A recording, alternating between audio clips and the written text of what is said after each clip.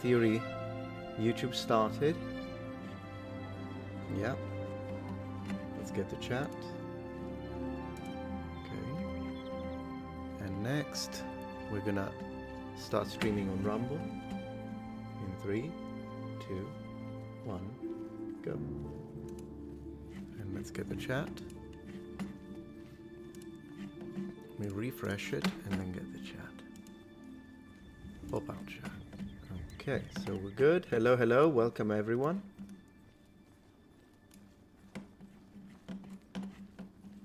Let me share it all around so that people can join.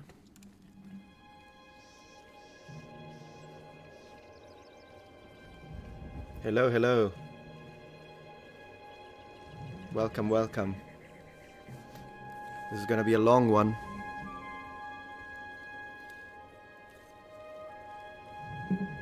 Thank you so much for tuning in to this live stream. Gonna have a good time, hopefully.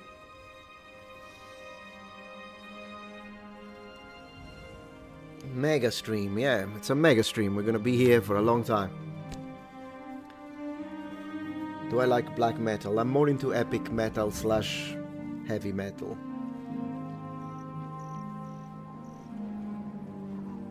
Thank you so much, power to all, for subscribing with Prime. In fact, you just reminded me that we need to fix all of our information panels. So how about we do that? We're gonna add...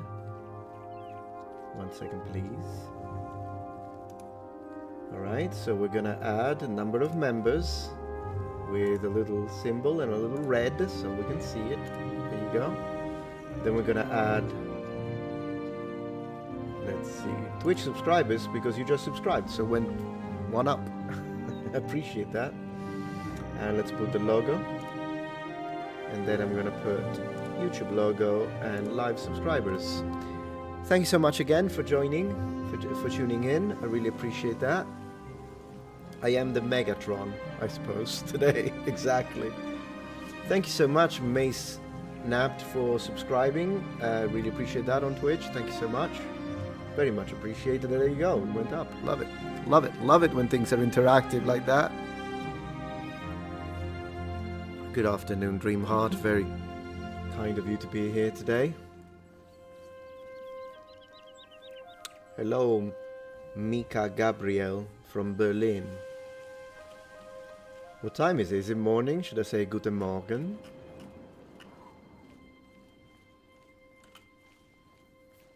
Okay, so when I go full screen, can I still show? Wow, oh, that was when we used, yeah, I used that one when I announced the name of my son. I was checking if I still had, I mean, I could add the stuff, but I guess we don't need it right now. We can use it here, so that's pretty good. Alright, let me make sure that I've got all chats here so I can see everyone. Yeah, there you go. Can you hear me okay? Or should I get the microphone closer to me? I kind of put it in a different location than usual. So let me know. Mr. Leon says I have 1 hour until midnight, so it won't last long. I might still be live when you wake up in the morning. Meaning that today I'm planning on staying live for a while, gonna interact with chat, we're gonna play a few games later on, and we're gonna do a few reaction videos, we're gonna check out a few articles. There's a lot to cover. Lot of news. Thank you so much, Dreamheart, for the bits. Really appreciate that. Thank you for the support. It's good to have you here, Mace. I'm just gonna call you Mace. Good evening, good evening.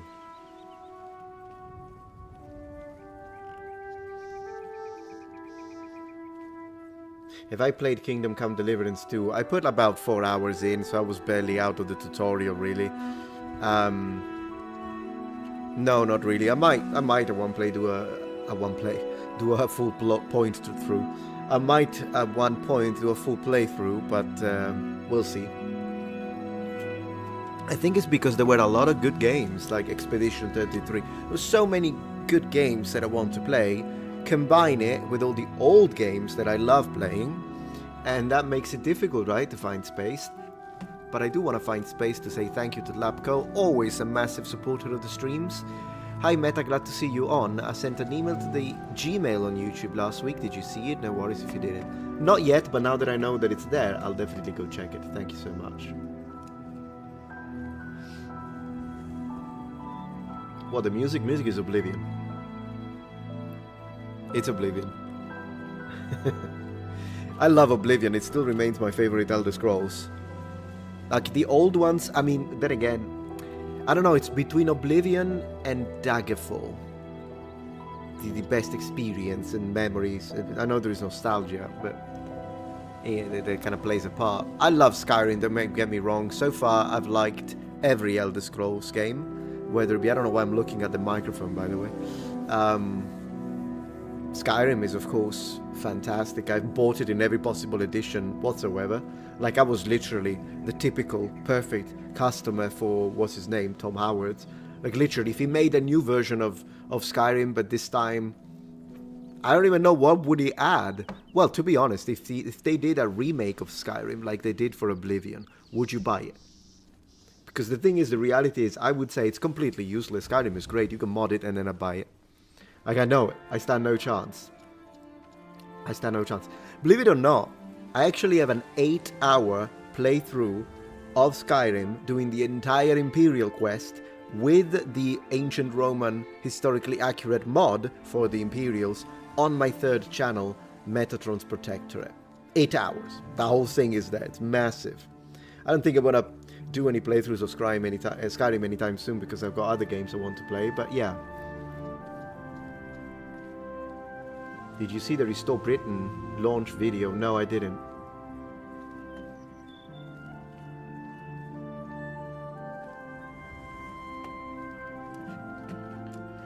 First time chat. Thank you, Ravens. Cool. Hi there. First time seeing you live. Love your videos on both history and politics. As a Norse pagan, I disagree with Christian stuff, but of course I do respect your belief.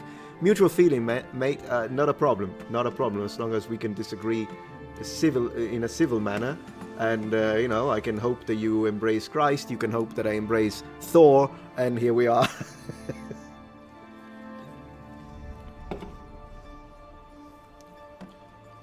But I appreciate you being here, and thank you very much. You tried Neverwinter Nights Ever? Oh yeah, of course. Absolutely.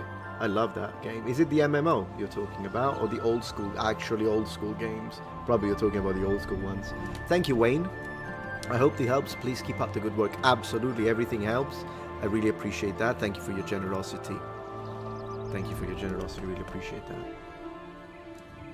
And of course, I got a lot of things prepared, and as I always do at the beginning of these live streams, I will tell you a little bit of here are the kind of topics we're going to cover. These are the things we're going to talk about. I always do that. Maybe the music is a little too loud.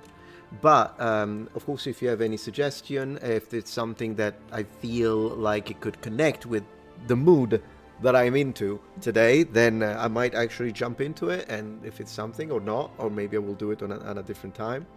So there's that. What game are you playing tonight, Metatron asks a Secret Squirrel. I want to finish that Kiosk playthrough. I think I had 1 day left, so we might do that. And then after we're done with that, we'll jump onto... So there are a couple of games that I have in mind. We'll have to see. We'll decide as we go.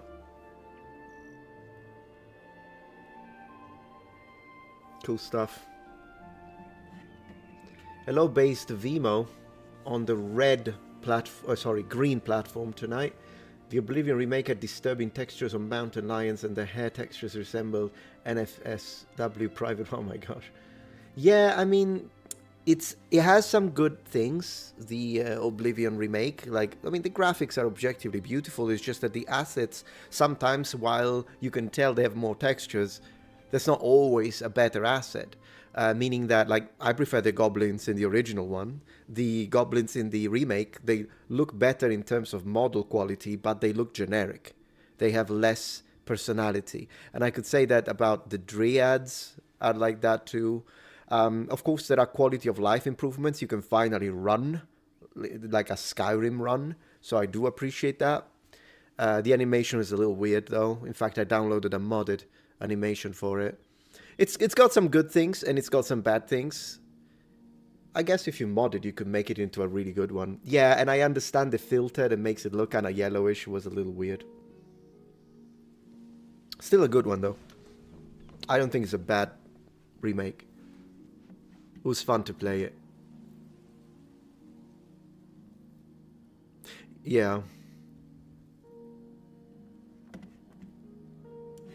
What game is this? Oh, this one? Oh, I don't even know. I just put a picture of a 3D recreation of, I think it's like a Roman fort. I just put it here just for fun. It's not even... I'm just going to switch around the picture that I put in the middle for whenever I kind of put you guys here to bring you up. Podcast, there's also... Yeah, that could be cool. We'll see. You tell me what the podcast is and we'll see if we can make time. I've been very busy because I've been writing my book recently. I've been spending a lot of time. I've been giving updates. Believe it or not, I'm the one... I hate that word. I'm going to say content creator. I'm not going to say influencer. Just no. Anyways, I'm the one content creator that does a crowdfunding and actually does updates. I've been doing updates, guys. Unbelievable. Anyways, the introduction to my book is already available. And the preface of my book is also available already. And I've written about 150 pages. That's where I'm at. So I've been doing it. It's there.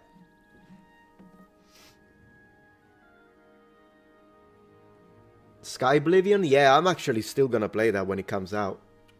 Some people were saying that the remake like kind of destroyed the idea behind Sky Oblivion, but I think they can be completely different approaches. I would still check it out. Can you hear me fine, by the way? Let me know. Thank you, Lap. Steam tells me how much I wasted my life. I have 850 hours on Skyrim, 500 hours on Witcher 3, and about 3,000 hours on Fallout 4. Holy moly. Yeah, I mean, you could have got a university degree with that. Probably like a full specialization. But then again, life is not just about productivity, is it? I say as a highly productive man. Life is also about having fun. And at the end of the day, we all have hobbies. So even if we, me and you, ditched the video game hobby, which I never will, but even if we did, we'd find something else. The people that tell you, oh, video games are a waste of time, they play poker. They do other things. We all have hobbies. So at the end of the day, you don't have to be 100% productive with 100% of your time. We're not machines. And whatever floats your boat, whatever you enjoy doing, I think that's your hobby and you should be unapologetic about it. I've got a lot of hours of games. The thing is, though, what I do is that when I play games, I always play them. I always switch languages. So it always sort of doubles down as a language practicing time. And a lot of vocabulary I've picked up. I've picked up a lot of vocabulary in all the languages I speak from gaming. So at the end of the day, there is that. Just want to say thank you to Benjiri for subscribing with Prime on Twitch. Thank you so much, brother. And I think we can see it. It went up. I love it that it goes up. Takes a few seconds. Doesn't do it immediately, but it does go. There you go. Haha, just did it. Did you see that? I'm just proud of myself that I managed to figure that one out. I know this is obvious to all the young streamers and YouTubers and whatnot. They know how to do all this stuff. It took me 12 years and I just figured it out. So there is that. My friends. Actually, I prefer that there is a little lag between when you guys subscribe, whether it be members or whether it be Twitch, because then I can kind of change the perspective on OBS so I can see it. It's pretty good. Elder Scrolls Online actually had 500 hours. That one never got me. I tried, never really got me. I think I have 1,000 hours on Civilization, and I have 1,000 hours on Conan Exiles, plus another 500 hours on Valheim. These are the 3 games that I have the most amount of hours. Of course, I like Civilization. Does this come as a surprise to you? Always choosing the Roman Empire. Or the Greeks, because I do like ancient Greece. I stand with my Greek brothers. We're going to talk about that during the stream, actually, because there is, of course, the usual race swapping. And it's always the poor Greeks It's like Greek representation is non-existent. I wonder why. Am I right? We'll talk about that later, but we'll also talk about a lot of other nice things during this live stream, because why not? Good afternoon. Good afternoon. Yeah, I just got that from the music video that we just got. Yeah, Conan Exiles is fantastic. I actually recreated a real medieval castle in the game. It's a castle from Puglia, southern Italy, and I tried to recreate it one-to-one, and I think I did a pretty good job. It's a fantastic castle, by the way. I could see if I can show you later, maybe. Why not? Good evening. By the way, let me check stats very quickly before we keep with my nonsense. Let me check stats. How we doing? How we doing? A little slow on YouTube tonight. How is... Pretty good on the green website. Appreciate you guys. Appreciate you. And how's Twitch? Twitch is pretty good as well today. So only YouTube is a little slow for whatever reason. But hey, here we are. This is it. This is it, guys. That's what we need to deal with. I'm sure things will get better later, probably. Maybe not. We'll see. Shelly says, my son just started streaming on Twitch. I'm impressed with him since he has Asperger's. So social skills were never his forte. Well, you know, maybe, yeah, sure. I mean, it's great. It's great that he's doing that. That is impressive. And maybe it's better for him, so he doesn't actually... Well, he has to deal with chat. But at the beginning, it won't have that much chat to deal with anyways, so perhaps it will give him time to get used to it. We will probably react to a couple of Joe Rogan episodes later towards the end of the stream, but I will only react to those on Twitch, meaning that after we do the full stream, we do all the other reacts, we do the article reading, we do everything else, interacting with chat, playing games, then at one point I'll end the stream on YouTube. And I will continue it on Twitch only, because YouTube doesn't allow you to watch the Joe Rogan Experience live. It just doesn't happen. They didn't let you do that. And there are a few other things that I can't react to on YouTube, but I can on Twitch. And so we will continue. So what I'm going to do, I know there isn't that many people now. There aren't many people now on the YouTube end, but I'm still going to give you the link to the Twitch account for later. So that, you know, because I do play more over there, so if you enjoy the gaming stuff, then it's not a bad idea to follow me there, because I do more gaming, and I'll tell you why. I'm gonna paste it here. The reason why I do that, okay, now I can close it, okay, is because generally speaking, I noticed that if I stream more than once a week on YouTube, then general video views suffer from it, and so not a good idea strategically, apparently. For some reason, I don't even know why. I wonder why that's the case, because I know there are creators that stream all the time. For my channel, it seems like that I can... Once a week is a good amount of streaming, but if I stream more, it's actually detrimental. But I do want to stream more, so I keep on streaming on the other platforms when I feel like playing a game, for instance. I'll probably be here for Daskit, so asks how long I'll be streaming on YouTube. I'll probably be here for at least the next 4 or 5 hours. We'll see. Maybe longer.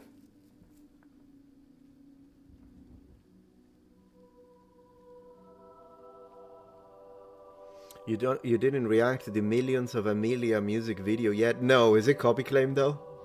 I can already imagine. Goodness gracious, that's gonna be great. That is gonna be great.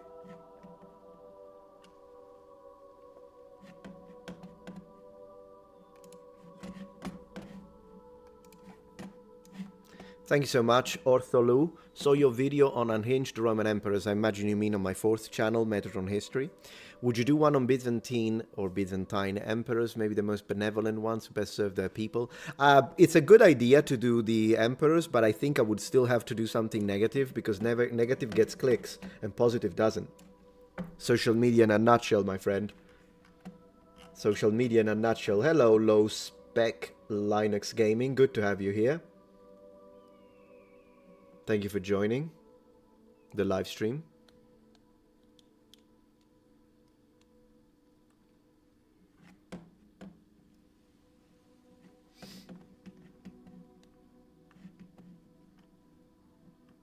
Eastern Roman Empire gets no love. I think most people probably are into the Principate, meaning the early empire. At least that's my favorite period. What's your favorite period in Roman history? Let's see if chat is, if I'm right or if I'm wrong. Maybe everyone is going to write the Republic now. We'll see.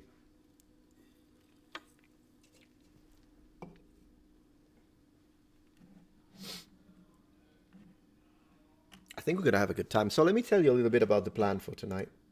So what we have, we're going to check out an article that tells us about Cambridge University and something they said about the... What population? Can you guess? Can you guess? I'm going to tell you in 5, 4, 3, 2, 1. The Anglo-Saxons. So, of course, Cambridge had something to say about the Anglo-Saxons. So we're going to annihilate the claims. So that's going to be one part of the stream. So we're going to have some history today. We're going to talk about Alfred the Great. We're going to talk about King Athelstan. It's going to be good. Then we're going to talk about Canada and something that happened. I think you may be aware, the shooting and stuff. We'll talk about that. Because I found a video, and I found the video to be utterly repulsive. And I thought that I could comment on it. That is, if I don't get copy claim for it, but we'll see. I read about a teacher that was doing some nonsense that we should call out. So we're going to check that one out. As I was saying, a couple of episodes from Joe Rogan that I wanted to look into, but that's going to be at the end of the stream. I do want to continue the episode by Lex Fridman with that awesome professor with the big beard. There are a few other sections. I can't remember his name. I'm sorry. There are a couple of other sections of that I wanted to cover. As always, let me remind everyone to please subscribe to the channel on YouTube and the other platforms too, but YouTube is the one that keeps losing subs, so I would appreciate a subscription. Thank you so much. And then I might talk about Piers Morgan a little bit today, because I've got a few things to say about him in recent statements. Then I found, well, not me, friend of the channel found a fraud, and it has to do with learning Japanese. And I hate frauds in the Japanese learning space. In fact, in the language learning space. So we're going to call them out publicly today. Big stream, guys. Big stream. Also, my gosh, W in chat for 487. Sean, my man, you already exploded the live stream support. Thank you so much, my friend. Let's see what he has to say. $100, W in chat. Massive support. You say, I already got quartering to watch, and he's subbed, I think that is. Brandon Lehman's YouTube video. Democrats have a massive racism problem.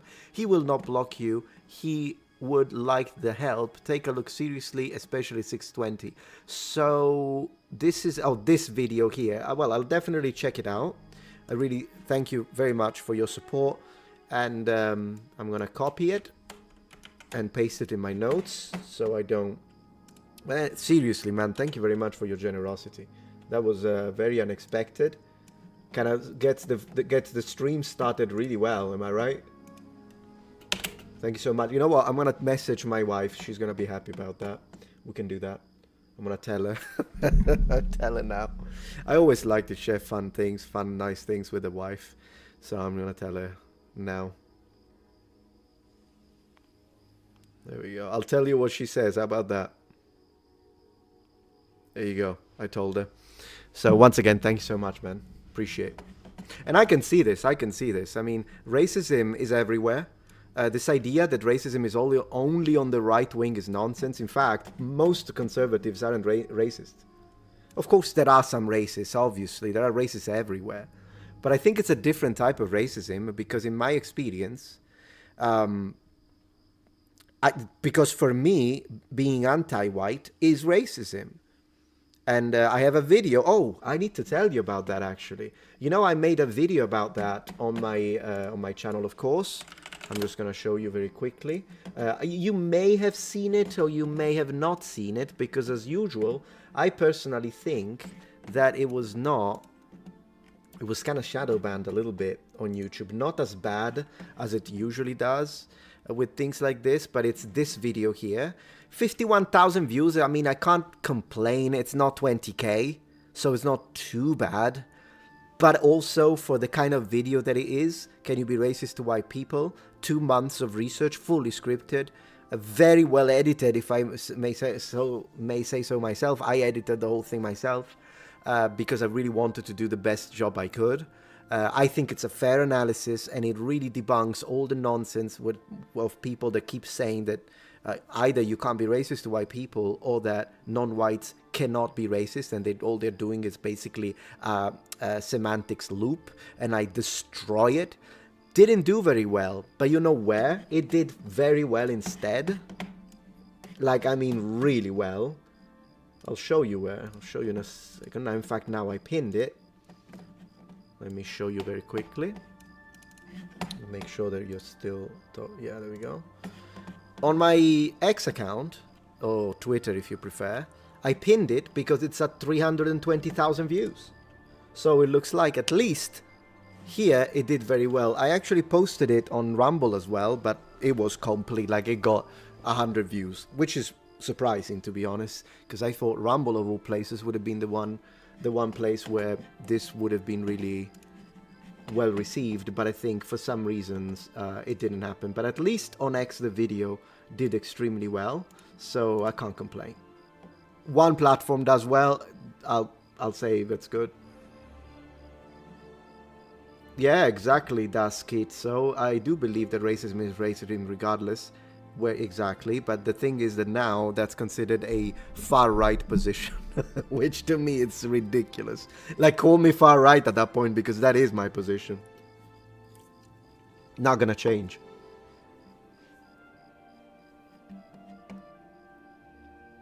I am on Rumble, yes. I'm currently on Rumble live streaming right this second. Yes, I am. I don't think I can share the thing though, so I'm gonna tell you what the name is of my account. It's I should probably start advertising it a little more.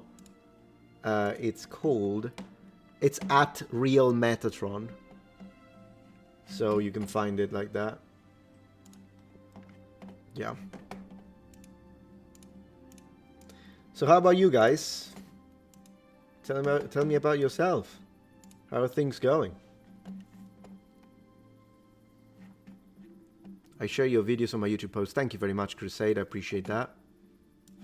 Do you have a Discord? I'm asked by Jankus the Great. Yes, I do. We are in the middle of reviewing a few things because of the recent changes that they have made. So we're a little bit in a mess right now. But as soon as we fix everything, what I'm going to do is I'm going to share the link to the Discord page on my community tab on YouTube. So I'll try to do it within a week's time tops. So if you're like, hey, I would like to join the Discord, I mean, if my Discord manager is here, Baron, if at any point he joins the live stream and I see him, I'll tell him to share the link for maybe later on the live stream. Otherwise, just check the community tab occasionally, and eventually, like the post, now it's called post, they keep changing the name of that, and you'll find the link.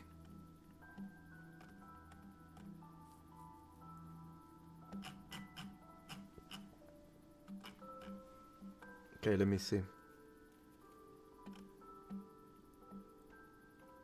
Cambridge University should be shut down permanently, says Robert.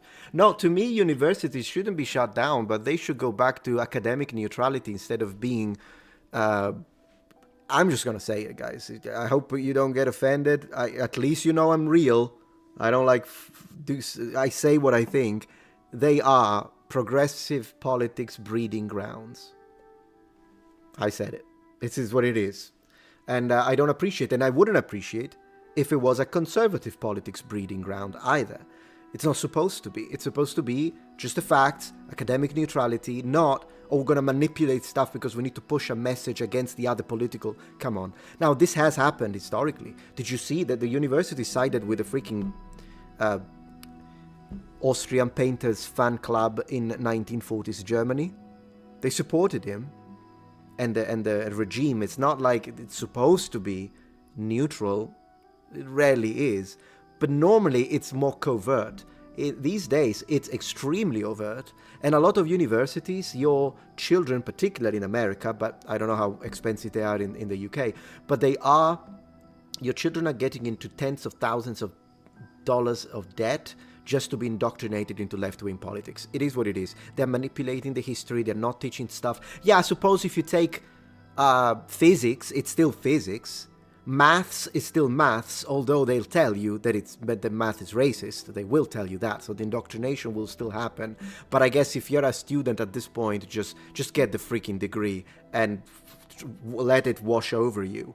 But there are a lot of kids that they enter as regular students who are interested in knowledge and building up a career and stuff to put in their CV/resume, and they end up becoming activists, oftentimes violent.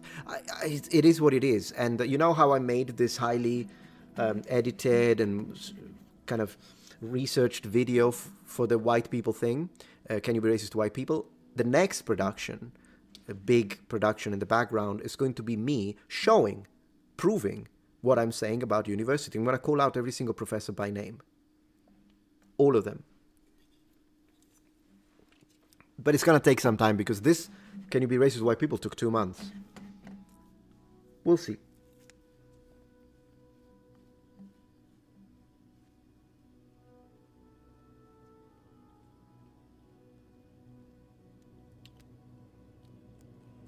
I can already say economics isn't economics anymore, is it? Yeah, I don't know anything about that side of university, yeah.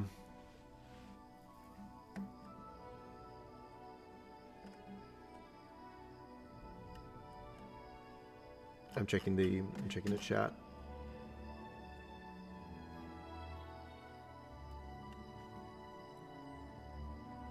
You're a little late, but you made it. No problem, Jason. Good to have you here. Why did you do that to Modern Day Night? Who's Modern Day Night? Who's Modern Day Night? Maybe we should talk a little more. You know what? One more thing we could add to the stream, I'm going to add it to my notes, is we should talk a little more about A Night of the Seven Kingdom. Because I watched the first...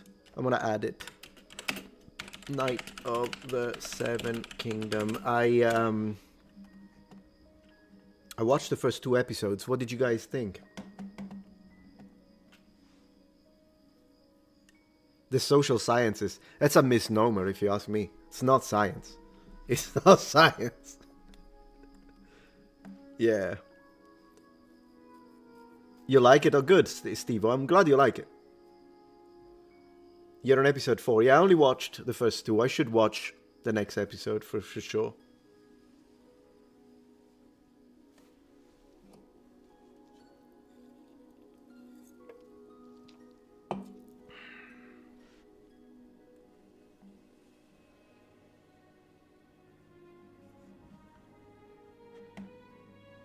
Episode 5 is out tomorrow. You know, I was actually invited by Nerdrotic and I joined the...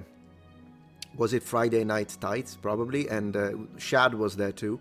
And we talked about episode 2, actually. We shared our opinions. And of course, I mean, I tried to be the least amount of obnoxious that I could be. I really tried. But then again, if you invite me to talk about it, and then you specifically... They're awesome, by the way. I love Gary. But I'm saying, if you ask me to speak about the armor, I'm gonna bitch about it. It is what it is. I mean, I can't stop. I can kind of put a little preamble and a preface and say, I know it's fantasy. I know it's a different world. It's okay. It's just a show. Not a big deal. Not everything needs to be historically accurate. But, and then I'm gonna say what I actually think. Anyways, I had a great time. It was really fun. You can still find the episode. Thank you so much, West.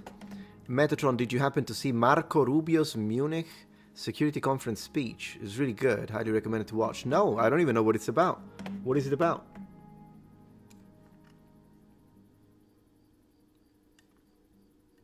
As a professional jouster, both reenactment and competitive, I think they did okay. Yeah, I mean, my usual problem is, of course, the ocularias being this big on helmets. It just looks bad to me. I think they do it so that you can still know who's in the armor, who's in the helmet, maybe. But that's always something that strikes to me as odd, like, because at the end of the day, it kind of kills the immersion And it just looks ugly. It's not even the immersion, because I can think, whatever, maybe on this they like doing it like this in this world. Who cares? It is, in fact, if you read the sources, lance wooden splinters, is that the word? Splinters ending up in your eye was a thing that happened. It didn't happen too often, at least according to the sources, but it did happen. So, and that's with actual medieval helmets that are like this thin. Imagine with a helmet like that. And I think the other thing I would say about the joust, I mean, we'll talk about it later, but probably this fixation with unhorsing. At the end of the day, medieval joust was breaking the lance. That's how you get the point. But anyways, it's not bad. It's not bad. It did give, it was glorious, so I agree with that. It did give like an epic look into it, so I did like that. I don't really feel like talking about Israel, so you keep stopping. You can keep spamming that question, Crusade.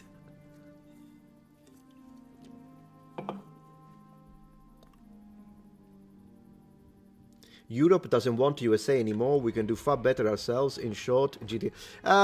I think the EU does not represent Europe. I think they're a bunch of liars.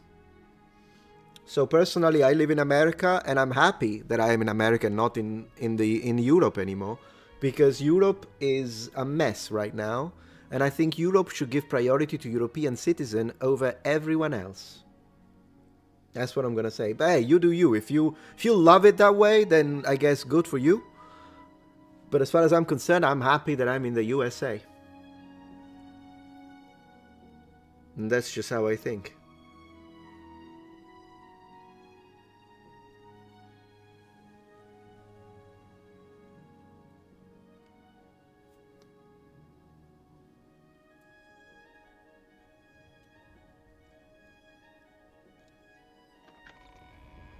EU aren't liars. I can prove to you that they are.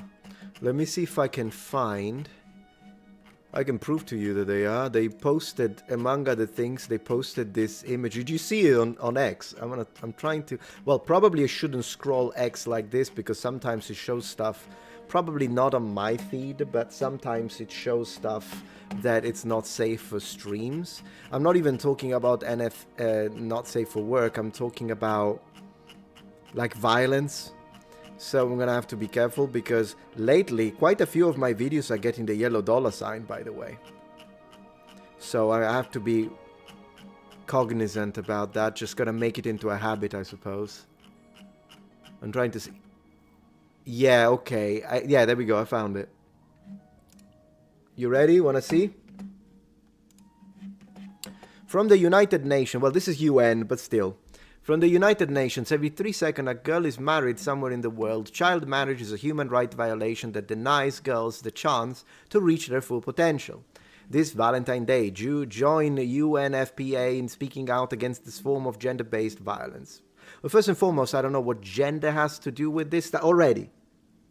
If we're talking about child marriage, it isn't a matter of gender. And that's the first thing. But what's ironic is that they put a blonde white woman to represent that. Do I have to say what countries are the ones that are actually doing this? Do I have to say? Does it always have to be me? Can we actually say, because I agree with them, the post is good. Yes, this should not happen.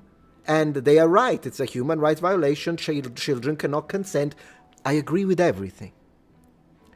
But they had to put the white blonde woman in a end child marriage. It's Islamic countries. It's Islam. Okay, I said it. It's Middle East, so put a brown woman here. In fact, a brown child at this point. Okay, this doesn't look like a child, but whatever. Are we going to be real about it? At least I'm being real about it. What's the percentage of child marriages in countries where people look like this? Tell me if I'm wrong. You can call me racist if you want. Technically, Islam is not a race, by the way, but whatever. You can call me whatever you want, but am I wrong? That's the question. Am I wrong in what I'm saying? Or are they forced to do this because virtual signal? Because it's always, now you can't do it because it's racist. So we have to show what? A lie. This is a lie. Right? It's a lie. Plus, we're talking about culture. It's a cultural thing. It doesn't even have...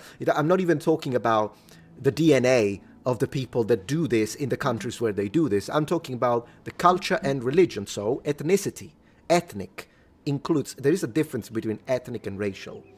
Ethnic does include common ancestry and all that stuff, but it also includes language, culture, religion. Ethnic is a very broad term. So this is an ethnic problem, if we really have to look at this. And it's ridiculous that they put the white woman. Come on. Ridiculous. Thank you so much for the members. And I'm going to check the super chats, but thank you so much for the Metatron memberships. I'm going to update it because I'm not a Muppet. And I update things. Thank you so much. Really appreciate the support. Members, in fact, is really helping lately. So thank you so much. And yeah, I'm right. I know I'm right. And that's the thing. Like, you could disagree. You could tell me reasons why I shouldn't say it. Although, not going to work with me because I'm always going to say it. But it's impossible to tell me I'm wrong when it comes to this. But they are clearly manipulating reality because, oh, it's offensive. Yeah, good luck with that. Thank you, Alex.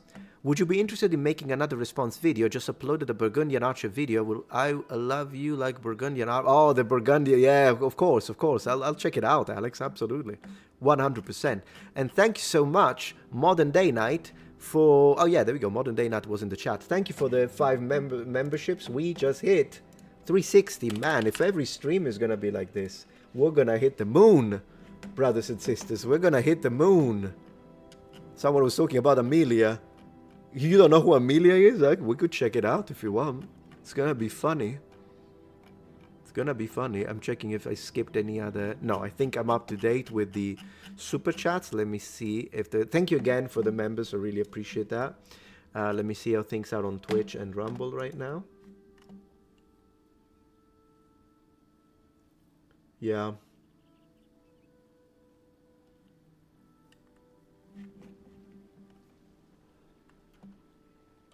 Britain is a totalitarian state at this point. Yeah, I mean, Britain is a mess. And it's definitely not the England I remember. It changed a lot. And I feel bad for the Patriots. That's how I feel. Starmer gotta go, by the way. Not in a violent sense. In a, you need to vote him out. Yeah, I think he should resign. I think he should resign, which is not, it's just not me. Since we're going to talk about him today, I'm going to start showing you. 1 second. I think he should resign because everybody hates him. Literally everybody hates him. I've seen left people saying he's awful. So it's like at this point, obviously conservatives hate him, but even Labour hates him. Like everyone hates him. So what's the point? He's just failing his people. He's failing women and children. Who are natives. He's doing everything wrong. Like, this guy is just terrible. So I think he should resign. I don't live in the UK anymore, so whatever. If you're British and you think, no, Starmer is the best thing that ever happened to us, then I mean, have fun. It is your thing at the end of the day. I can still share my opinion, just like people share their opinions on freaking Meloni, and everyone talks about the current administration in the US. That means that I can talk about what I think of the leaders in Great Britain, am I right? Anyways, I was just now scrolling through, and then I'll check the super chat, of course, but I'm on Piers Morgan. In fact, you know, let me stop the music for now because it's getting into my head. There we go. Thank you. There we go. We're good with that. Thank you. So I was saying, I'm scrolling through because I know Piers Morgan made a statement. Woman, it was a biological man. Facts matter. You see, Piers, sometimes he's right, but he is... Like, it's so weird. It's like a dice roll. Literally. Like, it's like someone who tries to play centrist a bit too much, if you know what I mean. Because, yeah, I agree with that statement. If I think he's talking about the shooter, I imagine. I didn't even check it. Anyways, he made a statement about, you know what, I'm going to show you.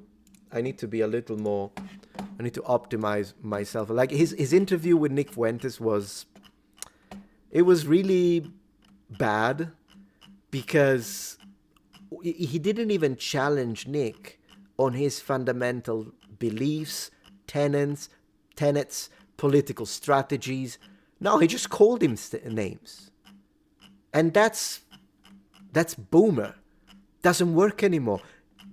Gen Z and Gen Alpha is so unconcerned, if that's even a word, with being labeled things now. That's gone. It's gone. It's not a weapon anymore. Nobody cares. So him constantly, he still uses that. It's like he hasn't updated himself. He keeps using, so you're just a disgusting racist. So you're a racist. You're a racist, right? And he's expecting people to go, oh no, I'm not a racist. No, absolutely not. And then he can say, well, then why did you say this? Then are you going to retract this? But no one is doing that anymore. It's gone, Pierce. It's finished. That weapon died 3 years ago. It's finished. Nobody cares. Nobody cares anymore. It doesn't work.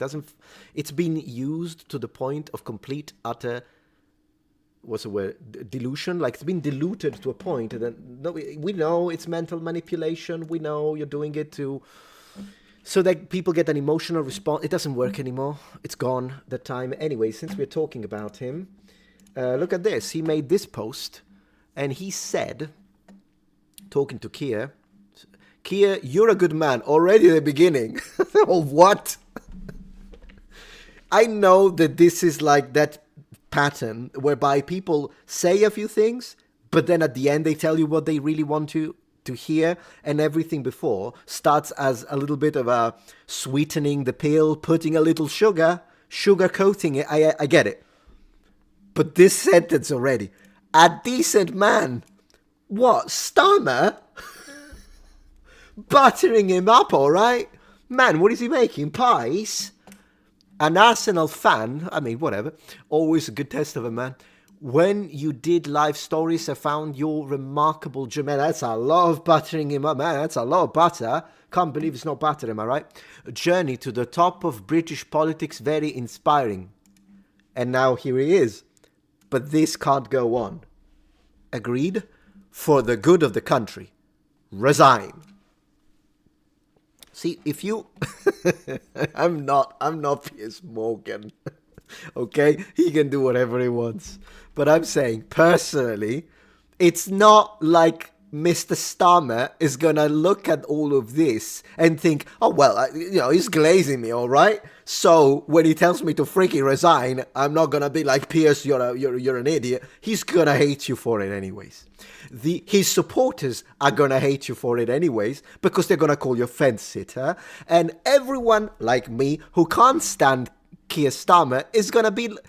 While we read this, we're going to cringe our souls out. You know, Dark Souls, when you leave your souls and then you need to go and pick them up again. That's what happened to me. So, anyways, these two, I agree. Okay? I agree.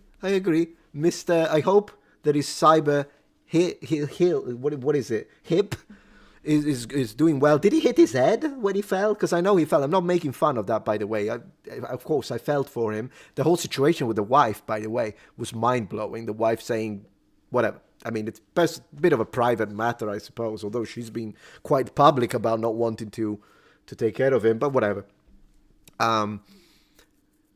Yeah, no. So, Mr. Morgan, I don't know if he hit his head when he fell down the single stair.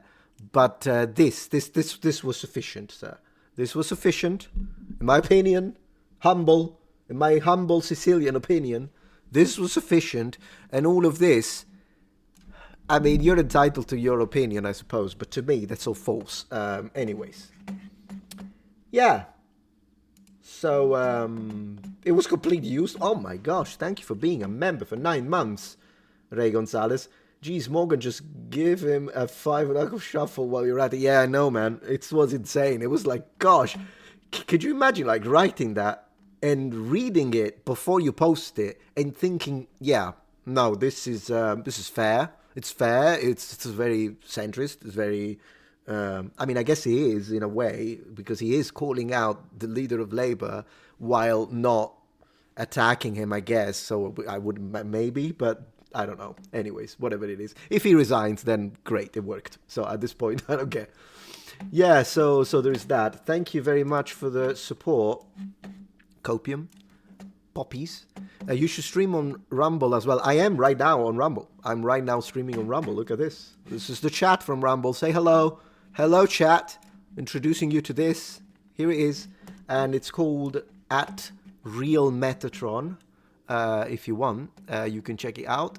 They aren't free speech like they claim, but they rant. No, I think they're pretty good when it comes to the free speech aspect, because you have no idea the stuff that I have to deal with behind the scenes with YouTube. Like, you have no idea. You have no idea. So there is that. Thank you, Jartist, for becoming a member.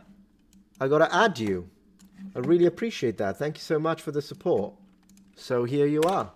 That's you, my friend. That is you. Really appreciate that. Anyway, Stokey, since we're talking about Piers at this point, what did you guys think? Didn't he do something recently? He was talking about... He had like an interview with a woman. Do you guys know what I'm talking about? He had this interview and everybody like got mad. Oh yeah, because he's denying the immigration problems in the UK, pretty much. That was insane. Isn't it this one? Probably. We might look into it later, because I don't really want to start with immigration. It's like such a boring topic, because, yeah, I don't want to start with that, but we might come back to this. Right now I kind of want to talk about history a little bit, so we'll do that. But yeah, that was insane. Thank you very much, Caleb, for supporting the stream. Really appreciate that. You have an open invite to chat with Ark and Carl Benjamin of the Ark, Cast and Sargon of Akkad, respectively. These just too shy to get in contact. No. Yeah, no. I'm happy to. I have no problem. Anyone invites me, I'll go.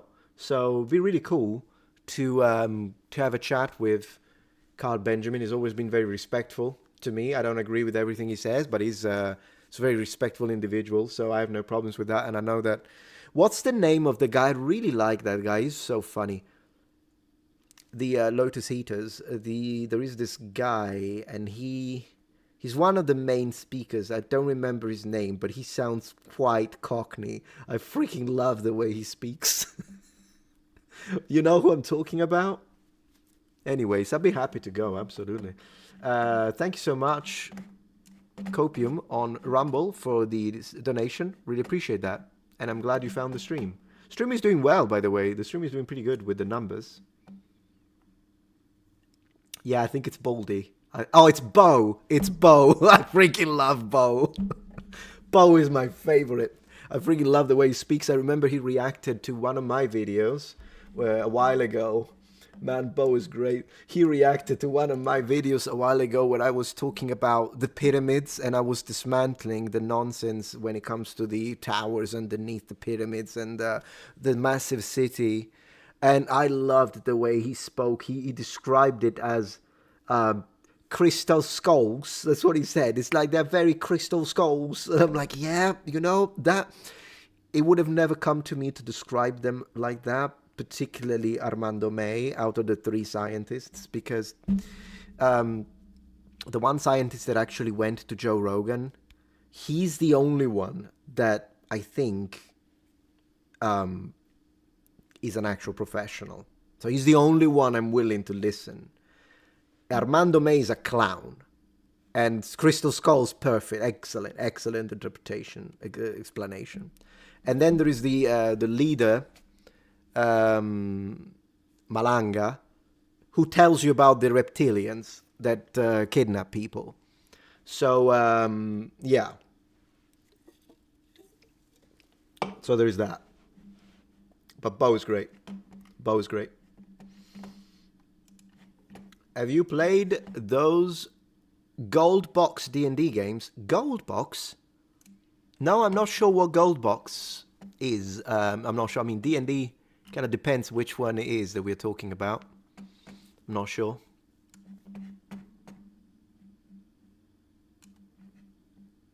Yeah, the reptilians, guys. I have a whole video. You know what? I have a video that I made, and I also put it in my compilation video on the pyramids, so you can find it in the massive 4 hours compilation video. But I have a video dedicated to the kind of stuff that Corrado Malanga, I'm just going to show you very quickly, because it's not that people tell me, oh, it's because you always side with archaeology. No, I don't. I'm very open-minded. In fact, I can't stand the likes of Flint Dibble and their kind of, their sort of gatekeeping. Absolutely not. I'm willing to listen to anyone. I'm willing to listen to anyone's positions, and I find, for instance, Hancock's positions fascinating. I don't believe in it. I'm not convinced, but I'm not someone who says, cancel him, don't let him talk, and that kind of stuff.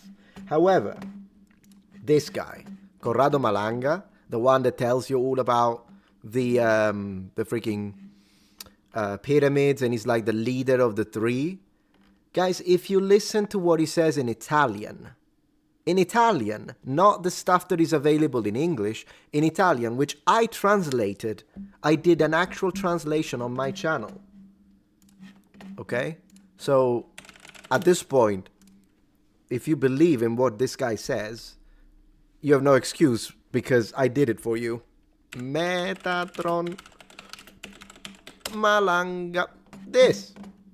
So, this video, what Corrado Malanga actually believes, translating from Italian, I posted it 10 months ago. Unfortunately, didn't get many views. Probably you didn't get a notification. However, do you see the thumbnail? You're like, Metatron, but your thumbnail is very clickbaity. No. Because the guy on the right, the reptilian, is exactly what this guy talks about. Plus, the fact that these aliens, there are multiple races apparently, they want your soul. That's why, and then he talks about the pyramids in combination to that. But anyways, what they want to do is that the aliens only have the spirit, but they don't have the soul. So they need to get the soul from humans, and that's why they kidnap humans, and they come, there is this massive reptile guy with the little guys, which I think is the Greys, apparently they're allied. And so they come at night, and they walk through walls, they take you, this is all in Italian, this is what this guy has been saying in Italy for the past 3 decades. So when you watch just the pyramid stuff, you don't know that this is what this guy pushes in Italian. Now, I am not one, like, of course, I personally believe probably there are aliens out there. But what I believe is that this guy hasn't got a clue. I don't believe, or he's one of them, because to be honest, if you look at his face and his eyes, he might be one of them. Maybe he's a reptilian. So if he is a reptilian, then whatever. He's just telling us about getting us used to the reptilian overlords, maybe. But yeah, you got the translations. It's there if you want to put it in the watch later list, because you're gonna have a great time with the translation, ladies and gentlemen. And then there is this one, right? This is the one where I watched the 4 hours conference. But again, if you don't have this context, you might think, oh well, they're just saying that maybe they were building things underneath and the tower. No, there is more to it. There is more to it, ladies and gentlemen. Just like there are more super chats, and I want to say thank you to Codiod. Pasta apologetics. Is farfalle the most corrupted form of pasta? Surely its chaotic folded thickness to width ratio results in a legion of cook. You know what? I think farfalle are fine when you eat them with pesto, particularly if you add a little bit of white sauce like the panna, pesto panna with farfalle, fantastic. And it is my wife's favorite shape of pasta. For me, I'll put it like on number 12, probably 15. Spaghetti is definitely superior, lasagna superior, ravioli, tortellini, tagliatelle, rigatoni, better than farfalle. Yeah, I'm not a huge fan of farfalle personally.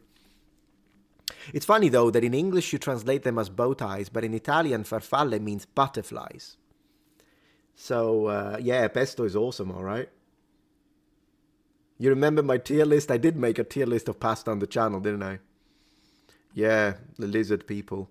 Shadow, thank you. Hey Meta, I'd like your opinion on this. Can a sinner be a benevolent person? Can a virtuous man be malevolent? Just wondering for a project.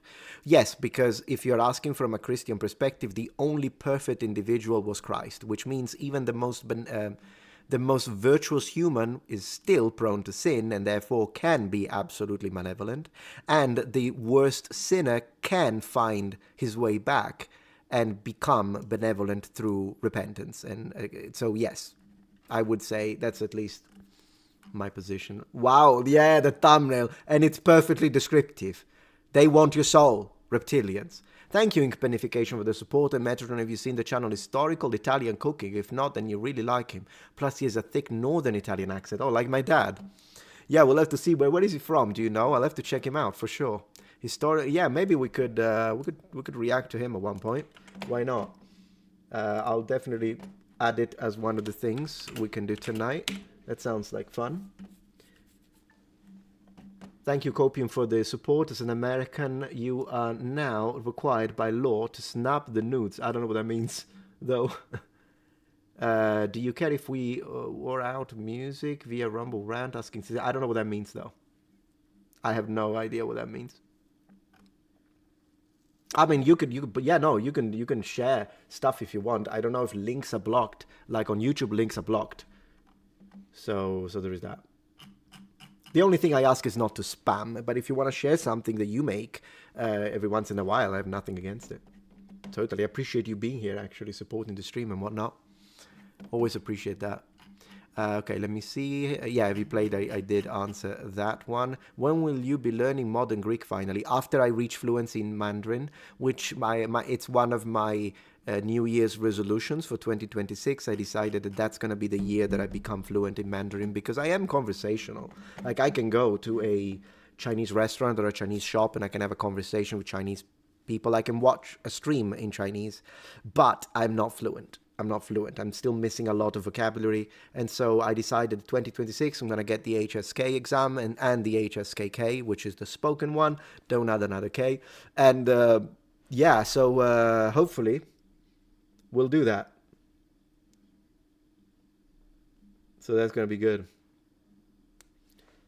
Thank you for the generous donation, Lapco. Really appreciate that. Thank you for your support. I'm going to put you right next to the reptilian. My UFO theory. 50,000 years ago, humans were an advanced spacefaring civilization. The women were put in charge, and the collapse was so total. So was it space feminists?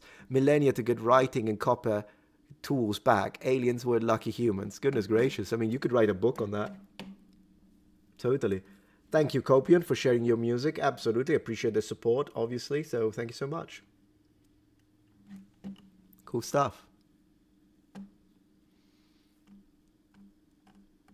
Very, very cool.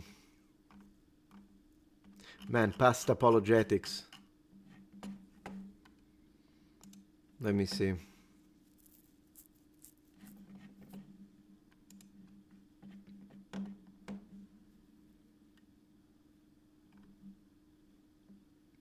Egypt is awesome. Been there, went to the Luxor. Pretty interesting and informative, and actually more interesting than Cairo. Yeah, I would imagine. I love the name Luxor, by the way. Sounds really good. Be nice to visit Egypt at one point. We'll have to see. Thank you so much, Makariv, for the horses, for whatever reason. And the I think these are bits, right? I'm still getting used to how Twitch works. Appreciate that.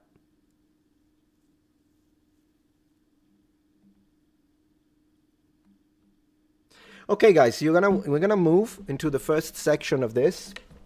It's gonna be a big stream. Of course, chat is still here, so I'm still gonna read you. I'm still gonna show the super chats, but I've gotta show you this because it's absolutely a clown show.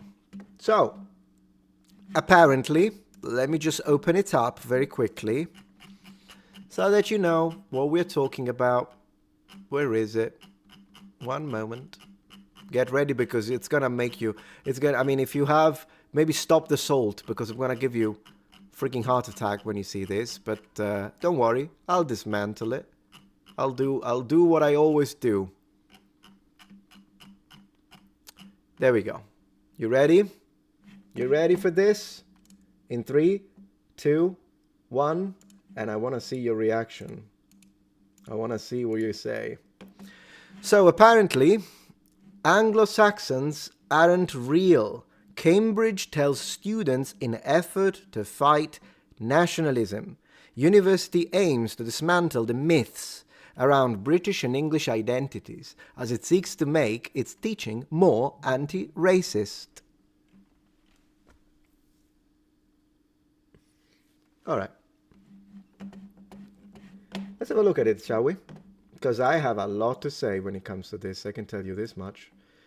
Because you know me, whenever I don't care if it's a university that does it. Whenever university do pull these kind of stunts, I mean, they've done it before. They told us, because I need to give perspective to the people that only hear this, and they are like, oh, but I don't know what's going on with universities in the UK and America, but this is the UK again. Well, this is not the first stunt that they do. First, they told us that there was these native Britons. Look, they were black, and then they checked the DNA, it was as white as it gets, with blue eyes. Then they tell us that the Vikings were not white, and the Vikings meaning Norse populations, they weren't white, and they were Muslim. Then they tell us that Greek philosophy is offensive, and it was going to be ripped off of curricula, or they were going to add trigger warning for the students, and now this. So this is the context, because I need to give you the context. And I will, of course, tell you more about the Anglo-Saxons and the actual truth for a change. In the meantime, though, I do want to say a massive thank you to Sean on Rumble for the generous $50 donation. I really appreciate that. Finally remember to just join you on Rumble, YouTube blog, my super chat. Yes, Morgan fought with Megan Kelly. That's what it was. We'll check it out later. Saying he would take immigrants and their food, native Brits who go, oh my gosh, that's a traitor to me if you ask me. Anyways, we'll cover that later. Thank you very much, Copium. Here is our latest music. Appreciate that. Check out his music. Appreciate that. And yeah, so there is that.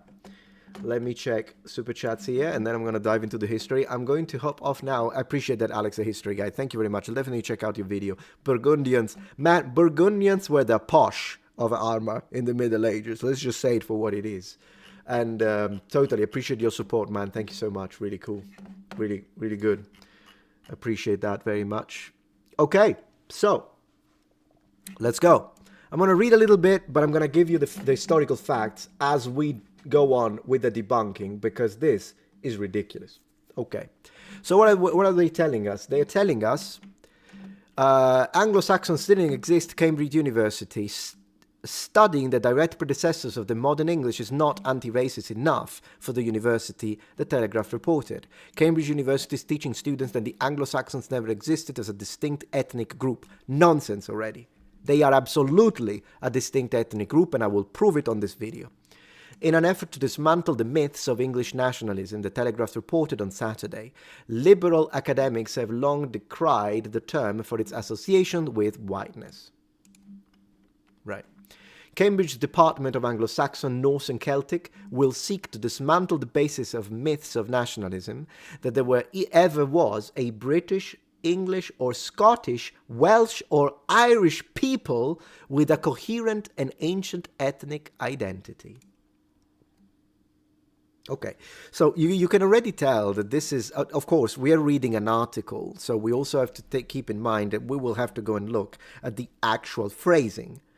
Problem is, though, I've looked into the phrasing a lot of times, and it is precisely what they're doing. And the reason why you know this isn't an actual academic investigation on, because this is a thing, it's not a new thing, by the way, the question on whether or not the Anglo-Saxon, not Angles and Saxons as separate, but Anglo-Saxons as unified, it's been a question for decades, okay, when it actually begins. It does begin, and definitely by the time of King Athelstan, they are Anglo-Saxons, and the fact that they're trying to say that they're not is absolute nonsense. But this is being a debate.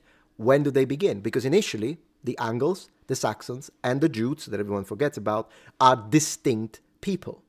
So when you say Anglo-Saxons, they've been unified. And it is an academic question to ask when did that happen. What's not academic is to say that all of these identities, which are ethnic, don't exist, yet they never do it with African populations, with Middle Eastern populations. It's always white people. And that tells me that it's a propagandistic effort. Because if you're going to challenge this, and by the way, we will look into what ethnic means, and you will see that absolutely the Welsh, which basically, just to tell you a little bit, what this is. So British already, it's basically everyone within Great Britain. But when we look at this, right? So English is absolutely Anglo-Saxon with some Nordic, because some Englishmen and women have ancestral connection with the Danes, for instance, for obvious reasons, depending on where you're from. So there is that as well. And so there is a lot of Germanic, and there can also be some Celtic, because if you're from Cornwall, for instance, it's possible that your family was connected to the Britons. So there will be a little bit of Brittonic in your DNA. When it comes to Welsh, it's the majority of that DNA is going to be connected to the Bronze Age populations of Roman Britain, meaning the Brittonic populations, because even the term Welsh means foreign. Foreign from the point of view of the Angles and the Saxons that were arriving in these areas, and they were starting to rule over these areas. But it's important to underline that, and this is a fact, that even though we used to think that the Anglo-Saxons arrived in such massive numbers that they completely replaced the entirety of the Brittonic original Bronze Age population, except for those who fled into Wales, the reality is that the way you look at it, that's very improbable. It's very likely that what happened is, yes, there was a significant migratory pattern of Germanic populations that reached the British Isles or Britannia, but they didn't completely annihilate the entirety of the local Celtic populations, because remember, Britons, the original inhabitants of that area, are basically connected to the Gauls. It's all Celtic, right? It's kind of, you can imagine it that way. The Irish are Celtic, absolutely they are a people. The Scots are Celtic, absolutely they are a people. The Picts, right? And the Romans tell us about them. They tell us what they look like. If you read Julius Caesar, if you read Pomponius Mela, they tell us that they are either, for the Scots, they tell us that they are red hair, ginger hair. For the others, they tell us they have blondism, which is, again, and very white skin, which is in another area of connection with the Gauls, for instance. But in general, absolutely these are populations, and they have a genetic continuity and very likely ancestral genome. It is ridiculous that they try to say that these ethnicities didn't exist, but then again, they never do it for black people. They never do it. No, when it's black people, for some reason, they are all like, you're an African American. Check this one out. I gotta say this. So imagine you're an African American, right? Your family has been in America for 2 centuries. Yet you say, I'm black just like a freaking tribe in Congo and another tribe in Nigeria. So you're all black, even though there are 6,000 miles of distance between you and those people. You don't even speak the language anymore, whatever your ancestral connection to Africa was. But it's fine if you say, well, I'm black, we're all the same, fantastic. But then when it's a modern English person who still lives on the same island as their ancestors, you can't say you have an ethnic connection to this is ridiculous. Ridiculous. Let's continue. People with a coherent and ancient ethnic identity. So they don't exist, they say. By showing students just how constructed and contingent these identities are, and always have been, the British newspaper reported, citing information from the university. Of course, again, I need to pull up, because what they're doing is that they're preying on the fact that people don't know what ethnicity means. Definition. We're not going to play their games anymore. Okay? We're not going to play their games anymore. I'm just going to do a little bit of education, because this is anti-education. So I'm going to do some education. Okay? So, ethnicity. The quality of fact or belonging to a population group or subgroup, so it doesn't even have to be that big, made up of people who share a common descent or cultural background. Right? So the cultural, already the common descent is sufficient to say that yes, there is an Irish ethnicity, there is a Saxon and Anglo-Saxon ethnicity, there is a Scottish, of course these exist. But the cultural aspect, and cultural means, please keep this in mind, because it's going to come back later within this debunking. Cultural includes language and religion. Okay? So, language is a human construct. Social customs connected to culture, music, these are all human inventions. It's not like that the atoms in nature and matter form these cultural aspects, we create them. So, of course, clowns, where are they? It's a constructed and contingent identity, yes, because that's what ethnicity entails. Some of it is genetic because of common ancestry. So usually people within an ethnicity tend to look alike, right? There is a component that is genetic, but there is a massive aspect that is absolutely constructed. And this works for every ethnicity on planet Earth if you're going to do that. Let's go. By denigrating the idea of a distinct Anglo-Saxon identity, the university said that it aims to make its teaching more anti-racist. And boom, we have it. So their goal is more important than the truth. That's how it is, guys. Their goal is more important than the truth. The controversy over the term Anglo-Saxon began in 2019 when Canadian academic, of course it's a Canadian academic, and my gosh, I swear, like, those of you who are normal and live in Canada, I feel for you, my friend. I really do. I really hope that you can get things normal again, because the stuff that I know that there are fantastic Canadians, absolutely. But man, the stuff you have to put up with. Canadian academic Dr. Mary whatever Olm resigned from the International Society of Anglo-Saxons over the inherent whiteness of the field. Oh, what a clown world. Rambaram Olm, who is not white, went on to write that, open quotes, the Anglo-Saxon myth perpetuates a false idea of what it means to be native to Britain, and the term is historically inaccurate. No? Okay. All right. If they're gonna say historically inaccurate, I'm gonna open up Bede the Venerable. Bede. We're gonna get Bede. I'm gonna open a little Wikipedia so you get the image, so you don't have to stare at my face. We've got Bede. We've got Alfred the Great. But this is just incredible. This is basic. You don't even need. You just need to have taken 2 courses of history to not even be like big shot professor, so they know this. King Athelstan. All right. So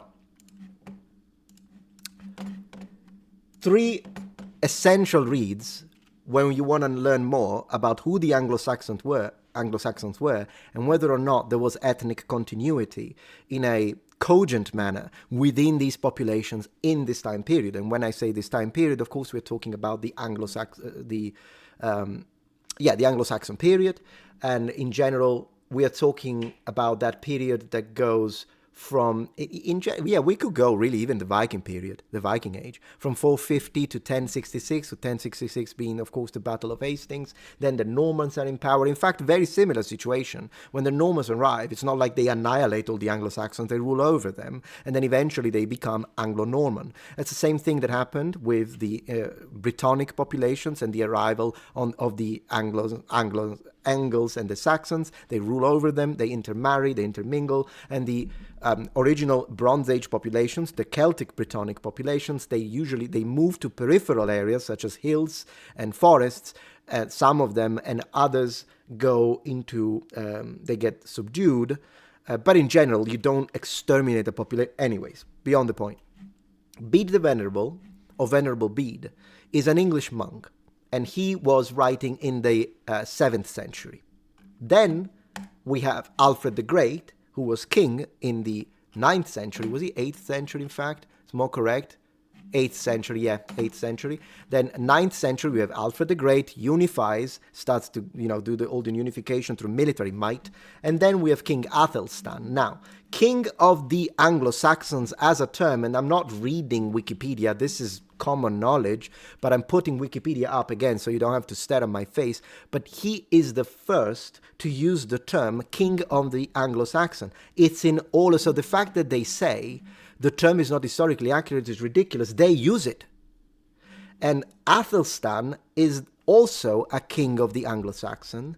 The difference is that Athelstan is really the very first king of a unified England, whereas Alfred the Great is the one who began the unification. Anyway, the idea of creating the ethnic concept of the Anglo-Saxons as a unified people is something that starts with someone like Bede, because he predates Alfred the Great. It's just that Bede thought that out of the 2 different people, the Angles and the Saxons, the Angles were cool. The Angles were the shit. So the Angles are the ones that we should consider as the primary focus. Alfred the Great, king of the Saxons, of course he doesn't agree, thinks it's the Saxons who are the shit. And in general, Athelstan is the one that adds into his titles also the title of king of the Danes. Now, one could argue that all of this is political machinations in order to say, well, I'm the king of all of you. And yeah, I mean, sure, it's also part of a political strategy, but that's how ethnicities are born anyways. There is a political movement, and a lot of the time, and particularly in the medieval period, what connects the mortar, the glue that connects people together is religion. So in the medieval period, yes, there was a common ancestry. People kind of looked similar. Yes, there is a common language because these people sounded different. You could tell who was a Saxon, who was from Mercia or Northumbria, but they all spoke similar languages. In fact, the languages was kind of similar also, since it's all Germanic family, to the language spoken by the Danes. There were some areas of overlap. Look at, for example, the gods. Even when you say, this is something, I imagine most of you know this, but when you say the names of the week in English, Sunday, Monday, Tuesday, Wednesday, Thursday, Friday, and Saturday, the first 5 are all Norse gods. But they were so integrated into Anglo-Saxon culture that they also use them just with a different accent. So the idea is, when you say Wednesday, you're saying the day of, because Wednes, the S is the Anglo-Saxon genitive, which marks possession. Just like you say John's car, it's Wednesday, so the day of. Wedin, which becomes Woden, who is Odin, or in Old North, Odin. So it's the same deity. Wednesday is the day of Odin, and Thursday is the day of Thor. And you can go on. Freya, and all the other. Mani, I think, is connected to the moon for Monday. It's just that Saturday and Sunday are instead connected to the Romans, Saturnis Dies, the day of Saturn, and the day of the sun. So it's a little bit of a mixture for obvious reasons. But yes, there is a common language that they could speak, even though they may have had different accents and different regional varieties. But the one thing that really connected them as one true single ethnicity, the Anglo-Saxon ethnicity, was the Christian religion. And this should not surprise us. I'm not saying that because I'm a Christian, it's a fact. Like in the middle, you always have had, in fact, this connects to ancient Rome. This is going to be interesting. There always is a matter of otherness versus us versus them, in-group versus out-group. This is a mechanic, a social mechanic, that we have had since the Paleolithic.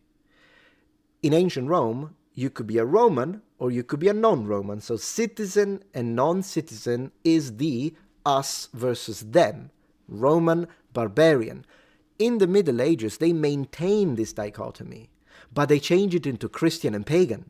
So, of course, if you were a Christian Saxon, you're one of us. You can be an Anglo-Saxon. But if you are a Saxon, but you're a pagan, you're not one of us. So the religious aspect of it is absolutely fundamental to the question, but that's a medieval thing. It's just how it is. So the fact that they say, oh, there is no ethnicity. Yes, there is. It's just that you're using ethnicity as if it only meant race. And even if it did, these people have a common ancestor. It's just how it is. Let's continue. The society changed its name to the International Society of the Study of Medieval England. So you can't say Anglo-Saxon anymore, clowns. But some academics were furious, as they should be, describing the controversy as an attempt to impose American racial identity politics onto the British field of study. Absolutely. That's exactly what happened. That's exactly what happened. Yeah, Dacus, yeah, I did mention that, yeah. For outsider, totally. It's an hypothesis, you say, yeah, but that's the most credited one for Welsh. Anyways, let's continue. The conditions in which the term is encountered and how it is perceived are very different in the USA from elsewhere, 70s historians wrote in an open letter in 2020. Open quotes, it's a continuation of what's been going on for some years where pride in national identity is being attacked. Political commentator Anthony Webber told RT, yeah, but it's only attacked in the West. Only the West is not supposed. You want to tell the Japanese they're not supposed to be proud of being Japanese? Good luck with that. A Chinese? Even more so, because with the Japanese, They kind of keep it tame a little bit because of what happened during World War II. But a Chinese, you want to tell the Chinese they're not supposed to be proud of being Chinese? Yeah, no, it's only with the West. Political commentator Anthony Webber told RT, pointing out that the modern-day English owe a third of their ancestry to the Anglo-Saxon. Yeah, absolutely. Maybe more, depending on your family. I don't think, and of course you might have some Norman blood in you, for obvious reasons. I don't think it serves the cause of anti-racism to suddenly make sections of the population feel that they shouldn't be proud of their background. Yeah, also because do remember, and I've demonstrated this on multiple videos, you can be, if you ask any of the AI language models, whether it be Gemini AI, maybe not Grok, but if it's Gemini AI, or if it's ChatGPT, or if it's Claude AI, and you ask them, can I be proud of being Asian, or my Asian ancestry, they will tell you, yeah, absolutely, you should totally be proud of your Asian ancestry. If you ask them, can I be proud of my African ancestry, they'll be like, yeah, sure, totally, go for it, be proud. If you say, can I be proud of my European ancestry, no, because it's a negative thing, you need to be cognizant of the possible negative implications. They say no. They say no. And I say, get lost, anti-white scum, is what I say. Thank you, Ray Gonzalez. So that reminds me, W for Japan for the big win. Yeah, you know, I love the Iron Lady. I think she's based as F. Never apologize to Canadians, they should be ashamed. Well, yeah, but not all Canadians, mate, come on. Yeah, there are certain, today we're gonna probably gonna be the next topic. We're gonna talk about what's happening in Canada. And absolutely, I do not like Canadian politics in general, but not every Canadian is like that, come on. You know that. I've got supporters of the channel who are from Canada. I'm pretty sure that if they support me, they're not nut jobs. Like, they might be crazy on other aspects, but they're definitely not that kind of crazy. So yeah, I read that. Very, very nice. Thank you for the support. Really appreciate that. Yeah. We might talk about the Iron Lady a little more. The reality is that the reason why I like the Iron Lady is because she's not bending the knee to the Muslims. As she shouldn't. And of course, when I say the Muslims, I mean the ones that want to impose their stuff. Yeah. Not in Japan. Not in Japan, my friends. Not in Japan. Okay, so historically the Anglo-Saxons period detonates. Yeah, we said it, 400, yeah. During this period, Germanic people, Angles and Saxons and Jews arrived in Britain. We know that, we already done it. So influential, the Anglo-Saxon, modern English, American. Yeah, of course, they are the very basis of what it means to be English. And they want to change that. And we should say no, and we should resist. So, that was for the history section. I hope you enjoyed it. Let's move to the next one. But yeah, we've got a lot to talk about. We absolutely do. Let's talk about Canada, shall we? It's gonna get intense though, just so you know. So apparently there was a shooting, unfortunately, in Canada. I'm sure you're aware of it. Kind of want to share my opinions. So I'm just gonna open here and make sure I've got chat so I can read what you guys think. Please feel free to tell me your opinions on this. In your province? Goodness gracious. All right, so what we read here, I wrote Canada shooter, top stories. Canada shooter tried to off his family before. And it's this disgusting piece of scum that decided to go and shoot random, I think, was it random people? Let me see. Police name, oh my gosh, the BBC. So we could clown on them a little. This guy is a clown. This guy. We're going to watch him. Anyways, first and foremost, I want to, of course, extend my heart towards the victims. He is not a victim. Not a victim. Because yes, there is someone who's saying that, oh, but the shooter is the first victim. No, absolutely not. Not a victim. Okay? Anyways, I want to extend my heart towards the people that lost family members, even to those people who got traumatized because of this awful situation. I do have a question, though, for those of you who are in Canada right now watching this. Can I know, how did he have access? I mean, I always hear people saying, oh, the US is crazy, everyone can get these firearms, and but I thought Canada didn't have like a Second Amendment type of thing. How did he get it then? How did he get? Apparently the weapons were legally owned. And in fact, I don't know if you know this, but it seems like that the authorities already knew about this person. They knew that they had weapons. They confiscated them, but then they gave them back. You say it's legal to get firearms, but there's strong rules about it. Well, I don't think there is, because clearly this person was not mentally. If this person was mentally ill, it's obvious. You could see their social media posts. So what are these rules? Conservatives shouldn't have firearms. Is that the rules? If you disagree with the government, you're not gonna, because this is the one person who should not have had access to firearms. Was it his father's? Maybe, but at this point we should investigate the dad as well, because if you know that your son is like this, then it's a big deal. Anyways, let me see. You say press S on this guy. He was a vile man. Absolutely vile. Awful. Awful. He shot children, guys. Children. Amazing Disgrace says America seems to get the blame for the existence of identity politics, but it has the least amount of power as far as law in America.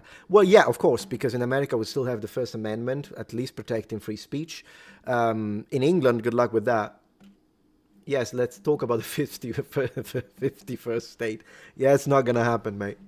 British folks aren't real. They were made by the fairies. No, that's the Australians. The Australians are not real. They're all a bunch of paid actors from Britain. Australia doesn't exist. Can you imagine a place where they're like spiders and scorpions? Come on. Kangaroos doesn't exist. It does not exist. It's nonsense. It's not true. Let's continue. All right, so let's see what the article tells us, and then I'm going to show you that video. And then I'm going to show you, in fact, two videos. I want to show you two videos. Well, one I might not be able to play. I'll just show you, kind of tell you what it says, and the other one will play. Neighbor says Jesse Van whatever set his own house on fire in 2023. And you tell me this person is not mentally ill?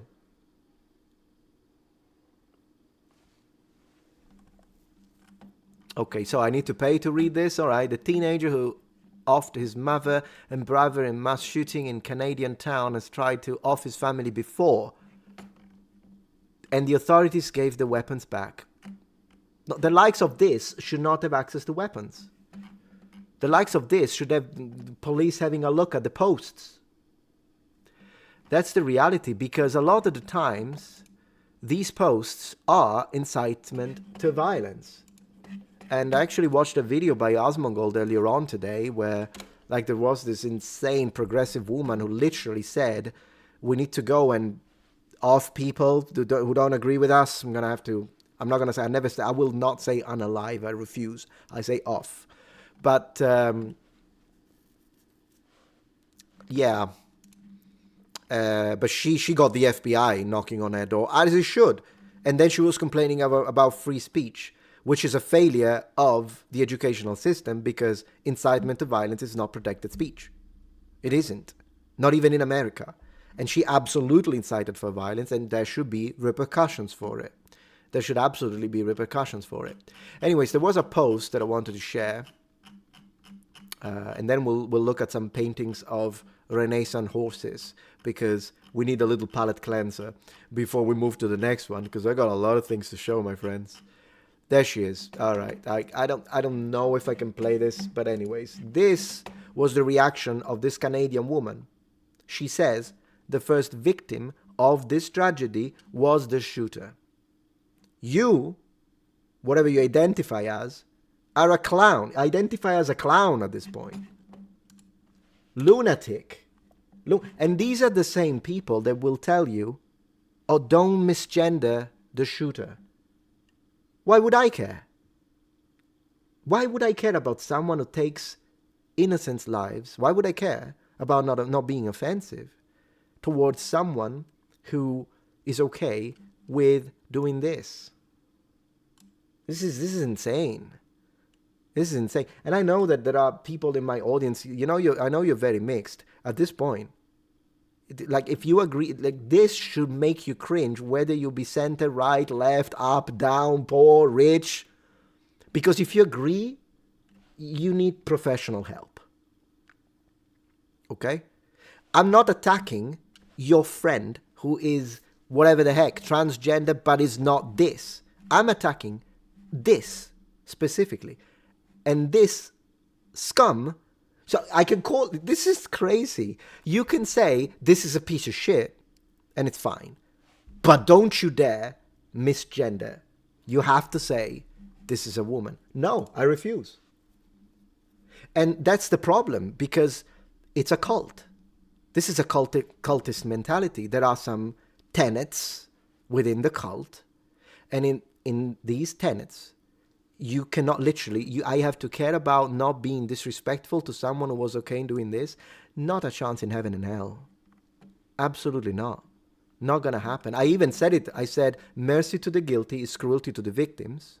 And if you think the shooter was a victim, unfollow me. I literally said it plain. I don't care about losing followers over this. It's a matter of human decency. Yeah, get thee behind me, Satan. I say it right here. So I'm not going to play this, but basically that's what this clown says. She's saying that, well, but he was bullied because so he's the first victim. No, absolutely not. Absolutely not. If you get bullied, for whatever reason, doesn't even have to go into transgender. I mean, you could be bullied because you're Christian, absolutely a thing. Doesn't matter if they, on Reddit, they're like Metatron and his victim mentality. No, it's happening. I don't care. It's happening. But of course, people can be bullied because they're gay. Right. And I can sympathize with you unless you do this. Because if you do this, the sympathy is gone. Gone. And this should be obvious to everyone unless you're in a cult. Thank you, Ray. Yes, he was the first victim, not the one who lost. Exactly. This is why I said you shouldn't apologize to Canadians. Now, I think you shouldn't apologize to insane, radical progressives, which is what, unfortunately, Emiru did. We'll cover that as well. And I wish he didn't. But yeah, I don't apologize to the cancel culture mob. Never in a million years. I double down with every single take that I've ever made on 12 years on YouTube that has offended. All of them. I double down. I don't regret anything. I double down. I do not apologize. I do not say sorry. It's never going to happen. It's never going to happen. Not with me. I will never apologize to the mob. Make all the videos you want. Call me all the awful names you want. Make all the Reddit. Apparently there is a dedicated Reddit to me. Great. I wear it as a medal of honor. I'll never apologize. Ever. It's how it is. It's how it is, my friends. It's the only way. I know there's a good Canadians out there, but this just makes them all look bad. Yeah, I mean, whatever. I mean, not to me, but I get your point, Ray. I do get your point. I understand. And definitely you shouldn't apologize to Canadian authorities. We can put it that way. Thank you very much for the support, Sean. I have to send messages through Rumble and being constantly blocked on YouTube. That's crazy. One of the last Mask K was on Yonge Street, Toronto. A Muslim screaming about faith. CBC said mental illness, all swept away. Yeah, of course. It's a bit like what's happening in Australia, right? They're denying that it's obviously it is what it is. We've got to say it for what it is, but they have to deny it. Our pronouns are octopus. I love Copium. You're a good guy. I can already tell you're funny. All right, then. You want to watch the video, guys? It's going to make you explode, but we're going to watch the video now, and I'm going to show you what I'm talking about so that I can close this tab and never open it ever again in my entire life. But here we are. Let's listen to this disgusting human being. Let's listen to him. Yes, I listen to Chinese music. Sue me. And Japanese. All right, let's go. Let's hear it. Let's hear it, guys. Let's hear it. Okay, authorities telling us about the shooting. This is a deeply distressing incident where 9 individuals have senselessly lost their lives. 9. Our thoughts are with the families, the loved ones, Are they? the first responders in the greater Tumbler Ridge community, and all those impacted by this tragic incident. Mm-hmm. Upon arrival, there was active gunfire, and as officers approached the school, rounds were fired in their direction. Yeah. Officers entered the school to locate the threat. Within minutes, an individual confirmed to be the shooter was located deceased with what appeared to be a self-inflicted gunshot wound. The suspect has been identified as 18-year-old Jesse Van Rootselaar, who is a resident of Tumbler Ridge. Right. 2 firearms. You should call it Blue Sky Ridge. A long gun and a modified handgun were recovered by responding officers. Okay. Determining the origin of these firearms and what role they played in the shootings remains a significant part of the active and ongoing investigation. Thank you. I hope that the origin of his insane radicalization and the kind of politics that led him to do this should also be part of the investigation, shouldn't it? So a suspect is identified as an 18-year-old female. The face. Look at the face of the lie. Look at the face. Is not self-identified. Is identified as an 18-year-old. Note he said female. He didn't even say woman. So they told us for years, oh, there is a difference between sex, that's male and female, and gender. That's a social construct, part of the social sciences, and that is like man and woman. And so you could be biologically, your sex is male, but you could identify as a woman. Like they told us that, and whenever you were like, what are you on about? I can see it. No, it's because it's different. You don't understand the difference between gender, which is social, and sex, which is biological. And now they do this. So the whole thing collapsed. The whole excuse, which was obviously an excuse, collapsed. Is identified by who? Blind people? By the name of Jesse. Not over. We have a history of police attendance at the family residence. Right. Some of those calls were related to mental health issues. You'd say. Yeah, I would say someone who goes around and shoots people wants to commit mass M, including children. Yeah, probably. I'd say it's a case of mental health. Yeah, well, would you agree? Thank you, Professor. Appreciate that. Police had attended that residence on multiple occasions over the past several years. You see, I told you, the police knew about this person. Dealing with concerns of mental health with respect to our suspect. I can say that on different occasions, a suspect was apprehended for assessment and follow-up. Okay. So it is And you didn't. believed the victims of that residence and the suspect are family members. Okay. Yes, the female adult victim is the mother of the suspect, and the youth male is the brother of the suspect. Right. Or stepbrother. Thank you. Give him the papers. Give him the papers. He's getting confused here. I will say that, again, I'm not trying to be too circumspect, but police have attended that residence in the past, approximately a couple of years ago, where firearms were seized under the criminal code. I can say that at a later point in time, the lawful owner of those firearms petitioned for those firearms to be returned, and they were. And you should have said no because your son is mentally ill and he tried to burn the whole house down. Or they should have said, okay, you can have them, but make sure that he has zero access to this and we'll come and check. Be responsible with your... we should have been one of the two. But here we are. I will say this. We identified the suspect as they chose to be identified. We identify the suspect as they... So they are being respectful to... Imagine, you know... They identify this. I know we're not done, but I gotta show you this.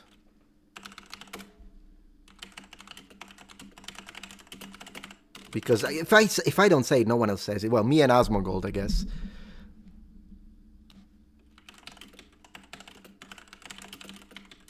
There is a few of us guys that are still...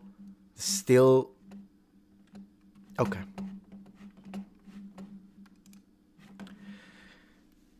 She is fighting for her life right now because of this absolute demon that did what he did. There she is. Okay? 12-year-old, beautiful. She had a wonderful life. Imagine, and you, absolute monster, have the indecency to show respect to the criminal that did this while probably her parents are watching?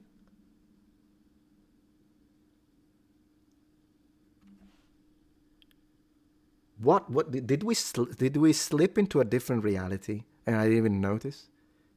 Because when I'm from, this is insane. And it's not over. He's gonna go back to the how would I identify. Okay, check this out. You gotta be respectful, because otherwise the woke are gonna get mad at me. I will say this. We identified the suspect as they chose to be identified in public and in social media. I can say that Jesse was born as a biological male who approximately, the information that I have, approximately 6 years ago began to transition to female. It did. Bro, he did not transition to female. It's physically impossible. Impossible. Okay? The only thing you can do when you're born a biological male is to do surgery to look like a woman. And some do it really well. That's it. They're still biological males. And personally, I would not use the thing.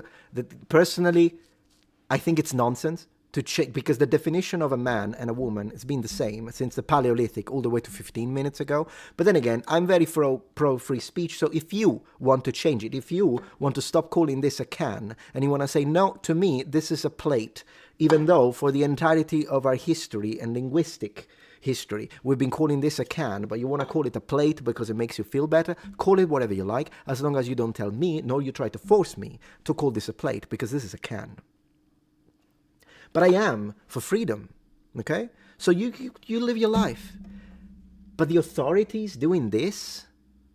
So to me, a man is an adult male and a woman is an adult female. And that's the end of the story. That's how I'm going to use it for the rest of my life, and I don't care. You live your life however you like. But my problem is that now they are starting to change it. Now he transitioned into a female. No, he didn't. No one can. It's fantasy. Female, even in your own, which I disagree with, but even in your own worldview, this is impossible. If anything, you should say that a male transitioned into a woman if you really want to stick to this nonsense of gender identity. But no male can transition into female, and no female can transition into male. That's impossible. But the impossible needs to be stated, because otherwise this guy is going to lose his career. Welcome to Canada, welcome to the UK, and welcome to the US if the left is in power. So I'm not saying Trump is perfect. I personally like Vance more than Trump, but definitely we dodged a bullet with Kamala Harris. I'm going to say it. At this point, lesser than two evils, because it would have been like this. And I don't accept lies to be forced on the population. And then it's going to be jail time if I don't play along with this. Absolutely not. At this point, I'm happy with the current administration. Hate me all you want. At least there isn't this. And then we can talk about, but I don't like when ICE agents are doing okay, we can look at the individual. ICE is necessary, by the way, because illegals need to be kicked out. They are illegal. They don't belong here. Legal immigration, yes, with restraints. But then if you show me, but there is this incident and it's real, not AI. There is this incident where this ICE guy arrested a citizen. And they were citizens. Okay, then they get that ICE agent because he didn't do his job right. Leave the citizens alone. But you need to look at, if you want to abolish ICE because free flow of people, you're out of your mind. Illegals don't belong into this country, just like they don't belong in any country, including the freaking Vatican. It doesn't matter how much virtual signaling the Pope is doing. He still has the medieval walls up. And you don't know this because you've never been to Rome. But if you go around the Vatican, the medieval walls that secure the borders of the Vatican state are filled with homeless people. It's not like they let them in. I'm sure the priests are dining very well in there, if he likes them so much. And before you tell me, the unhoused, I'm supposed to say, and I'm going to say homeless. But the Vatican is small. They don't have space. Right, but they own, I think, half of properties in Rome. I don't remember, maybe it was a third. Anyways, they own an enormous amount of properties in Rome city, la città di Roma. If the Pope likes the illegals so much, he can house them, to use a term he would use. Do it. Put your money where your mouth is. Take all these illegal immigrants and all the poor and all the homeless and put them in. No, they're not going to do it because they can't profit off of it. But he can still. He's a hypocrite. Exactly. Thank you, OG. Thank you. Absolutely. It's accurate, guys. I'm just telling you the facts. It's not even politics at this point. Politics is our stances on economic policy, on illegal immigration. The policy are the stances, then there is the culture war, but these are just the facts. You can tell me that you think that, I don't know, the wall should be taken down. Well, go argue with the Pope, who seems to be on your side at this point, because he's not going to do that. Don't argue with me. I'm just telling you that there is a massive medieval wall that prevents people from entering and it makes sure that the borders are enforced. So I'm just stating the facts at this point. I think the problem is that a lot of people are afraid to look evil, yeah, but because of the ideology, they allow such evil and make no sense. Yeah, I mean, again, I think you just ought to be a decent person. There are two sexes and gender is not real. Yeah, I know, mate. South Texas, Jeff, I know. And then they bring you, yeah, but there are some people that are born with both. Yeah, and that's like one in how many? This is where the danger of social credit score becomes apparent. I think that's how it is in China, isn't it? Though it doesn't exist on paper, the parents enjoyed praise for the child's sacrifice. Of course. Yeah. Yeah, it is. It's all a different version of tyrannical totalitarian regimes, and it's a repetition. It's a repetition of what happened in Europe with those totalitarian regimes of the 20th century. Yeah, so there's that. And it is insane. Let me finish the guy and then I'll keep reading what you guys have to say. Because if I'm saying something wrong, by the way, do call me out. Tell me you're wrong and this is why. And if you can convince me, of course, if you call me a fascist, it's you're not going to convince me. If anything, I'm going to think I'm on the right path. But if you instead tell me, no, this is why you're incorrect, and you tell me that, but great, I'll accept it if you can prove it. Let me finish the guy and I'll keep reading the chat. Let's go. And identified as female, both socially and publicly. Publicly.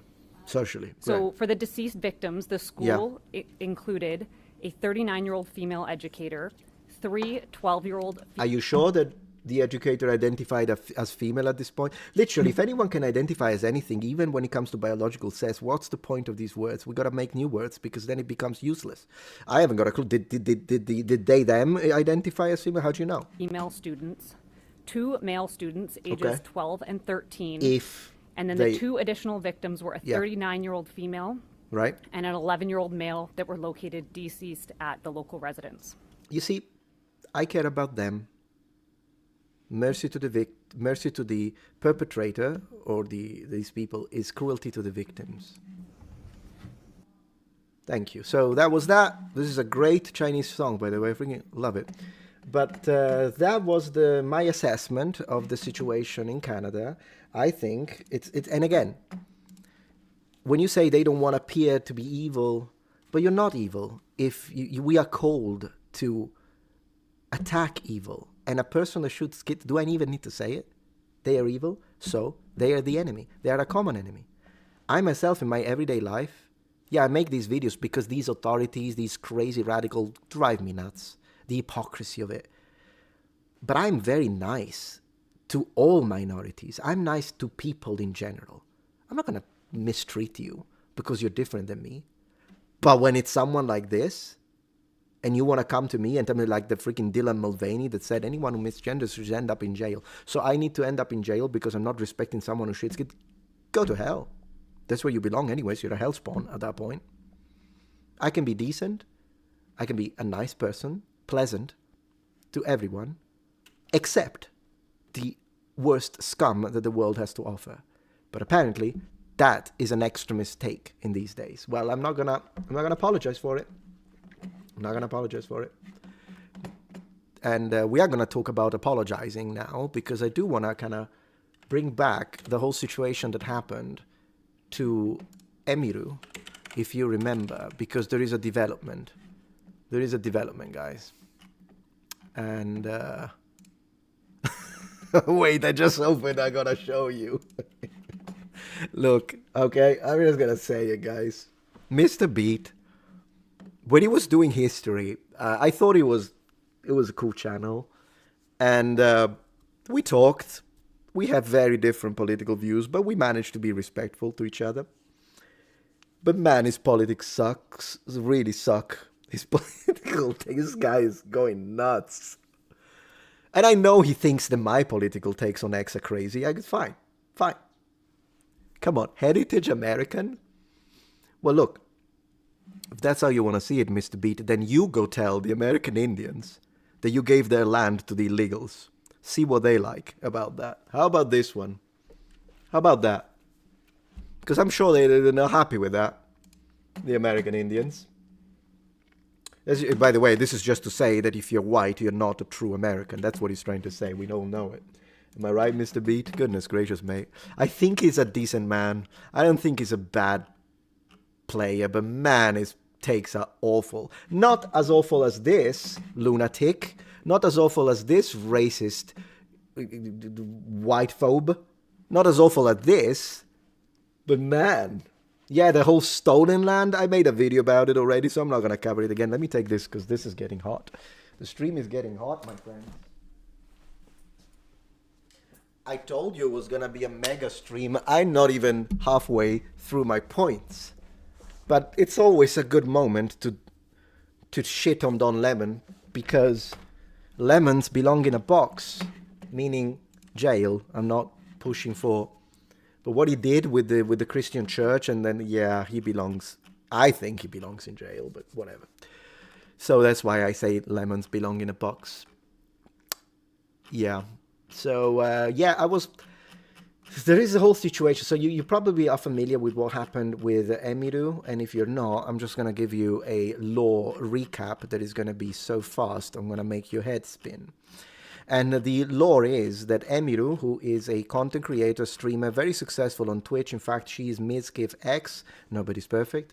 And she is a friend of Asmongold. And I believe she was a friend of Tectone as well. Anyways, she got into a lot of trouble, mostly because during one of her live streams recently, she's the one that got assaulted. Yeah, she's adorable. I like her a lot. And she was assaulted during TwitchCon, if you remember, by a crazy fan because Twitch security was absolutely a joke. So she already had to go through that. Then she had the whole situation with Mizkif, who was basically an absolute nuisance, insane guy that was like jealous and envious of everything she was doing. This guy was absolutely insane. Anyways, there was another situation. Yeah, this one here. And Asmongold, I think, had a really, really fair take because, yeah, he was defending... It's his friend, so he was defending her. And they started calling her a racist. Why did they call her a racist? Because she refused to comment on ICE. That's it. It's as simple as that. So someone, during one of her streams... asked her to what her opinion was on ICE, and she said, look, I want to show you what she said because I don't want to kind of paraphrase it, but the moral of the story for the too long didn't read is never apologize to the mob. And this is really a sincere suggestion that I give to Emiru, because of course she's extremely successful. She doesn't need my suggestions when it comes to how to be successful on Twitch and stream. She knows that better than me. But I've been on social media for 12 years, and I don't think they have. These are all like the younger generation of very successful streamers. And one thing that I can tell you is that it doesn't work. It's pointless.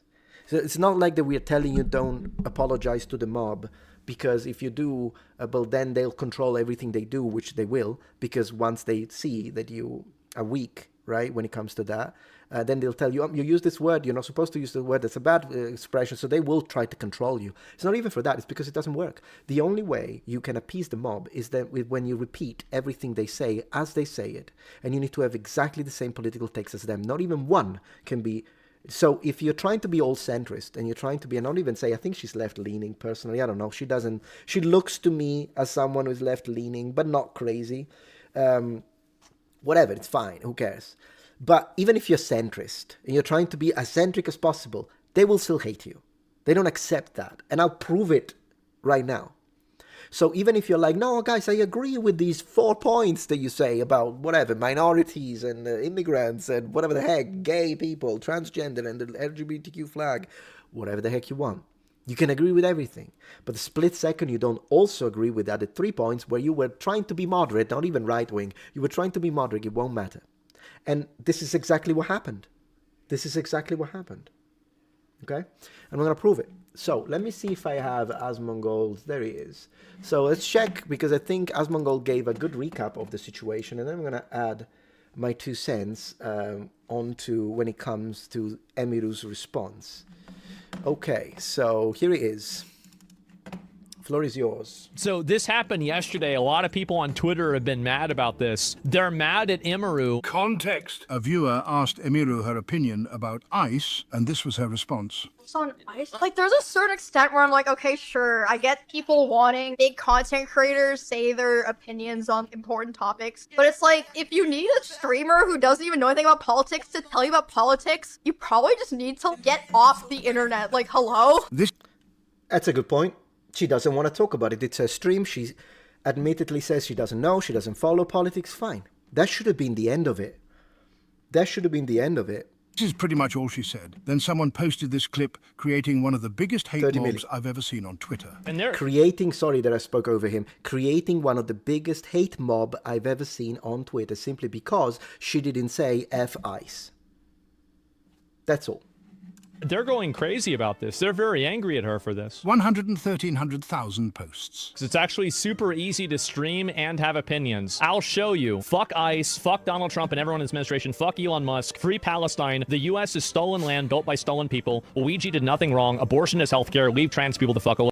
Okay, so basically, idiots like this Damien here, I don't know if he has 3 subscribers or if he has like followers, millions of followers, who cares, he's an idiot. So he's telling you, this is the tenets of our cult.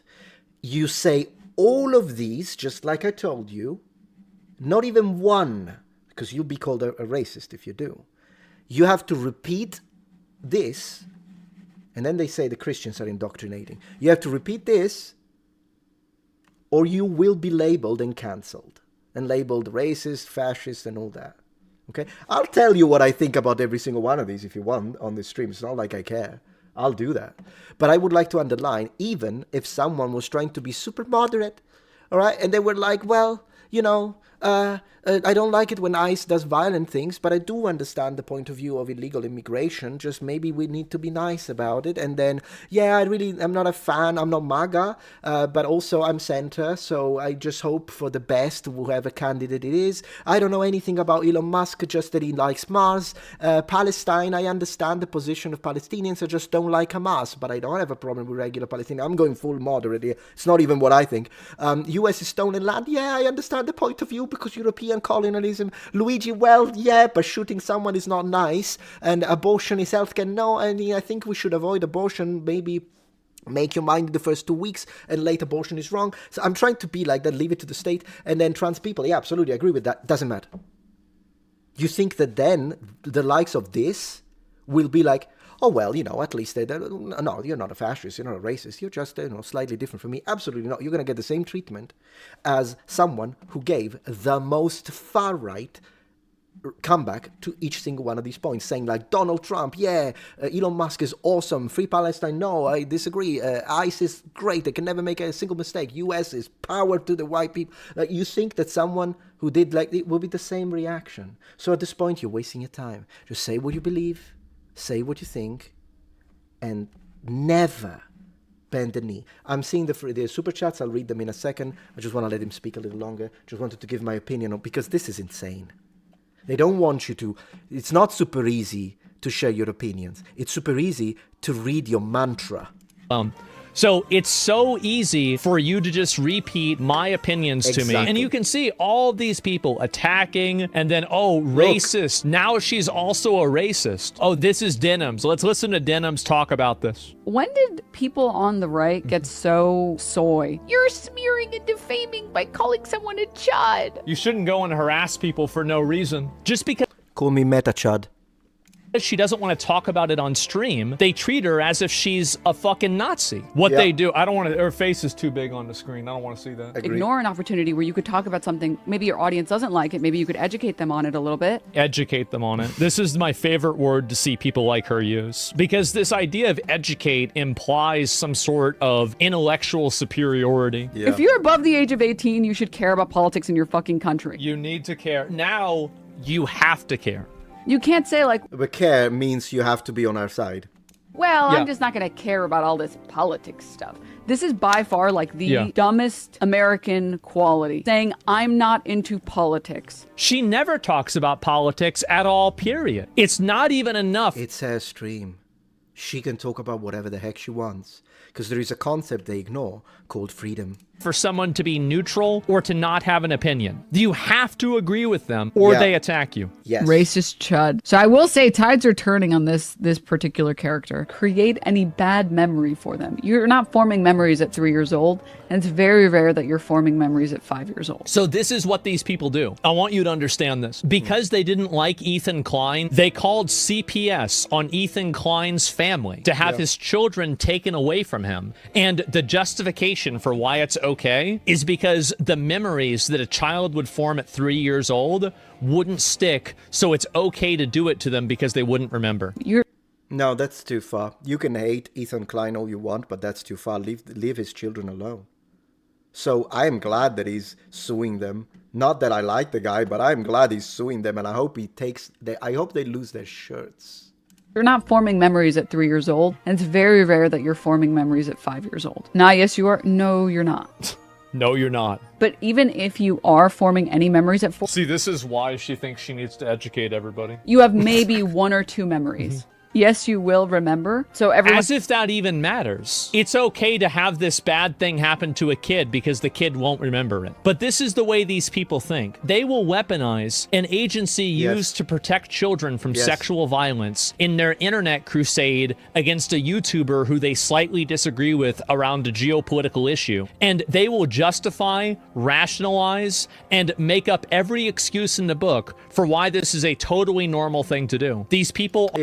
This is layers of justification, which is a prerogative of radicalization.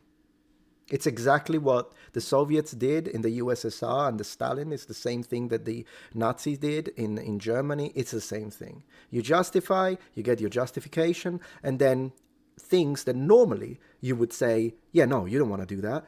But in this case, it's fine because, and then you have the reason. Usually it's because you call people dehumanizing names and that kind of stuff. Are psychotic. Nobody should be accepting this. It's evil. It's awful. Do you think that normal people think that it's okay for everybody to just go and start attacking and making up a bunch of bullshit about a person like this? Especially not people that aren't even disagreeing with you. Yeah. I could understand them being angry if she said that, oh, ICE are the greatest people ever and I hate all the immigrants, right? Yeah, I could see them getting mad, sure. But she didn't even say that. This is somebody who just doesn't want to be part of it. But a lot of other people don't speak out about it because they're afraid of the repercussions and they're afraid of the backlash. Not me. I'm not. I will do it every single time. I will you. come out and I will defend this from right-wing people. I will defend this from left-wing people. Nobody should be pressured into having an opinion about anything. If you don't want to say something for whatever reason, you should have every right to do that. And anybody telling you that you don't is trying to make you say what they think. He's absolutely right, but I do want to underline, kind of connecting to what he's saying here, so that, you know, we kind of then move to the next, because the next one we're going to expose a fraud. It's going to be fun. It's going to be fun, my friends. But I do want to connect, so I made a response to Emiru's post, because unfortunately, she got scared, I guess. Because everyone was calling her a fascist and a Nazi and, oh, I can't believe it, are you MAGA, and that kind of stuff. So she got scared, I suppose. And then she kind of made a post, which was basically, a clarification. You know what that is. It's an apology. It's basically, sorry if I didn't say, if this upset you, please don't cancel me. It's basically what it is. And it didn't work. I mean, I'm trying to look for it. Sorry if it's taking me a second, but I post a lot, guys. I post a lot. I've got 1 million posts.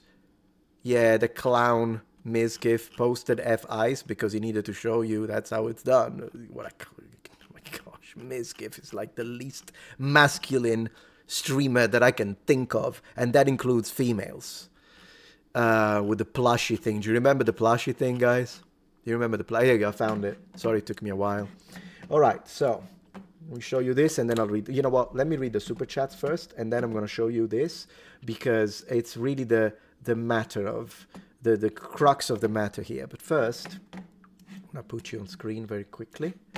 Okay, so I want to say thank you to Ray. By the way, they probably already hated her for a while. Of course they hate her. She's a good-looking girl. They hate her. They are jealous. She's very successful. She makes more money than them. She has more successful streams. They hate her because of all that. This is just an excuse. Exactly, to finally let loose a hater. You're absolutely right.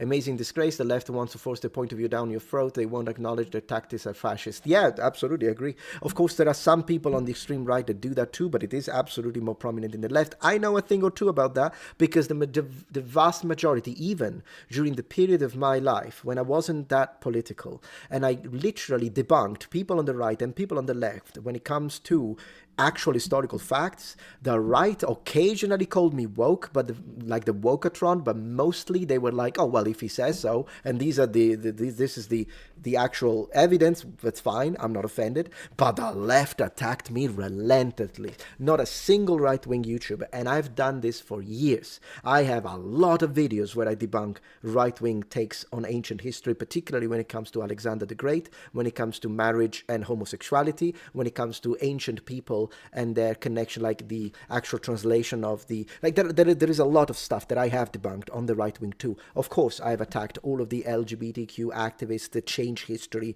and write themselves into populations that didn't have their politics for obvious reasons, saying that knights were gay. It's nonsense. I've debunked all of those, the Vikings, transgender Vikings, all that nonsense. But I have also debunked right-wing positions when they were not backed by facts. I did it. I have multiple videos, many videos on that too. Again, I got called woke occasionally, and that was it. I even laughed about it and made a post of me calling, I'm the Wokatron now, and I had purple hair. Now purple is not a woke color anymore. It's a British patriot color, but you know what I mean.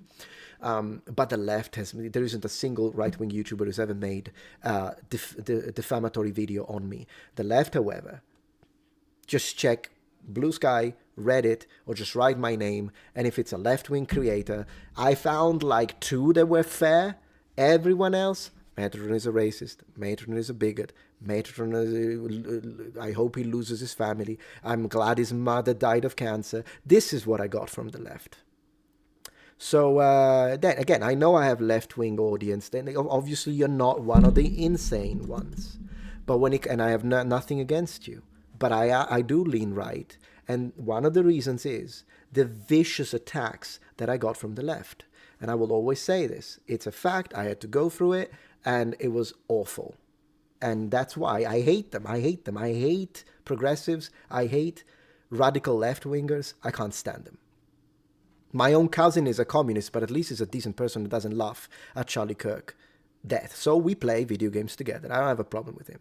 But the ones that I hate are those progressives and liberals that laughed at Charlie's death. No. Absolutely not. Most politicians don't understand politics. Think for yourself. Never accept anything blindly. Yeah, even faith is built on understanding. Not this is my side. Yeah, absolutely agree with you. Thank you for the membership. I have to add it. I appreciate that. I do appreciate everyone, by the way, who also disagrees with me but stays, because it shows you have an open mind. And that's something we're losing these days, the ability to have a civil discussion. Ray, worst mistake of our life, you never apologize to those people because there'll never be enough. Absolutely. Codio the pasta fascist, that's me. Fit the melting pot, goodness gracious. Modern day night cosplayers can cosplay as nearly anything. Yeah, they can make the cosplay realistic, but don't expect society to play along or use their cosplay name, and it's usually private or a convention. I agree. Please read my next chat I did. Super R2 censored. No problem. Oh, yeah, you mean the actual chat. I'll see if I can find it, mate, but it's going to be a little difficult. There is a lot of going on right now. I think the problem is that a lot of these people are afraid to look evil. I think we read that, so we are all caught up. Live chat again. Thank you. Yeah, if you type all caps, I don't I don't read it. It's just a policy. Not because I disagree necessarily, but I don't read it because otherwise I would be encouraging the behavior of spamming. So if you write in all caps, I will not read it, just so you know. Since you're Italian, I'm going to assume you can cook really well. Oh yeah, I make a killer sauce. You should do cooking live streams. You know what? We do want to do it. Maybe I'll do it together with my wife. I think it could be really fun. And how are things on Twitch? Thank you very much for your support. Facts don't have political bias. I agree. If your politics, regardless of what it is, makes you decide that you will accept a lie over a fact because it serves your side, then it's a problem. Always seek for the truth. You always have to at least know, be educated into what is true. Emiru did nothing wrong. You're absolutely right. All right, so let me show you this. She made this post. We are not going to read it because it's this long. Okay, you can read it if you want. You can go follow her. As you see, I do follow her. Problem is, just to give you an idea, she basically, apologies for because it's very long. But the idea is, she tried to give her thoughts. Say she She wants to have basic human empathy.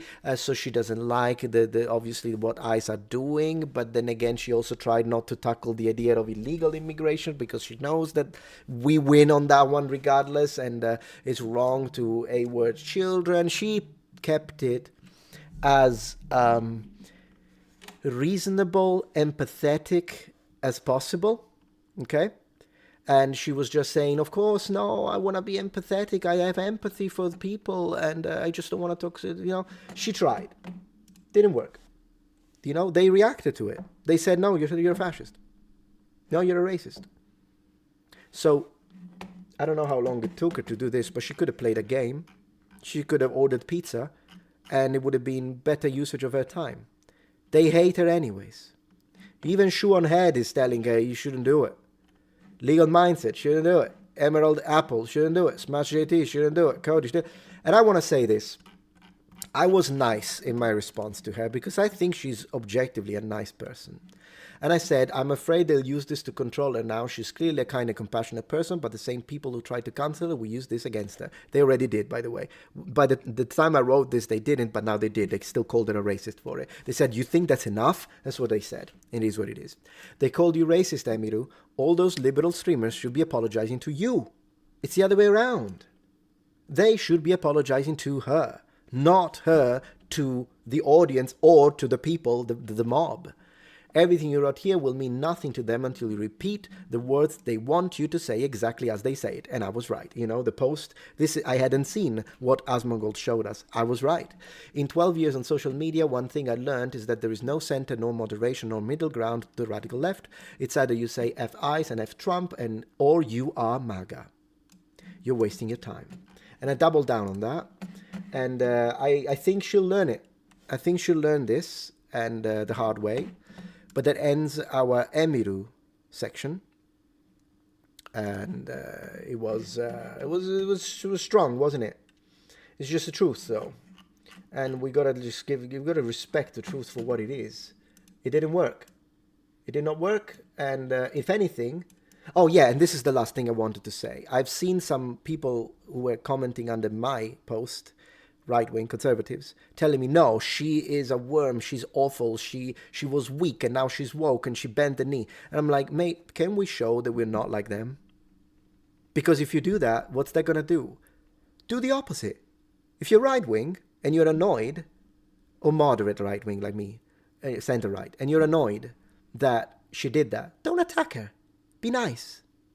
Be understanding in the comments. Show her that we're not like the lunatics in the radical progressive side. Because if you go there and now you dogpile on her from the right, I mean, at this point, you can't blame her if she's like, oh my gosh, I don't want to have anything to do with either side. Am I right? Just don't. Be nice to her. How about we show a little bit? Because otherwise, what are you doing? Thank you, Modern Day Night, for supporting the stream. Random, wish there was a place where single men could meet together online and specifically work on becoming better future partners and spiritual leaders of the home, so we make sure we'll do it right. There is. It's called church, my friend. It's called Christian church. Christian churches, before they swap them for mosques, we can still use them.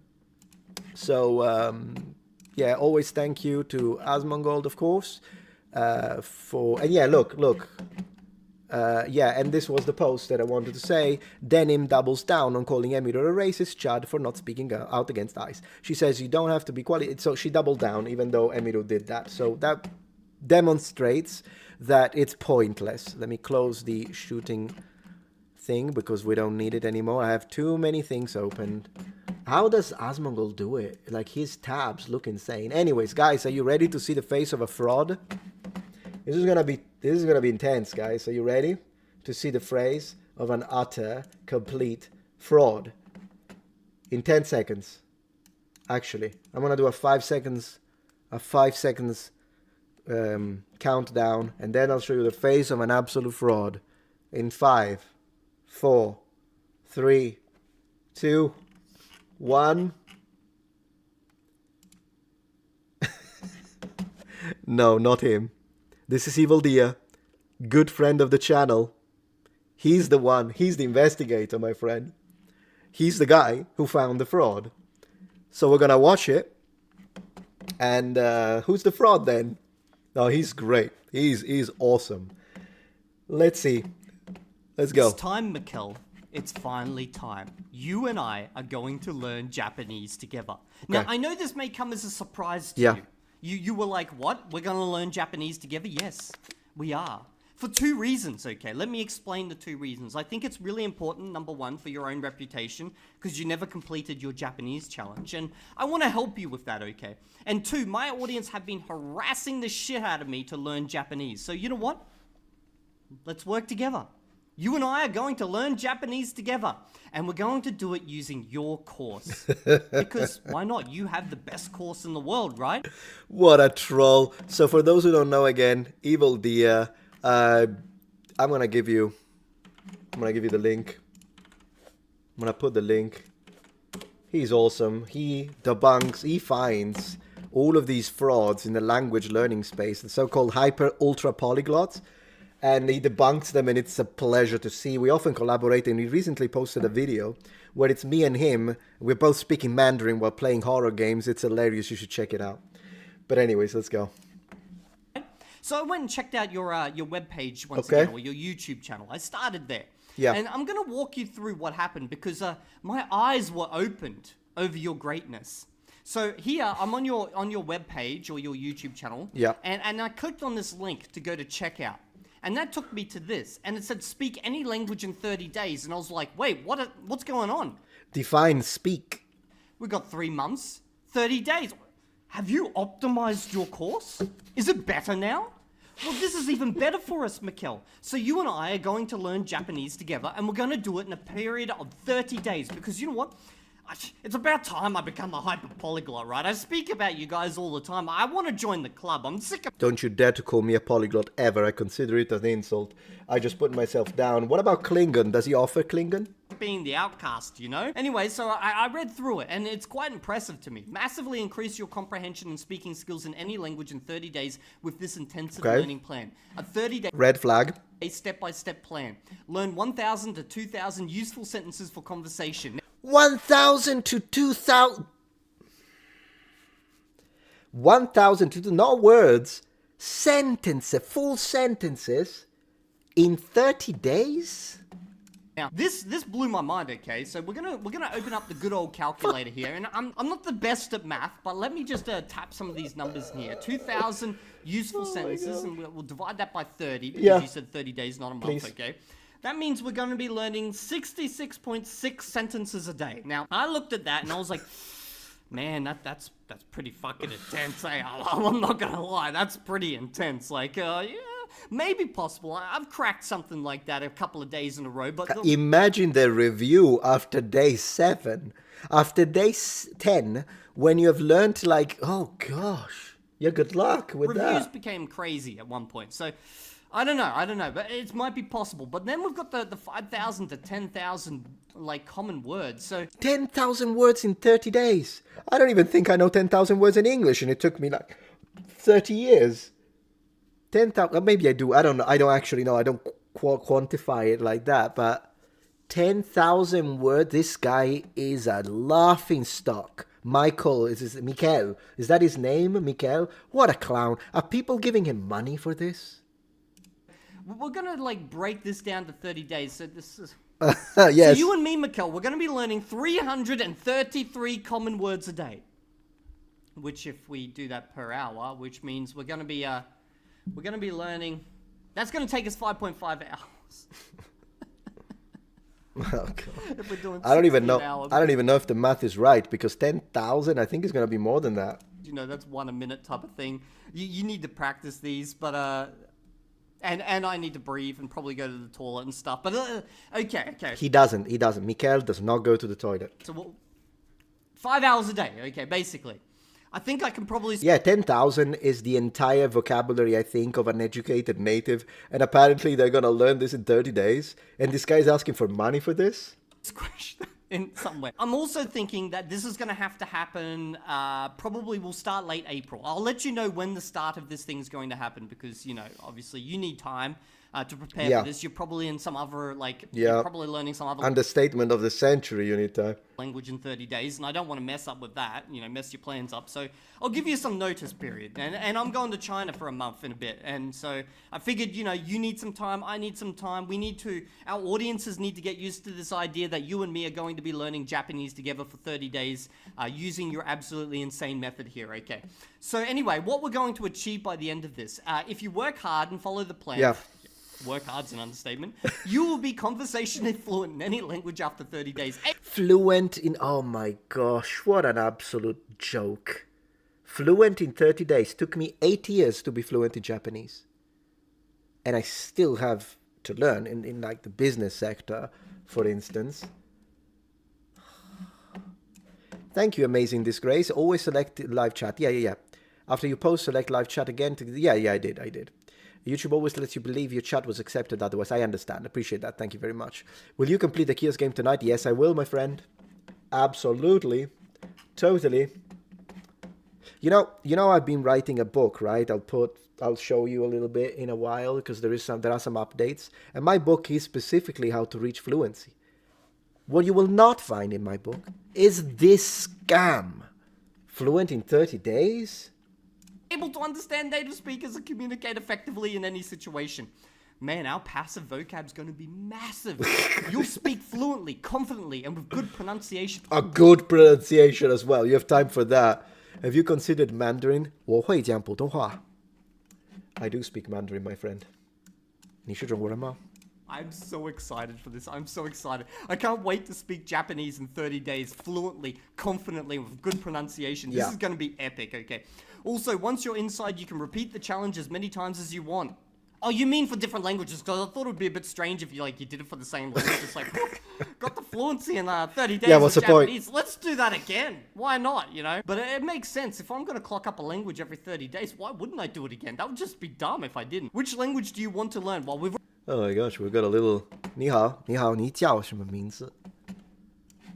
already figured this one out. You and me have agreed on this already. You're not aware of it, but Japanese. I'm trying to help you with the whole reputation thing. Right. So, of course, naturally, I signed up, bro. I signed up. I actually had signed up once in the past, but my account, for whatever reason, didn't work. I don't know why, but I re-signed up, and I went to your website, and here's your challenge. Speak fluently in 30 days challenge. Unbelievable. Learn the 1,000 practical sentences for conversation and 5 to 10,000 total words in 30 days. And I was a little bit confused at first, because I saw...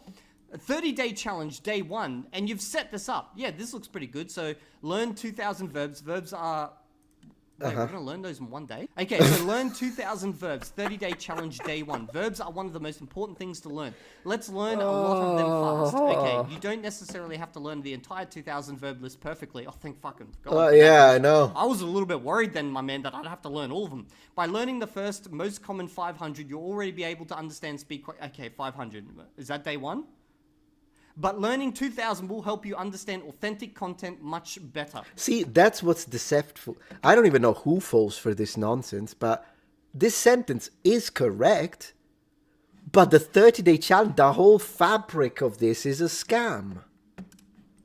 I'm assuming it would, if I actually learnt them. You can find the materials here. Let's go. Open it. Okay, let's open this. Come on. Nah, shit. Oh, You're come gonna on. have to share this one with me. Come on. Is this just my account that can't access? I'm gonna copy this and I'm gonna open it in like. Oh, Edge he or blocked something. you. He blocked you. He blocked him. He blocked him, guys. He blocked him. My account that can't access it. That's. Oh, that's gonna be all. This is all AI, by the way. You know that, right? The list of verbs with the explanations, it's all done by AI, 100%. Nikhil, there seems to be a problem. I don't know what's going on, bro. There seems to be some type of error. Anyway, let's go into the 2000 Japanese verbs. And I guess I'll just download all of this while we're at it, because, you know, I promise I won't start, though. I don't want to get ahead of you. Oh, the advice was not for me. The Mandarin one was for you guys. Okay, sorry about that. So, right. Okay, let's see this AI generated that would thing. kind of suck if I already, like, beat you to fluency in Japanese in 30 days. Yeah, no. But anyway, no. I'll download all of this. Yes. Let's open up some of these verbs. It. Maybe my Japanese AI, look at that. How accurate this is. What So, has he guys, I'm got? going to do super scroll through here. And, these lists are so useless. I've never held a damn list in my entire life. And I speak 7 languages, not all fluently. But the way you learn words, I'll give you, you know, as soon as we're done with this, I'll tell you one of my secrets. It's not a secret, but one of my highly effective techniques for ultra beginners on something you can do. For those 15 to 20 words, not 1,000 that you're working on, maybe last week, and you're trying to learn and you just cannot remember it to save your life. You know, it happens to all of us. Like there is this word, you review it in your little list, and then you forget it. Or maybe you think you learned it, but then when you hear it in the wild, in a conversation, you don't recognize it. And most importantly, you don't have it in your active. It doesn't matter, you just constantly have to review it. There is a secret, there is a trick, I use it all the time, and it actually works. Not this. This is a waste of time. we're just gonna take a quick look. I want you guys, if you speak Japanese, down in the comment section to let me know how legit this stuff looks, because I mean, it's correct. Manabu, to learn, yeah, okay. Of course, these are correct. Tomeru, I mean, probably if we were to check everything, this is AI. AI makes mistakes, but still, Nihongo manabu, to study Japanese, whatever. Oh, this is because it matches, it fits you. It's not that the thing is that this is complete. It's impossible to learn all of this in a day. Fear that there's going to be some mistakes in here, because I get the feeling. Probably. Well, I don't get the feeling. I know this shit was generated by AI. Absolutely. Okay. So anyway, this is it's downloading. Awesome. I'm Okay. very happy about that. Okay. Let's go back to the actual thing. Okay, so task for today: create at least 30 mnemonic associations for the verbs in this list. Listen to the first 30 mnemonic associations, but if we're only doing 30 in one day, that doesn't mathematically work.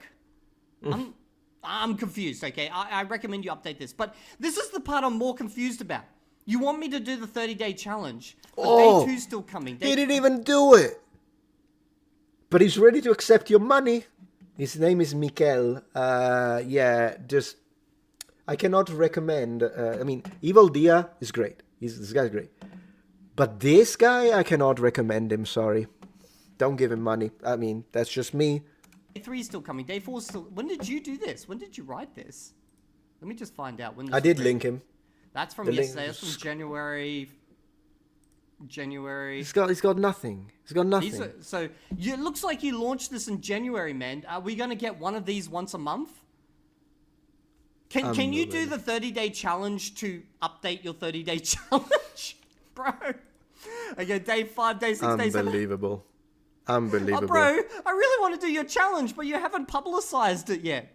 What's going on? How can I do the challenge if you've only given me the first day? Okay, so this is good that I've given you notice period. Okay, so you and me, 30-day Japanese challenge, we're going to start at the end of April. Literally, we'll start... The reason why he's calling him out, I want to underline, is because this Mikel guy said he was so confident with this thing that he has, my own method where you can become fluent in any language 30 days, that he said, I'll demonstrate it. In 30 days from now, I will be fluent in Japanese.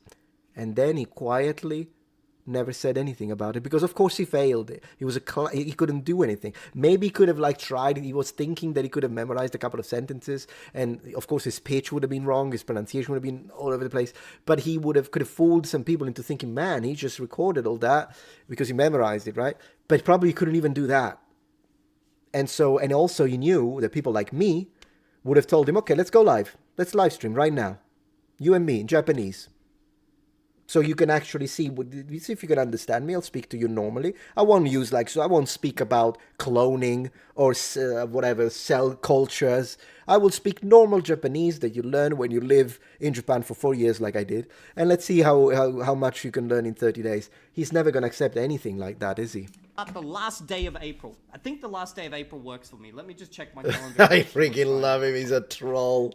And I know I speak Chinese. It's going to give me a little bit of a leg up Yeah. and stuff, but okay. But it is what it is, bro. You speak like a bajillion other languages. You'll be fine. Yeah. Okay, so let's go last day of April. So what is that? Let me just check on the calendar what the last day of April is. Yeah. According to this, it is the 30th. So let's do the 30th of April. Okay. You and me, that will be the start day. So can you make sure you've got the 30-day challenge details updated on your website? And what we'll do is you and me both. We'll just we'll do it per day. We'll make a video per day. Yep. You can post it, whatever, do yours. I might do some of mine members only and might do it public. But just hit me in the comment section below. You're going to have to unblock me though, okay? And hopefully if you're a Mikkel fan, can you let him know that we're doing the 30-day challenge? Because I think he's going to ignore me otherwise. How does he even have fans? How are people so gullible that they actually believe that this guy is not selling you smoke screens when he tells you, pay me and I will give you the truth on how to get 10,000 words in 30 days. Yeah, in any language, fluent. I really want to do it. I want to see how far we can get in 30 days.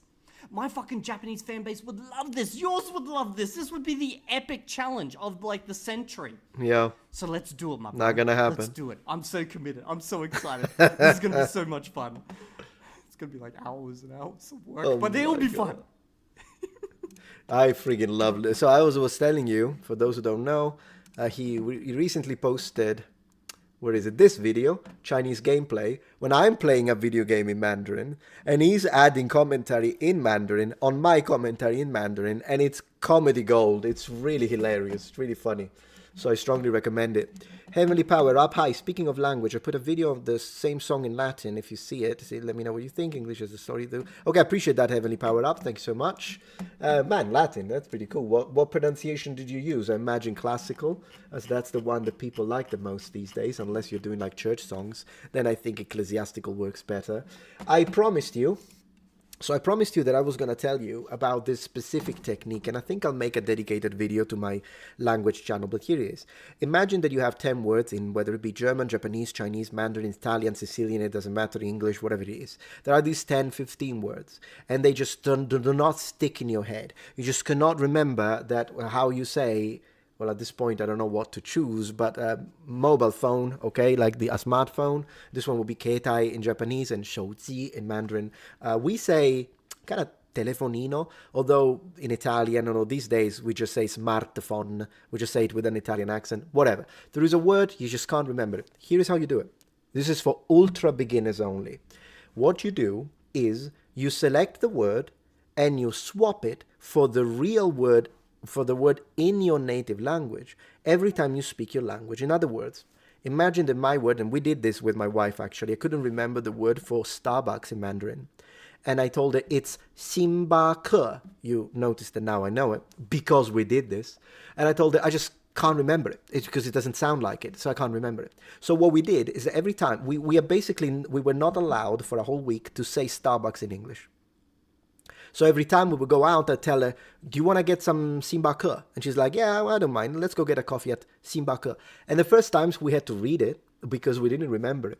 But because we stopped using the original word and we swapped it for the target word, after a few days, I will never forget it for the rest of my life. Now, of course, this only works for ultra beginners because if you are an intermediate speaker, you should do sentences.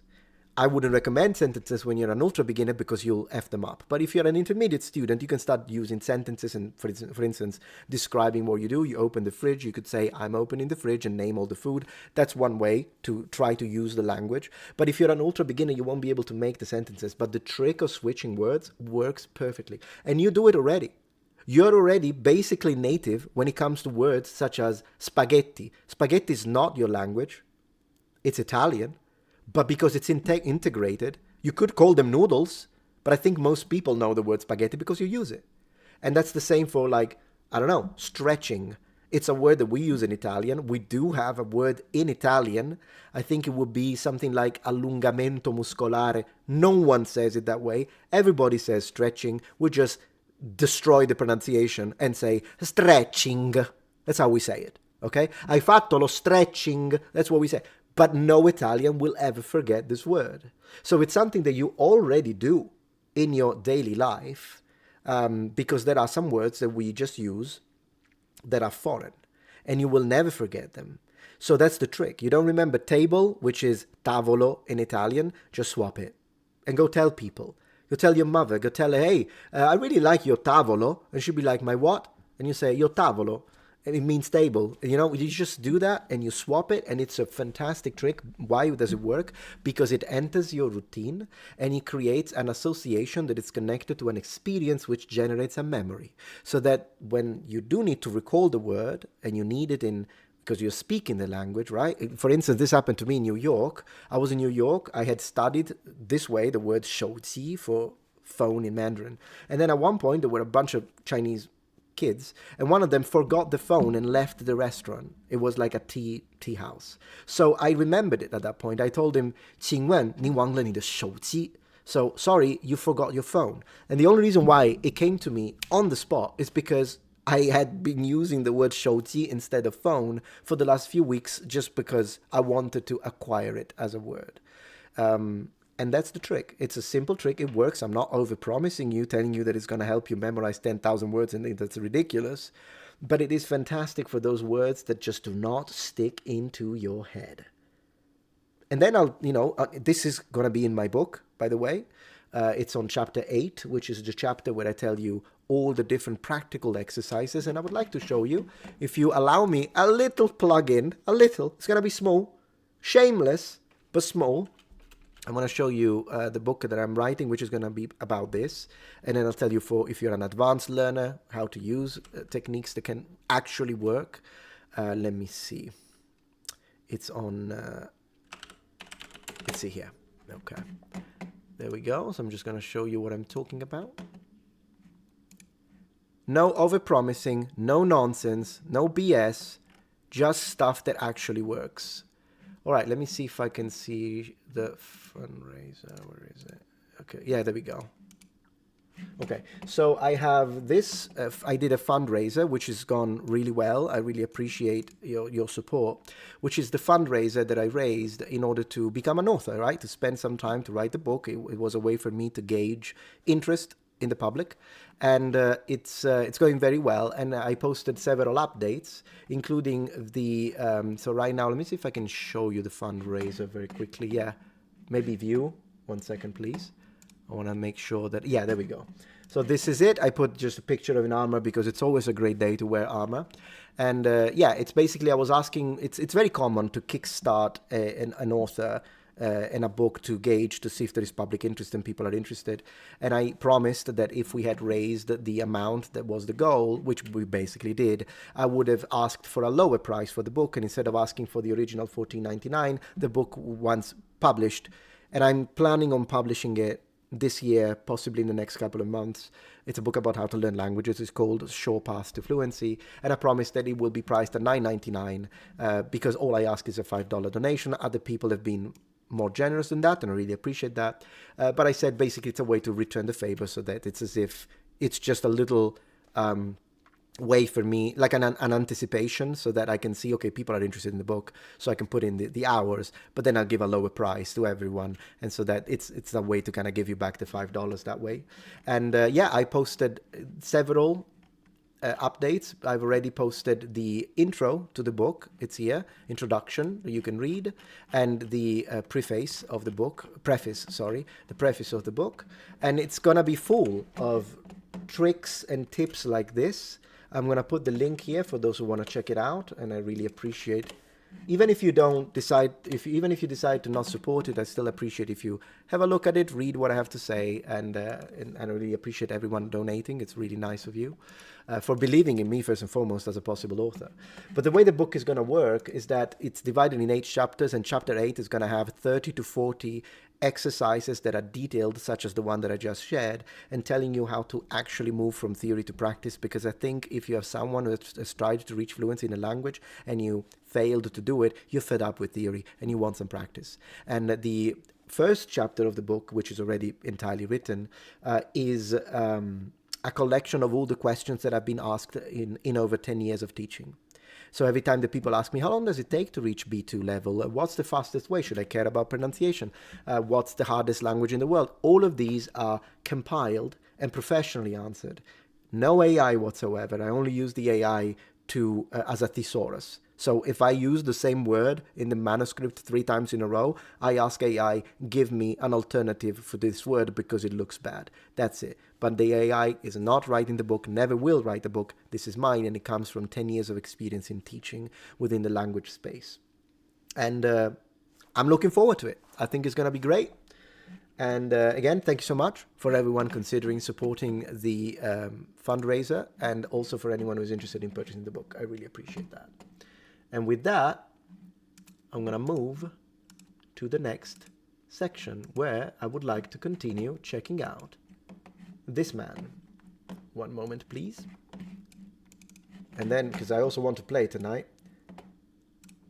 So we're going to check out this man again, because there is a section that I haven't checked, and I'm really curious to see what he's going to say. Before we do that, let me see if there is any chat, anything I wanted to check out. Yeah, repeating a sentence is easy, but knowing what it means is hard. Of course, you need to acquire the vocabulary, which is why you need to make it part of your everyday life. It needs to become routine. It's just how it is. You got my follow. Thank you very much. Appreciate that. All you can eat. Appreciate that. Thank you very much for your follow. South Texas Gem, when you ride, okay. Love the armor. Me too. I freaking love armor, my friend. Let's see what you were saying. There is a super chat. I don't want to be disrespectful to people who support the stream. I found a song that's great help in learning Italian. Do you remember I haven't got a clue. I don't know what that is. It's in Italian. Never heard it. No idea. But if it works for you, good. Just don't memorize the title because it doesn't mean anything. At least to me. Yes, I've already read that one. And thank you everyone for becoming members today. So far, we've had 12 members joining the channel, and we reached 40 subscribers on Twitch with Prime, and I really appreciate that. Thank you so much for that. Also, we got a lot of donations on Rumble tonight, so it was a very good night. Very good stream. Okay, so this guy. I like this guy. First reaction I did, which covered the first few sections, I liked him a lot. The second part, it was talking about religion in a way that I thought was nonsense, so I did disagree with him a lot on that section. But I still like him because he has an awesome beard, and I think that's epic, so it gives him points automatically. But he has got more parts that are really interesting. For instance, ancient flood theories, ghosts, or let's say gods, and Noah's Ark. The Royal Game of Ur, British Museum, goodness gracious, and evolution of human civilization. I've recently covered the nonsense the British Museum was saying. They were pushing the idea that half samurai were women, which is nonsense, absolutely not true. But let's have a look at the part about gods, because I love talking about ancient gods. It is fascinating. Let's go. Let's see what we can learn. And also thank you to Lex Friedman for choosing awesome guests. In the writing, what was their relationship to the divine? Relationship with the divine? Well, the first thing to say is that they had a large pantheon of gods. So there were 3 gods at the top, sometimes called Anu, Enlil, and Ea. There were 3 gods at the top and hundreds of other gods and goddesses. In general, we're talking about Sumero-Akkadians, those populations, also the Fertile Crescent, Middle East. And you have the situation that I think lots of small villages and towns had their old ancient gods, and eventually they were all worked into a kind of theological system, like a phone book, and the lesser minor gods were amalgamated, and then they were given jobs in the households of the big gods. So there was a sort of structure. So you have this in the background, a big sweeping theology like you have in the world today in some parts of the world. And this was the main system, and the main gods were concerned with the ruler and the fate of the country. Okay. And another god was concerned with illness and the dead and what happens to the dead, and they had other specialities. Yeah. And they all had their own temples. And when a baby came into the world, probably this was universally true, the baby was put under the tutelage of one or other of the gods. Sometimes, the royal family, they were the big shots, but sometimes not, or the ones that were in the family or something like that. So people grew up with the idea that among all of them, there were special ones for the family, and they had a special one who was supposed to look after them. See, this idea of being looked after, we can find it. Someone was asking the name of the professor. Is a professor of expertise in Mesopotamian history and cuneiform writing. Although now we're actually going into, as I was saying, Sumerian, Akkadians, and Babylonians, Assyrian context. His name is Irving Thinkel. He also loves board games, by the way, which gives me, again, together with a beard, literally. I like this guy. Like, even when I disagree, I still like him. He's cool. That's the sort of basic idea. But the trouble is, since gods are, as you say, human beings on a larger scale, they can be forgetful or uninterested or on holiday. That's similar to the ancient Greek and Roman conception of gods.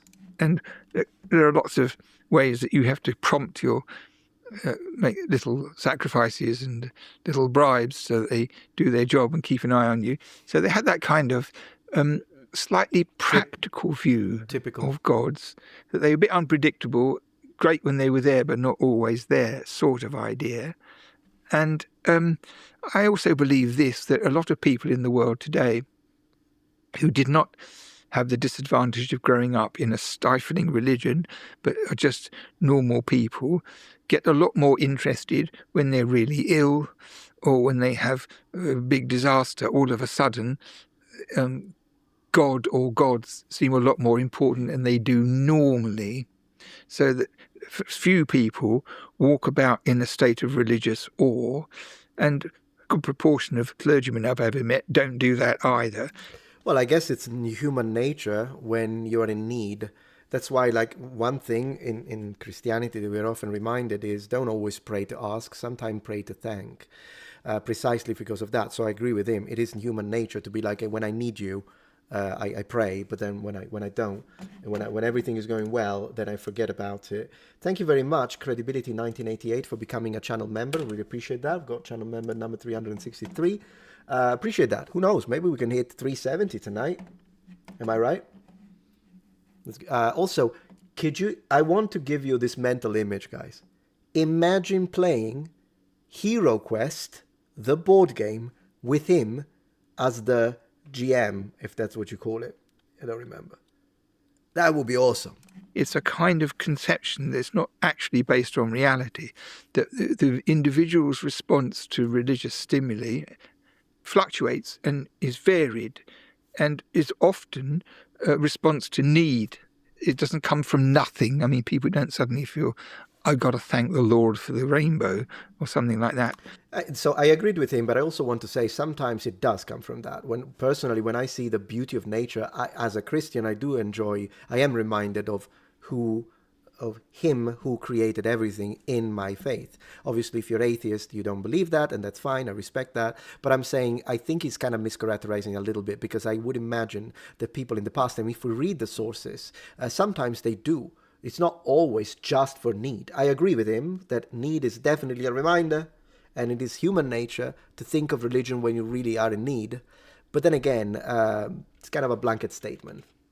I think it's probably true today. I mean, when you read the investigations they make of religion today, Christianity in this country is on the decline, because purple is going up. People who are supposed to be Christians say they aren't anymore. They're atheists. So the people who say, I go to church and I believe in everything, is a relatively small number of people. So now this is the situation, which is quite remarkable if you think about it. And Lord knows what the consequence will be for the human race, whether religion will balance out, whether it will die off, who knows. I think it's an ancient technology that has proven across millennia to give a set of tools to humans to contend, as you said, with suffering. That's a part of life. So when those rare moments come, when you have to deal with deep pain, loss, suffering, heartbreak, all those things, looking up to the sky and asking questions and talking about the sky, I'm not going to continue. It's obvious we are in disagreement with this, so I'll keep it as we know it. I'm not going to continue to be like, no, I disagree, because fine, he thinks this way. He's clearly an atheist, fine, I can respect that. I'm interested in the cultural examination of Bronze Age people.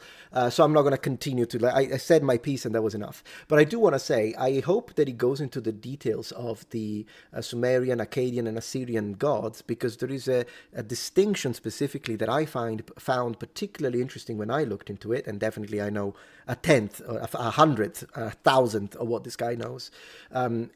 It was the distinction between the sky gods, since he just mentioned looking at the sky. That's definitely one of the types of gods that they were worshipping. But there is also the gods from the underground that they worshipped.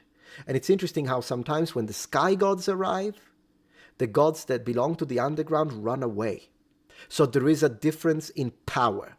And you can read that in Akkadian religious systems, and it's fascinating. Also because I found some connections with Sodom and Gomorrah.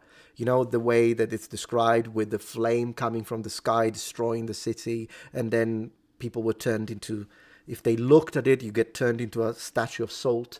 There are similar things in the Akkadian religion, specifically in connection to the sky gods, and particularly in connection to one god that is also said to be a weapon, and then the summoning of the 12 weapons, one of which sounds exactly like what happened to Sodom and Gomorrah, but then there are 11 more, each with their own description. And as I say, when these gods specifically are activated to punish mortals, then even the other gods run away. They don't want to deal with it. But these are dormant gods. It's so fascinating. I hope he goes into the details of it rather than bashing modern Christianity, honestly. Trying to figure out the answers in your conversation with the divine. I think that's true. But I think in Mesopotamia, it was different in terms of its potency and immediacy, because there's no skyscrapers in Iraq. You know, if you live in southern Iraq and you sleep on the roof, there are no lights at night. You know, you're under the stars. You can see everything because of no smog and everything like that. Totally. And the idea that the gods are there watching, it's not like a big artifice like it is here. It just doesn't ring true here. You can't come to it and really believe in it, whereas these people didn't have to really believe in it because it was it. It's the obvious practical part of life. So I like the point he's making. I don't like the fact that he has to speak for me, because I do really believe in it. Maybe you can't really believe in it. But I like it. I want to set that aside for a moment. And I actually like the idea of, it's not, they basically what he's saying is that they don't believe in the invisible. They believe in, we can see them. They're up there. It's the stars. It's them.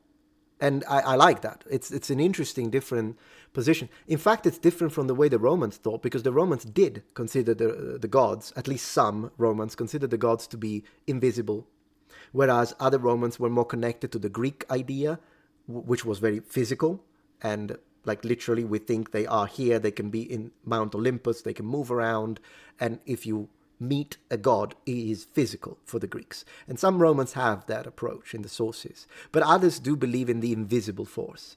But then again, what he just said, you can look up the sky and there is no smog. In fact, it's light pollution more than smog. You mentioned smog, but it's light pollution. Because even today, if you go to a rural area and you look up the sky, you see everything. We lose everything in the cities.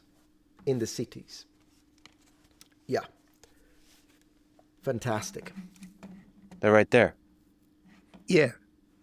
But it's like they didn't believe in ghosts. They took them for granted. And they didn't believe in the gods. They took them for granted. This is a different mechanism, because nobody here in the world today takes those things for granted, just the opposite. But I think that's how it worked. So you didn't have people wrestling with the idea of whether the gods really exist or whether they really care about me. They gave them a nudge when it was necessary, And they might offer her this, they might offer her that, but it was the system. It was the prevailing system. And I think it's an important difference. And also that thing about ghosts is clear from the inscriptions, all of them, that I managed to find, that nobody ever asked themselves, do these things exist or not? Or did I really see them or not? Or did I not? They didn't. They just took it all for granted. That is, I have to say this, based on what we can read. We don't know if just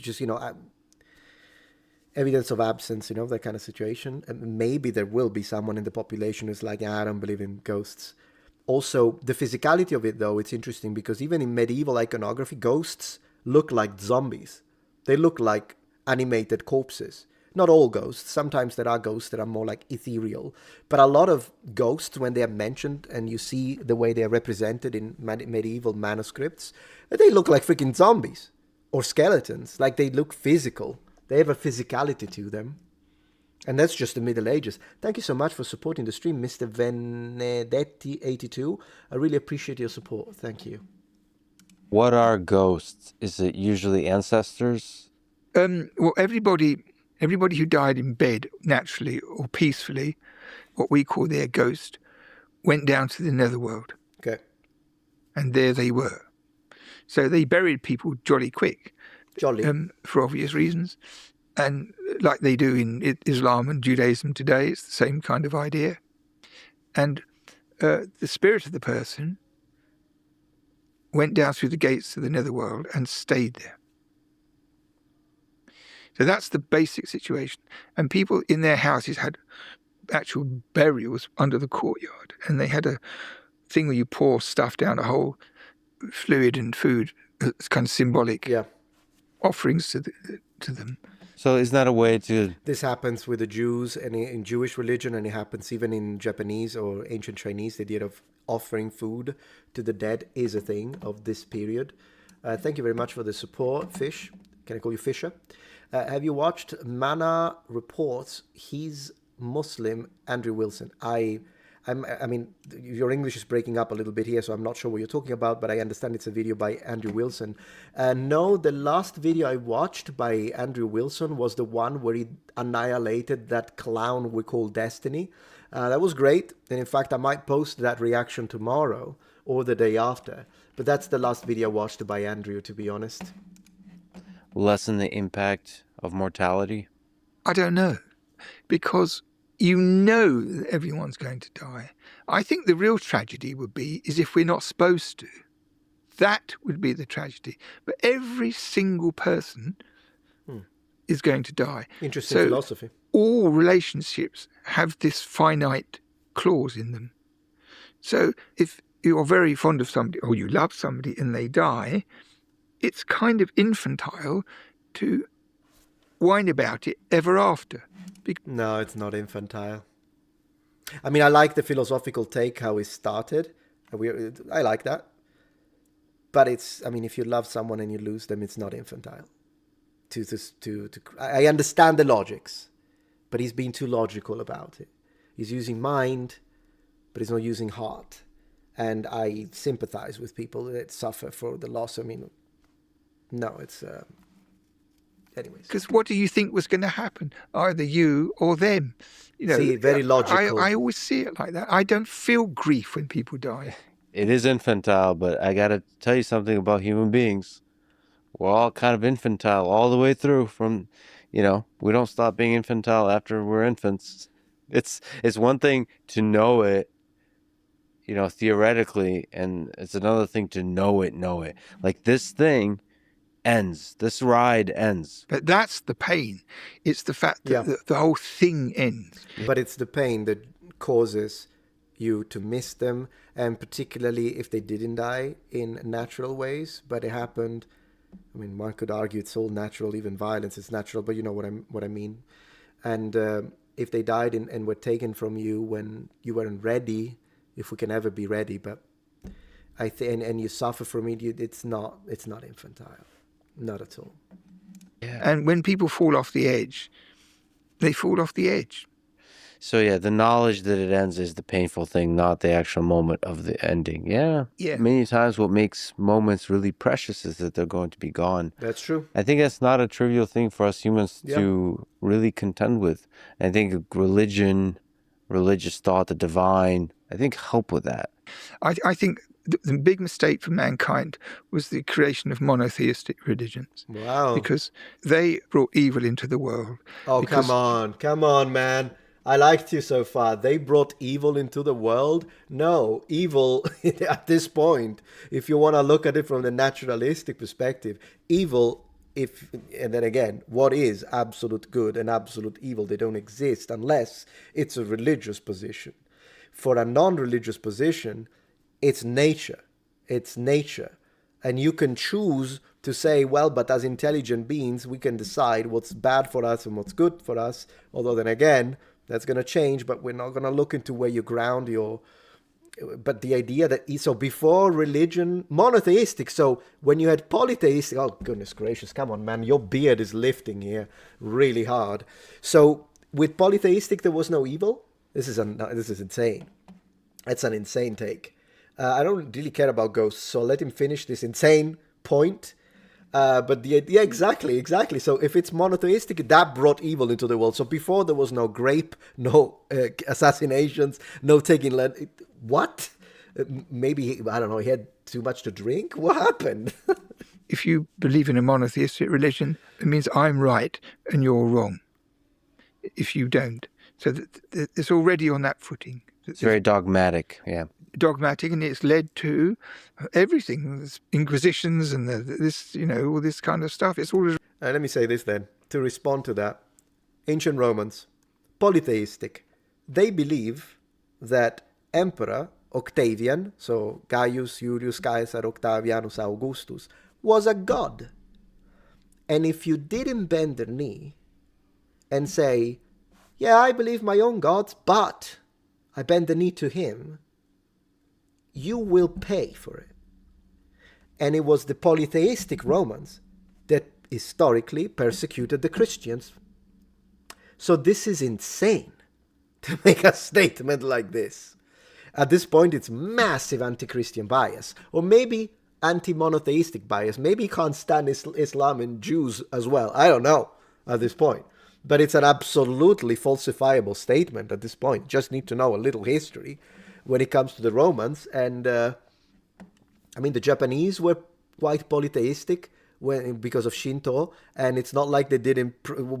Good luck telling the Christians that got offed in Japan because of religious persecutions. That's insane.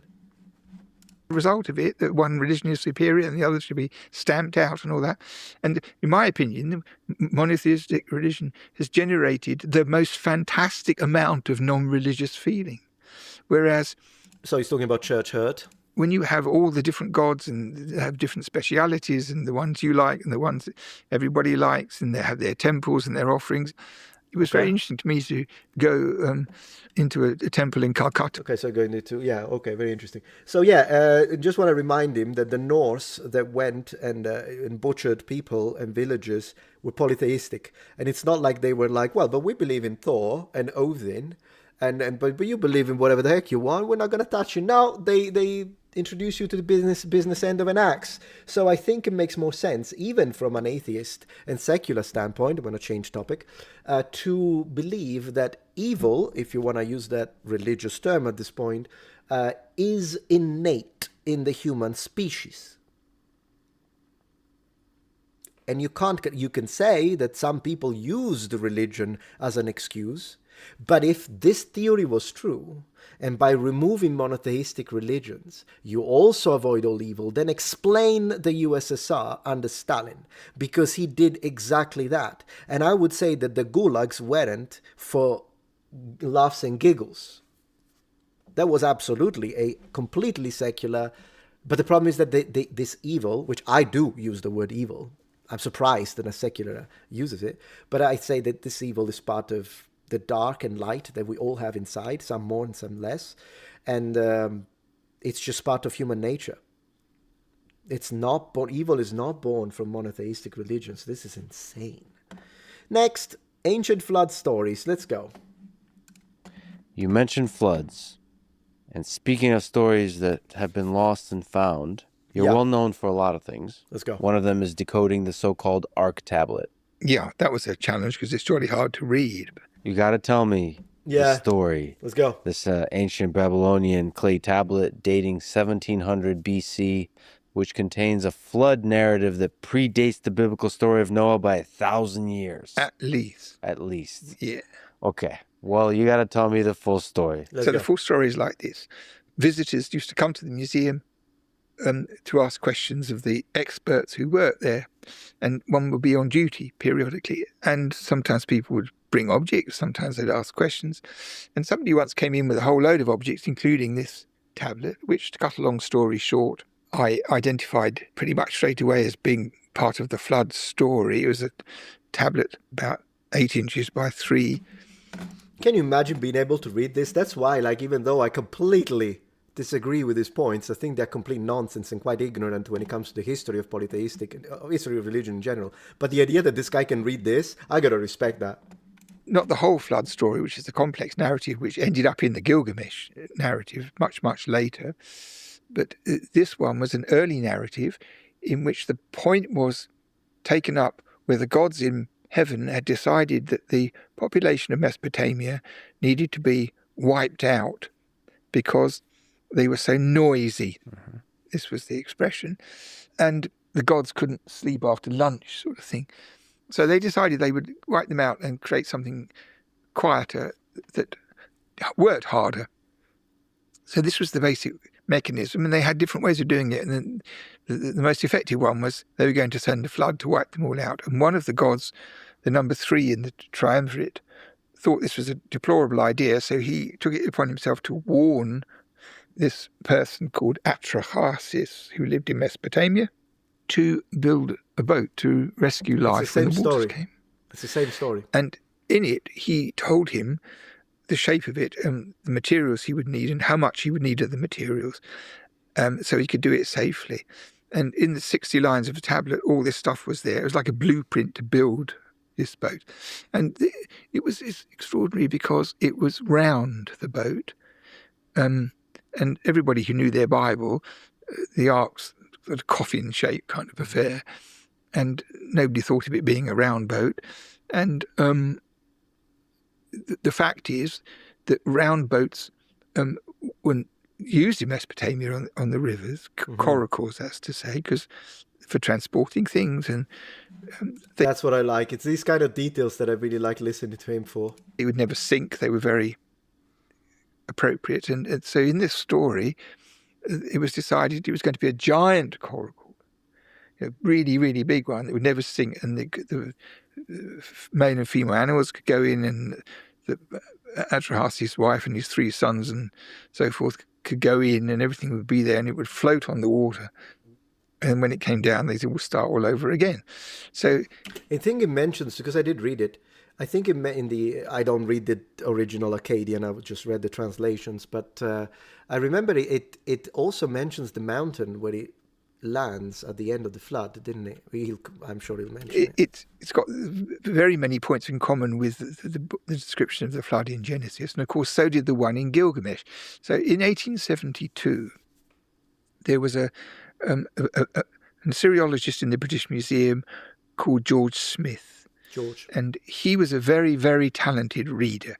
And in 1872, he discovered that one of the tablets from the Nineveh library we were talking about before had on it a passage which ran in parallel with Gilgamesh about the waters coming and the boat and everybody floating. Look at that. Even to the point that when the rain stopped and the ark came to rest on a mountain, that the hero of this thing in Gilgamesh, who was called Utnapishtim, released a bird 3 times to see whether the trees had come up. And the first one came back, and the second one and the third one didn't, so he knew that. So this was not only in the Epic of Gilgamesh, but it was also in the book of Genesis. So what it meant was that you couldn't have 2 stories. It wasn't 2 stories about the same thing. It was literary dependence. Debatable. It could have absolutely been an ancestral memory of something that happened, and then different cultures wrote it down, or initially sort of use spoken oral traditions, and then of course these oral traditions will get the details changed a little bit, but the ancestral, you could even look at it as some kind of disaster that happened, and then lots of different populations kind of have this. I don't see why he would say that so firmly. What were you saying? The Bible doesn't describe it as a coffin shaped. Oh yeah, I think it's referring to like the usual images you see of it, but maybe he didn't read the actual Hebrew in the Bible. I doubt he did. It's a bit of like the telephone change. Of course, the details will vary, but I think it's absolutely possible to think that there was an ancestral event, whether it be the Younger Dryas at this point, or whether it be something else that happened and stuck into memory, and then everybody just started to talking about it, and of course it's going to end up in the religions, because then the religions are going to try to say, well, this is why it happened, and then all the rest. It was literary dependence. One was locked into the other. The text of the Hebrew Bible, from whenever it was written down, of course nobody knows quite when, but whenever it was about the same time as the one from Nineveh, about the 7th century, 6th century, something like that. The time interval between the Gilgamesh version from Nineveh and the Hebrew Bible is not like a big expanse of time. So there was an argument that one goes this way and one goes that way. But then when this tablet came in 1,000 years older, nobody believes the Bible was written in 1700 BC. Yeah, I can agree with that. But, the Bible doesn't claim, when you read that passage, it doesn't claim that it's writing it when it's happening necessarily. Most likely it's something that it's written down, because you remember the Bible wasn't written by a single person. Even books with the same name have up to 3 different authors, some of which we don't even know what they're named, but then we still name the chapters, just how it is. And a lot of it could have been oral tradition. Oral tradition doesn't matter when you write it down, they could all connect to the same original event, which is ancestral. It's a bit similar to what happened in Pompeii, if you think about it. I often talk about this. Pompeii is a situation where the opposite happened, meaning that sometimes people ask me, why did the Romans build the town around the volcano if they knew that it was dangerous? They didn't know, because it's the exact opposite of what happened here. It was a volcano, but we know when the previous eruption happened, and it was prehistoric. So by the time that the Roman colony of, Roman and the other, Oscan and then Roman colony of Pompeii was built, they forgot. They didn't know. And the volcano didn't look like, the way you look at it like this, the Vesuvius, it's because it exploded in Roman era. Before, it looks like a single peak. It doesn't have the looks of a volcano. And you can see that in mosaic and representation of ancient Rome before the explosion. It looked like just like any other mountain. So the collective memory was lost of that mountain being a volcano. And so the Romans didn't know. But something like this, like the flood, instead, it probably was such a massive disaster that instead it stayed in our species' collective memory. And that's what I think, at least. So the primacy of the Mesopotamian matter was established. And it's important because you never get floods in Jerusalem. You just don't. But in Mesopotamia, they had floods. The rivers, sometimes there wasn't enough water, sometimes there was too much, sometimes there was far too much water. So the mechanism that the waters could be used as a destructive force by the powers that be is a plausible Mesopotamian mechanism. And it's based in a sort of sense, in my opinion, in reality. I think there must have been. I agree. Some tsunami once. Most people were drowned, and those who survived were in boats, obviously. And then afterwards, nobody ever forgot it. You see, that's interesting. We come to the same conclusion, even though he's an atheist and I'm Christian.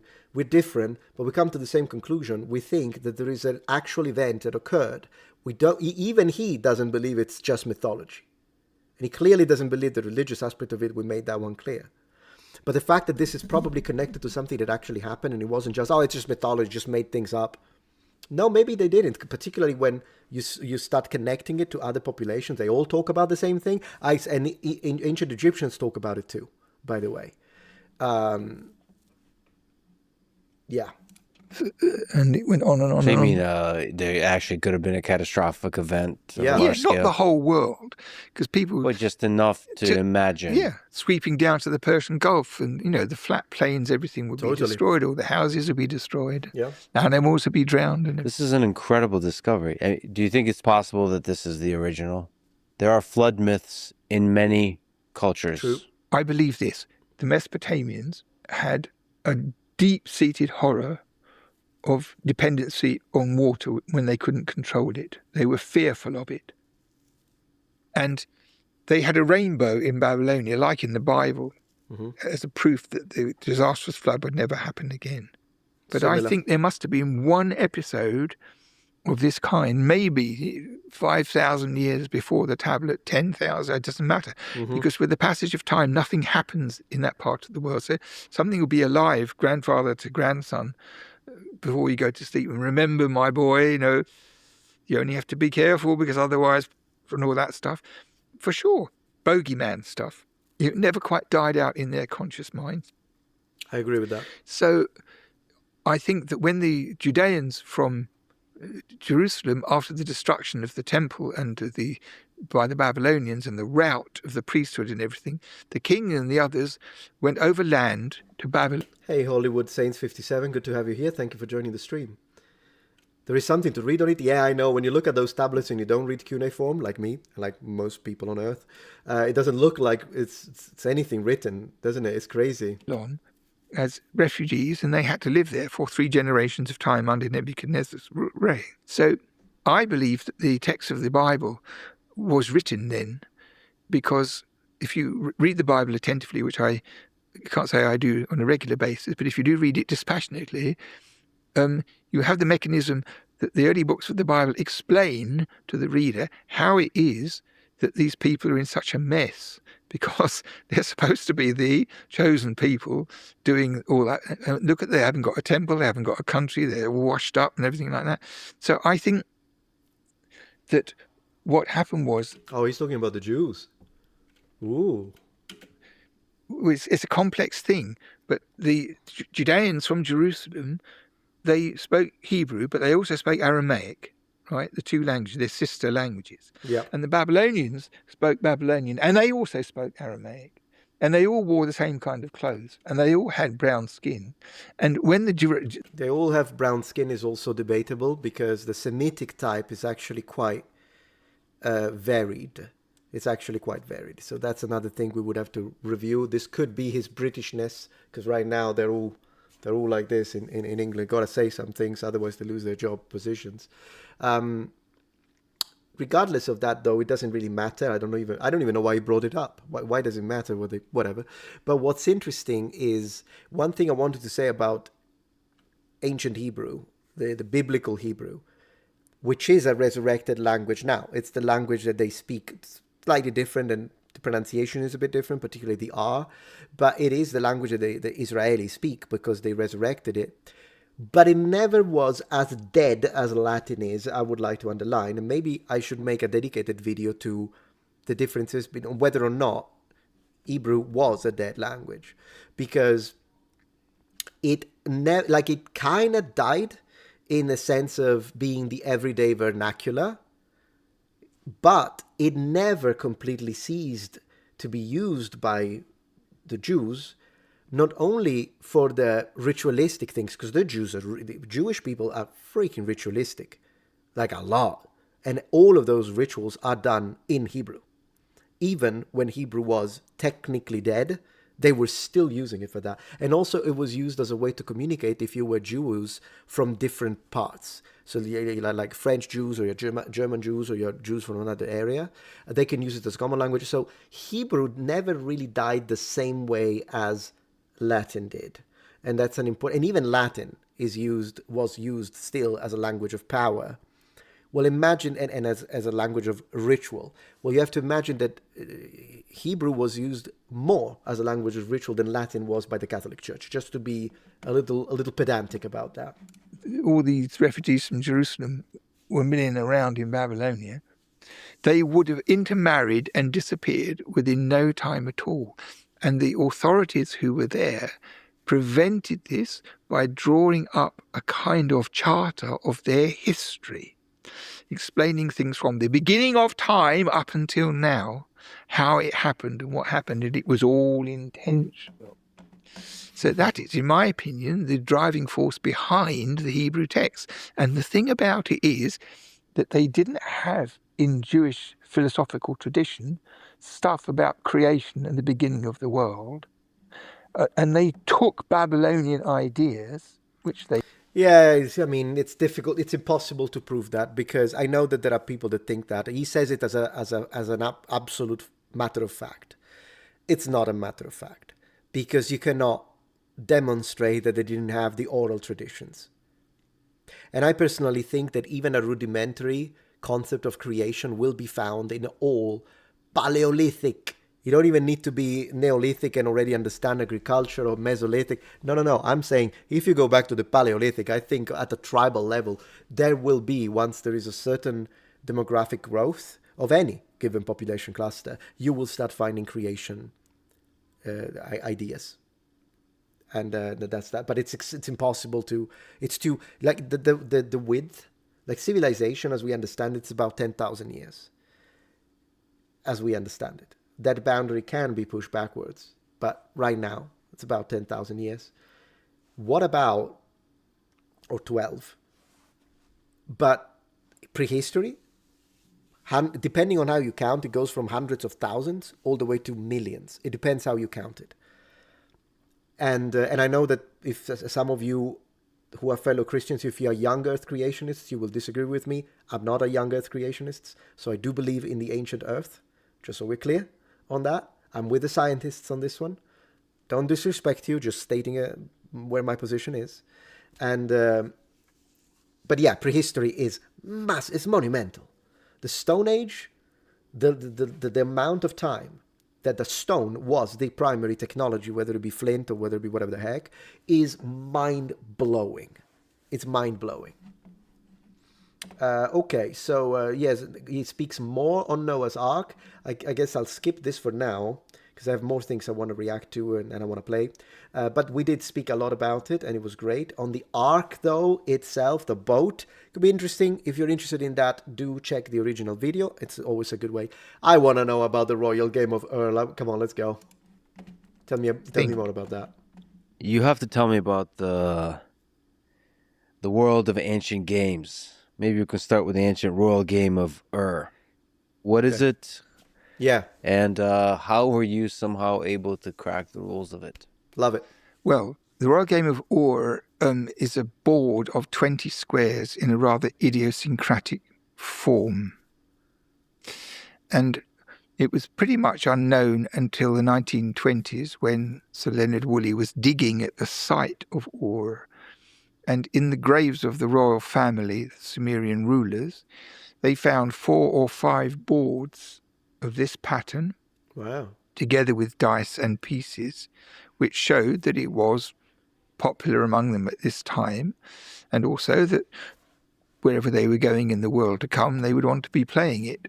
I wonder if it was popular with the elites only, or if it was something that had a poor version of it, which was made with less expensive materials in order to not have to have access to crazy resources. That'd be interesting to know. And so that was one thing.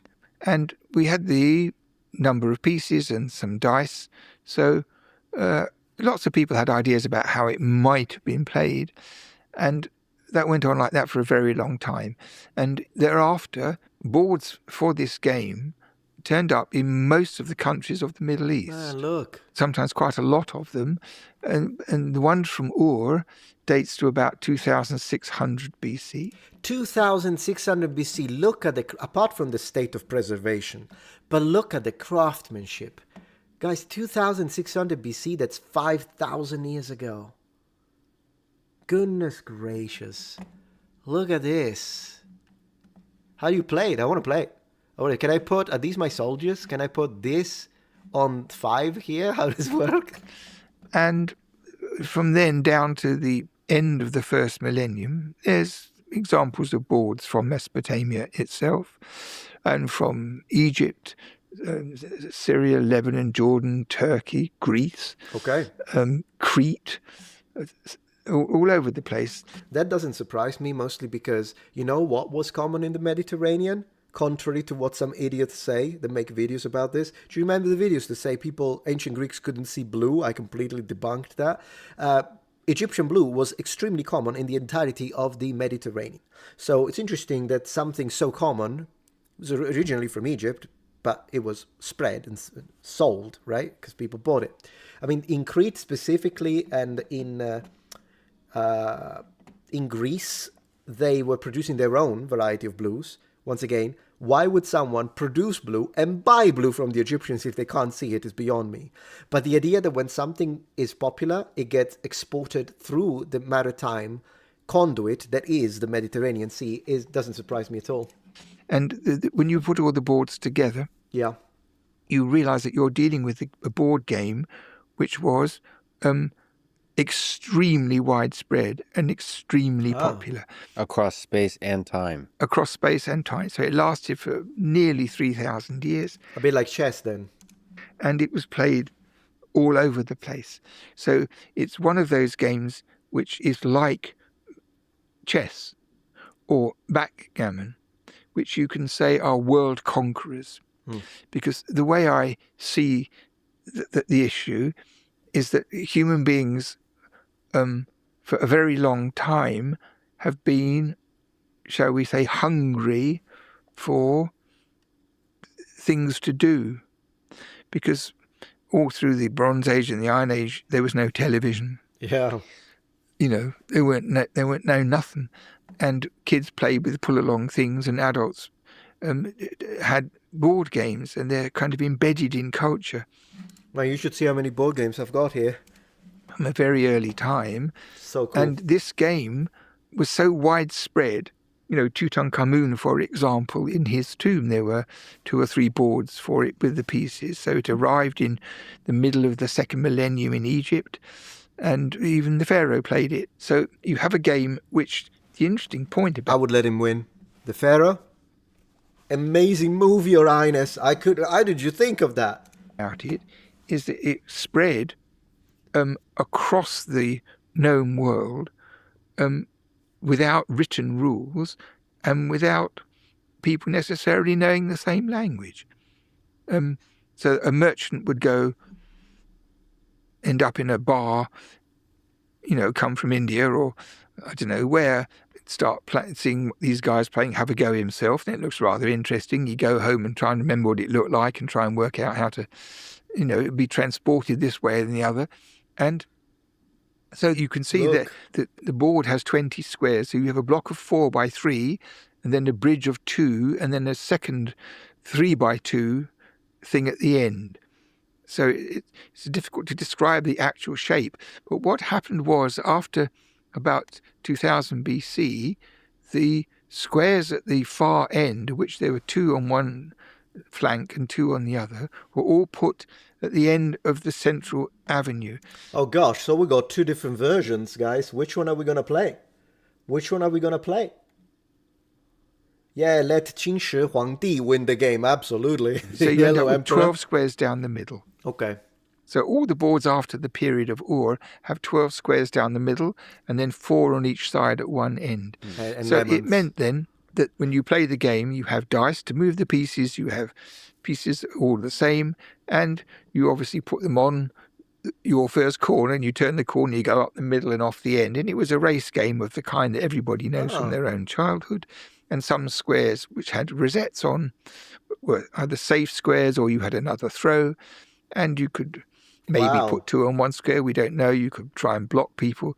But anyway, the crucial thing is that the widespread distribution of this idiosyncratic shape and its lasting thing shows it must have been a very good game. Oh yeah. If people more or less played the same thing on it everywhere. I mean, I gotta agree with him, but I'm fascinated by the idea of these ancient, you know, how similar we are with people from frigging 5,000 years ago. And then I would love this. I would have absolutely never go at this. Could you imagine that? This is bonkers. Imagine looking at this and getting the rules correct. Oh, yeah, for sure. This guy's great. It also doubled as a club if someone was cheating. Oh, yeah, I guess you can smack it in the face. Totally. Incredible. Incredible. It may be that they were completely different games, but probably not. So this is the thing.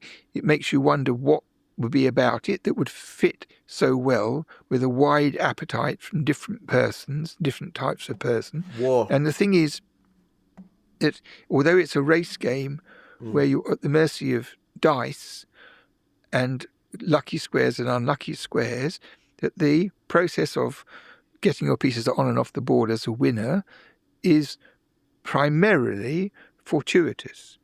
But it has built within it, it's the way I understand the game plays, a measurable quota of strategy. Yeah. It's a mix of probability and strategy. Yeah.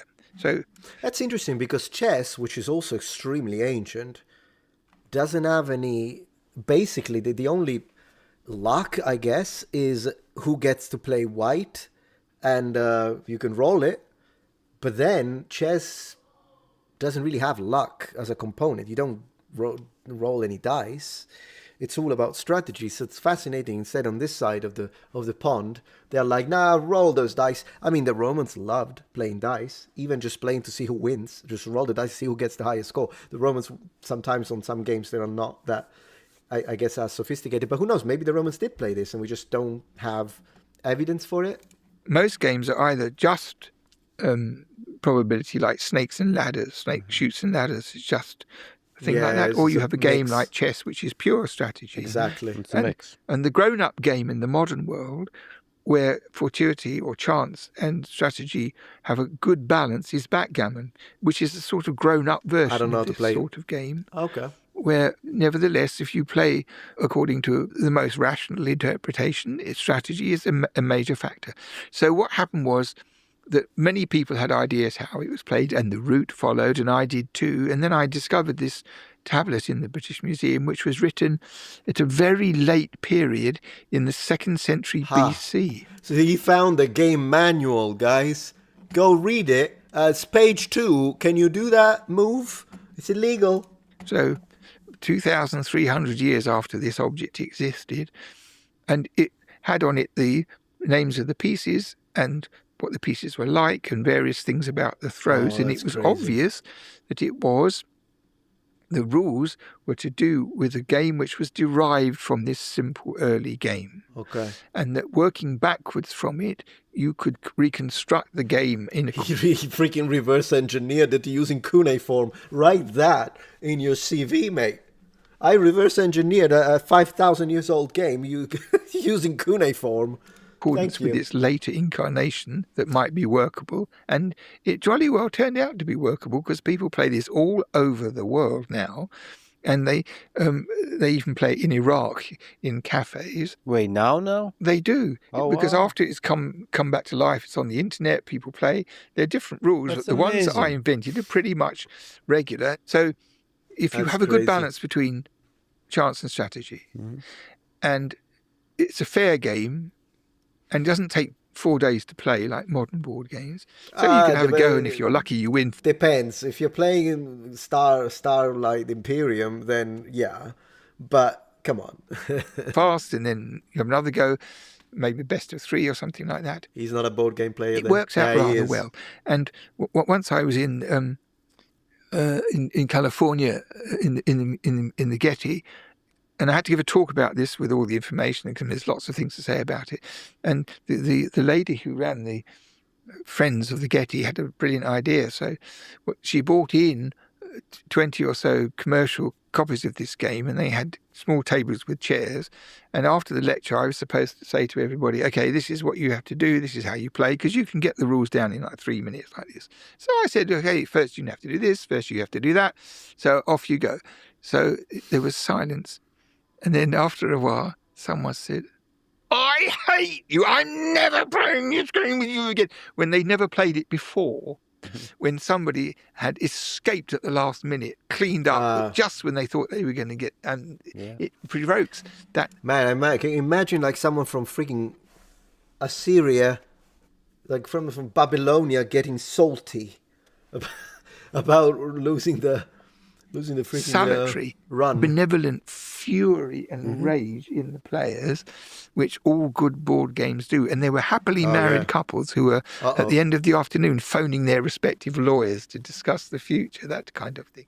Yeah, I mean, it sounds like Warhammer then. Sounds like when you play with Warhammer players. Yeah, I've seen people going like they're gonna stab each other for a freaking because of a charge distance. You didn't connect. You didn't. Oh goodness gracious! Beautiful matter. You think games are, our desire to play games, a mix of chance, a mix of strategy, is a part of human nature? You think that's always been there? I do. Yeah, I do. Yes. I think it's a simulation. We play. That's what animals play. It's not even part of how animals play. They pretend to be fighting with each other. I think we play because, one, it's a good way to test you. Because imagine, if you need to outsmart an opponent in real life and you've never tried before, the chances of you losing and then dying are higher. So it's normal that naturally this would develop our ability to test ourselves playing, and that's why we find it fun, because it's useful. We find it fun because we try to outsmart each other, and I mean, this evolved in video games now, but video games do help you with problem solving. It's a reality.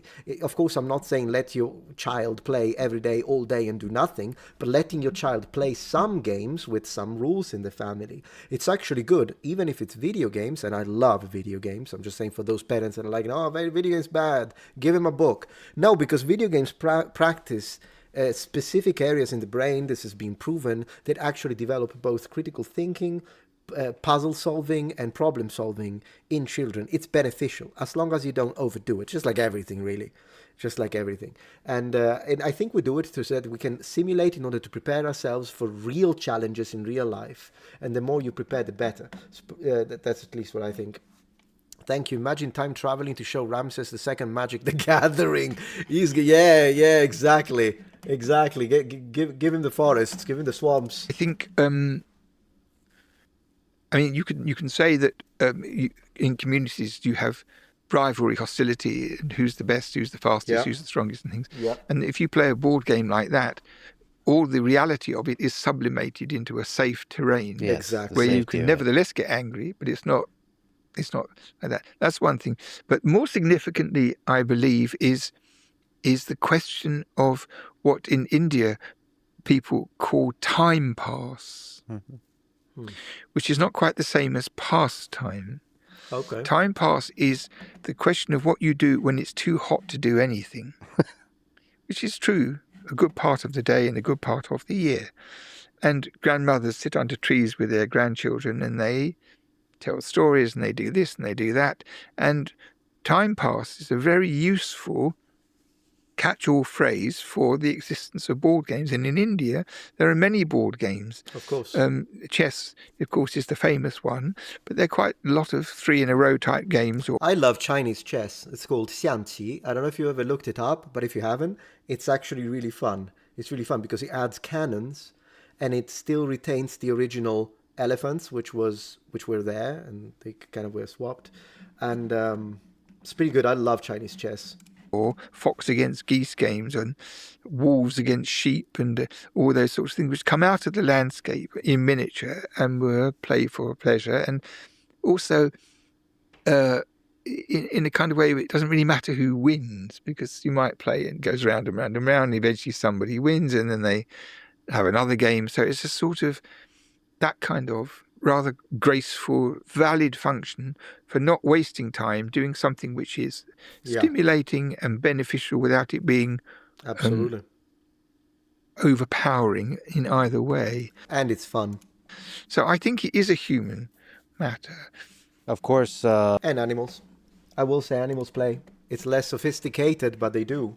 I want to show you very quickly what I was talking about, for those who don't know. And there are a few video games as well that you can play this, but I love Chinese chess. Now I know it can look a little intimidating. Oh goodness gracious, I've never seen that. This is what it looks like. Sometimes you see Chinese people play it in their shops. So I know it can look intimidating because you're like, yeah, but the characters, I can't read it. Apart from the fact that there are digital versions that give you the alternative so that you can still like, recognize it. But at the end of the day, it doesn't take that long. It really doesn't to learn it, even if you don't know Chinese, to recognize what the characters mean. And at the end of the day, these are soldiers. These are foot soldiers, the ones in the front, basically the same as the pawn. Maybe this one shows it better. And then you have the palace, which is the difference. This is in the middle here. It's the palace where the emperor or the general lives. That's basically equivalent of the king. There is no queen, but there are two counselors. These are like mandarins, if you will, the two counselors. Then you have the elephant, you have the horses, and then you have the chariot instead of the tower, which makes more sense that it moves so much because, I mean, why is a tower moving or a rook moving is something I've always asked myself. You have no bishop, unfortunately, but it's different. It plays different, but it has the river in the middle. And basically, it's a battle, clearly. So it's chess. But it's a battle, and if you cross the river, your pieces acquire new movement options. It's pretty good. I love Chinese chess. I used to play it a lot when I was in my 20s, and I was studying cannon fodder. Man, you just reminded me of a game. Cannon fodder? Goodness gracious, mate. You just reminded me. I actually have if you're talking about the video game for the Amiga computer, Commodore Amiga computer systems, I actually have it. I still have it, physical copy. Anyways, I need a drink because I'm out of drinks. So I'm going to go get a drink, mini break, but I'll be right back. I'm not going to stop the stream and we are going to continue. And also, we need to play. So that's another thing we need to do. In the meantime, yeah, you do mean Cannon Fodder. I'll show you before I go. I'll show you my copy of Cannon Fodder. I just want to check the numbers very quickly, see how we're doing. Let me see. So how's YouTube looking? How is YouTube? Where did I even put it? Where did I even put the YouTube thing? Let's see. I have too many tabs, guys. I have too many tabs. Will I ever learn? Is this it? I can't even see it. But whatever, it doesn't matter. So let me check how Rumble is doing very quickly. Twitch is looking good. Rumble. Let me see how Rumble is doing. Well, man, it's got... Yeah, Rumble is doing well. Very good. All right, so I'll be right back. Give me like 3 minutes. I'll check on the wife, as I always do, because the wife is pregnant, so you always want to check to see if she's okay. Needs a little water, needs a little biscuit, whatever she needs, and I'll be right back. Do not be mean to the chair or my 1998 computer. Windows 98, guys. Gotta respect that. Thank you.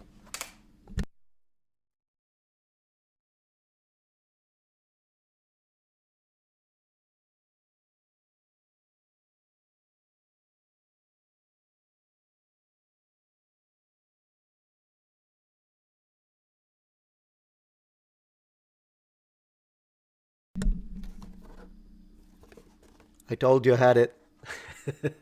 Be right back.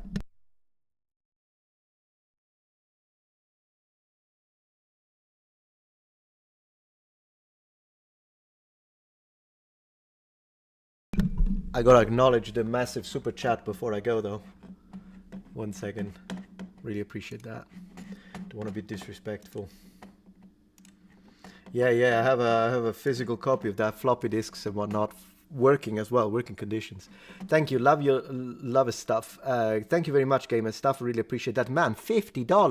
$50 donation. Massive W in chat. I really appreciate that. And you say, Virtual, say, hey, Metatron recently received my bachelor's degree. Congratulations, history back in December. Thanks for being an inspiration. Cheers, mate.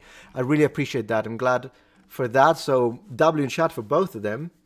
Both Virtual Helium for this massive accomplishment. And, man, thank you so much for your support. Really, really appreciate that. Thanks, everyone. And I will be right back. I'll leave you with a chair very quickly. And that was Cannon Fodder.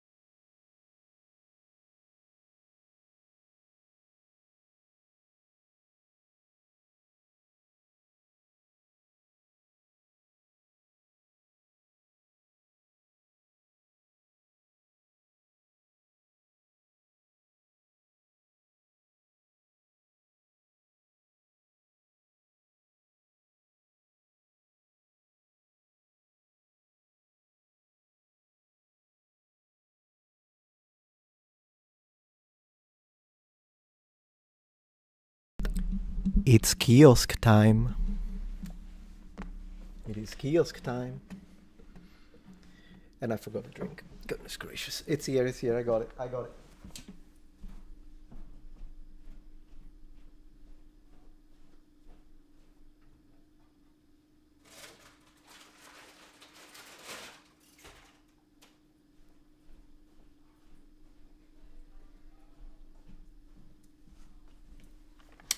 You gotta hydrate.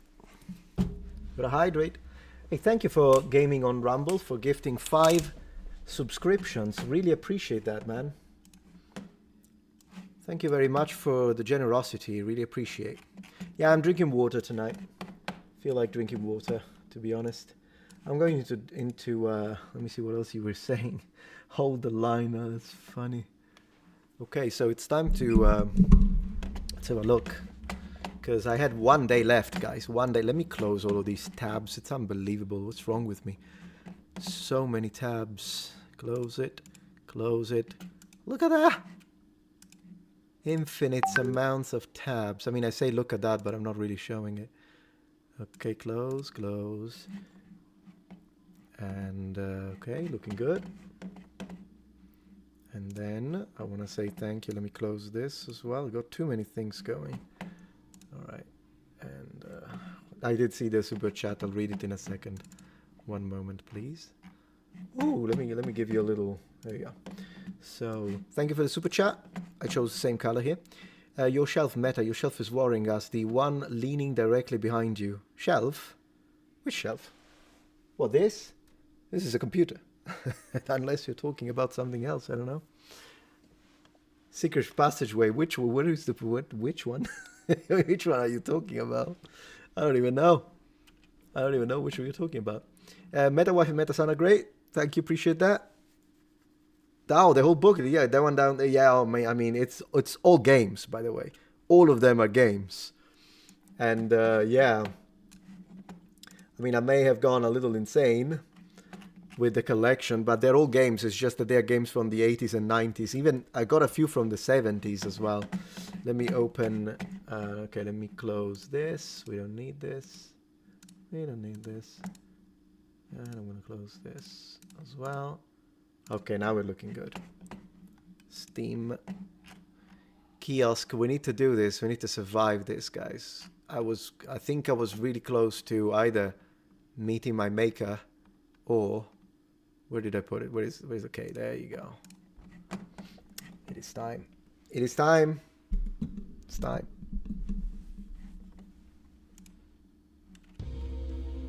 Okay. Let me get the game. I know I'm gonna remove the stuff from the bottom. 1 second. I need to first display capture, game capture. There you go. If I do, yeah. Okay, this should do it.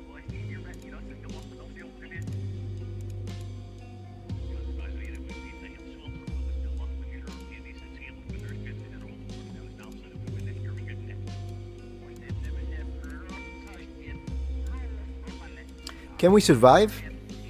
I don't know. Can I be an amazing burger maker? Imagine the volume is a little too high. We're gonna do it, guys. We're gonna do it. Leaning Tower of Pisa. Okay, so where were we? Ooh, I definitely did not leave it this nicely organized. Hello, sir. 1 moment, please. You want pineapple on pizza? We don't serve that. Sorry. Sir. Collection gets out of hand in short order. You have 4,000 DVDs. Holy moly, mate. Way back to some 1900 silence. I mean, I understand that. Thank you for the support. We saw the model in the park. Description matches the guy you mentioned. Oh, great. Extremely dangerous. Could be armed. Yeah, a Redditor, basically. A Redditor, isn't he? The Muppet. Okay, so what does he want? Pancakes, coffee. We can do that. I can absolutely make you coffee, sir. Look at this, guys. Have you ever seen an Italian in action? You want your espresso? I'll make you an espresso, alright? Maybe we should have a knife nearby, just in case. Don't mind that, officer. Coffee number 1. You know the rule, guys. You want pancakes. Oops.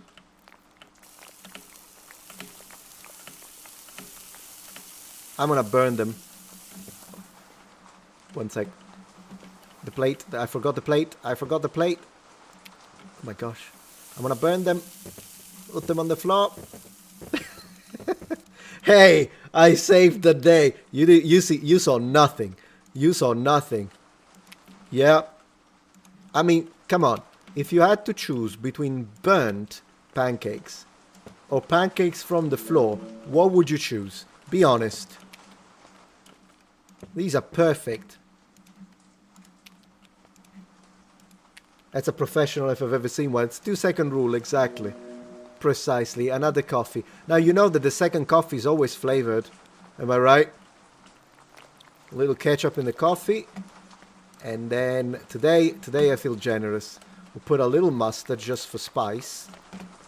And yeah, I'd say this is a fantastic coffee right there. Let's keep everything nice and clean. Thank you. Absolutely. My pleasure. For you, thank you, the money. I appreciate that. I'm rich now. Is the volume too loud, guys, of the game? It's a great shop, my friend. It's not evil. It's a great shop. Like, this is a professional. This is art. If you don't see this as art, it's a hello. Hey, man. A lot of creepy people around here. I saw a clown. Yeah, tell me about it. I see clowns all the time on Twitter. Big smile on his face. I completely froze. Could I have salad, nuggets, fries, and soda? We can do that. Nuggets. Nuggets. Alright, so what did you want? A soda? Everything on the floor. Fantastic. Get this soda. And let's not burn this. Green. Okay, these are done. He wants what? Fries? I could have done the fries at the same time. I'm not optimized. I'm not optimized, guys. Can I? Nope. No, that didn't work. Okay. Okay. Close it. Man, I love the sound. Woohoo! That's a nice frying right there. That's nice. What do you mean you just did a burnt pancake? Come on. From the floor is great. It is. 1 second. Message from the wife. 1 moment. Making sure she's okay. It's funny because she's making sure that I'm okay.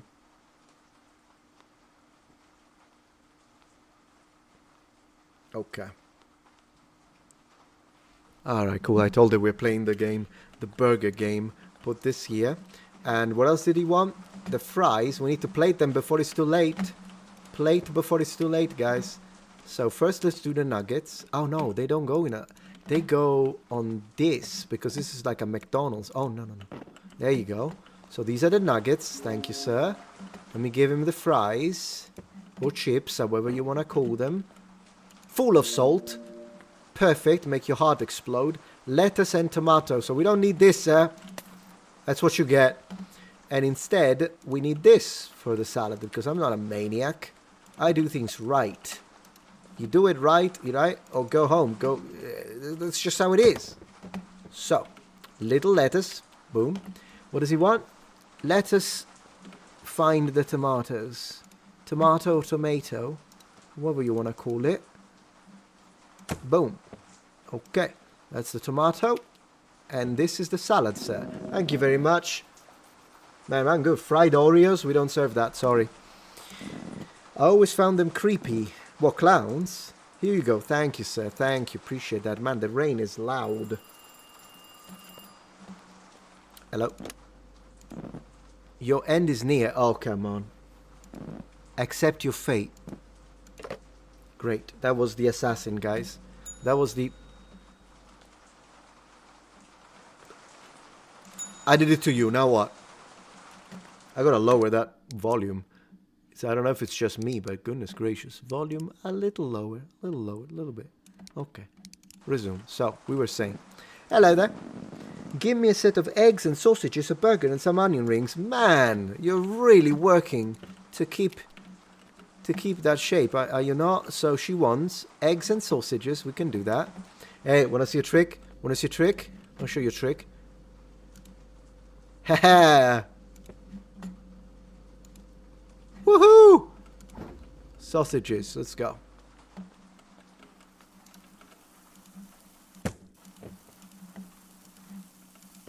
Don't burn the eggs, or I'm gonna scream. Egg number 1. And I burnt it. And I burnt... Is it burnt? Yeah, it's burnt. It's burnt. Damn it. Okay, egg again. This time I'm just gonna do this. And don't burn... Did I burn the sausage? No. Okay. So, is this burnt? Oh, goodness gracious. I don't know. And I lost the other one. Everything is wrong. Everything is going wrong. Don't burn that egg. Okay. Okay, we got the eggs, guys. We got the eggs. Man, I would love some tomato, to be honest with you, on those eggs. Wouldn't you? Yeah, it's me. Yeah, I'm making you hungry. Tell me about it. I'm gonna stare at it. I'm gonna stare at it. Cooked. Throw it. Man, that's skill. That's skill right there. Okay, so we got egg and sausages. Thank you. We need some onion rings, which I could have fried while I was doing that if I wasn't effective. But I'm not, and I just have to live with it. And while we're doing that, we will prepare another egg and sausages. Man, this woman. I swear. Calm down. Let's not burn it. Let's get this. This for you. Perfect. Cooked. Alright. Put it here for now. I love this game. Where is the... I finished... Oh, because I destroyed a plate, didn't I? Here we are. I destroy all the plates that I want. That's what my therapist said. Excellent. Okay, so. Let's do cooked sausage. Cooked sausage. This one we can throw away. Okay. And then we need 2 eggs. I don't even know if it landed. It did land. It did land. Put the soda back. Put the soda back. Don't burn the eggs. Come on. We can do it, guys. I can do it. I can do it. Opa! Seriously. Okay, fried egg with the sausages for you. And last but not least, she wants a burger, tomato, cheese, and ketchup. I can do that, but we need to open a new package. And you know I love doing that, particularly if I do it from here. Man, if I miss a hitter, still meat. Woohoo! Alright, so we're cooking the burger. We get the bun, not this one, this one. We get the bun right. What does she want? Tomato, cheese, and ketchup. Yeah, this is going to be good. This is going to be good. Little, there we go. We need a little tomato. Boom. She wants ketchup. Oh, she wants the cheese. Oh, I didn't do it in the right order. Is that okay? This one is dead. This one is gross. I didn't do it in the right order, but come on. Show me the fiber of your fabric. Don't be... Okay. Cheese. And now a little ketchup. Come on, it's perfect. Leave me alone. Tomato, ketchup, cheese. Alright, good. Good, good, good. Man, I'm Batman. Tonight, I'm Batman. Physics. Looks great. Going near the park ever since the incident. His face is all over the news. I hope I don't see him. Here you go. Thank you for the money. Appreciate the tip. Thank you very much. Stay safe. 谢谢光临. That's what they say in Mandarin. 谢谢光临. またお越しくださいませ in Japanese instead. Hey, how are you? Hello. Give me a burger, fries, salad, and coffee. Alright, I'm going to start on that coffee first because we want to do things effectively. And while the coffee is being made, I'm going to make the fries. I wouldn't mind some fries. Whoa! You know, I get so into the game mechanics that I forget it's a horror game. What else? She wants a salad. Who orders a salad from...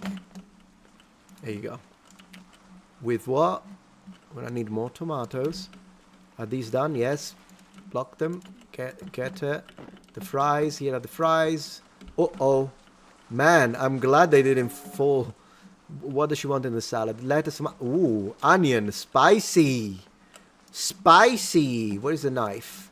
Thinks it's decomposing there, so we'll have to decomposing over there, but she doesn't seem to mind. I certainly don't mind, because this is art. Let's give her the coffee. Your coffee. And then, man, she's got a full burger. At least she's ordering stuff that, you know, actually makes it worthwhile. So what does she want on this burger? Onion, lettuce, cheese, and mustard. We got the lettuce right here. We got the cheese from the floor. I threw the lettuce. It's difficult to control my power, guys. I'm just too strong. Cooked burger. Let's go. So we got the burger. We got the lettuce.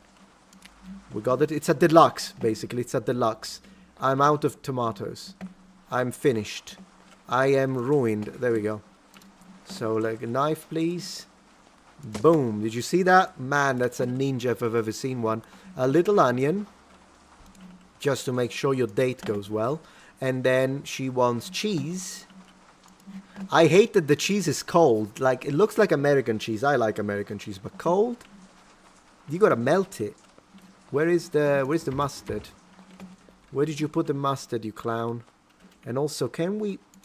There's dead stuff. Okay. I think we need a new one. I don't know where I put it. So, mustard. Thank you. We got plenty here, guys. We'll never run out of it. Okay. And the sign of the cross. 1 and 2. Alright, we're good. Little bit of mustard. Done. It's good, isn't it? Thank you, Copium. Going to McDonald's for salad is like exactly. It's like going to a crack house for vitamins. Ooh, that's funny. Thank you for the support, mate. Okay. I love cheese, though. I love cheese. Hail, DJ Rockford. Thank you for being here. Hello. You got a hat. I like order fries, nuggets, onion rings, and salad. Yeah, the whole thing. Yeah, order the whole thing, why don't you? So she wants a nugget. Ooh. What?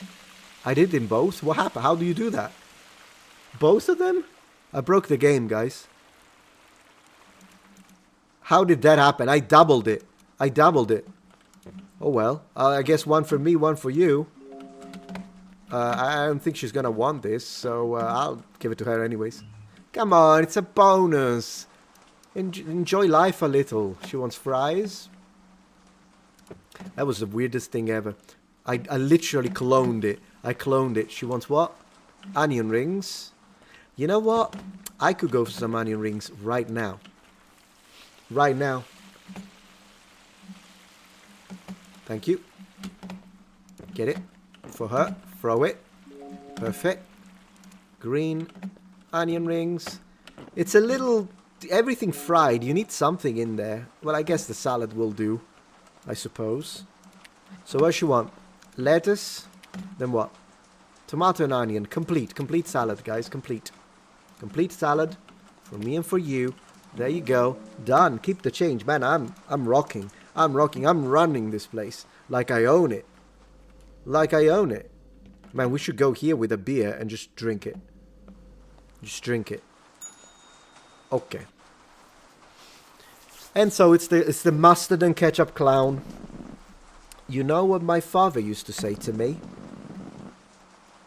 A wise man can play the part of a clown, but a clown can't play the part of a wise man. That's pretty deep. I miss him a lot. Oh, goodness gracious. He was a smart man. Okay. Give me nuggets, fries, and 2 beers. 2 beers, man. Don't drive. Just don't drive, mate. Excuse me. Did it save? Yeah. 2 beers for the clown. It's funny because I use clown as an insult on X so much that now I feel weird calling him a clown, but he is a clown. Like, it's literally not an insult. It's a statement of fact. Nuggets and fries. I love that.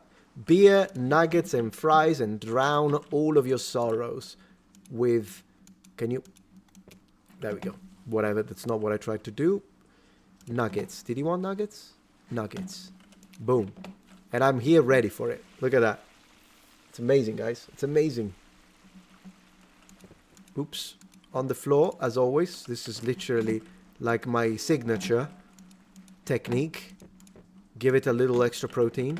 Right there. Thank you. Thanks, man. See you around. See, the clown is nice. I like the clown. He's a nice clown.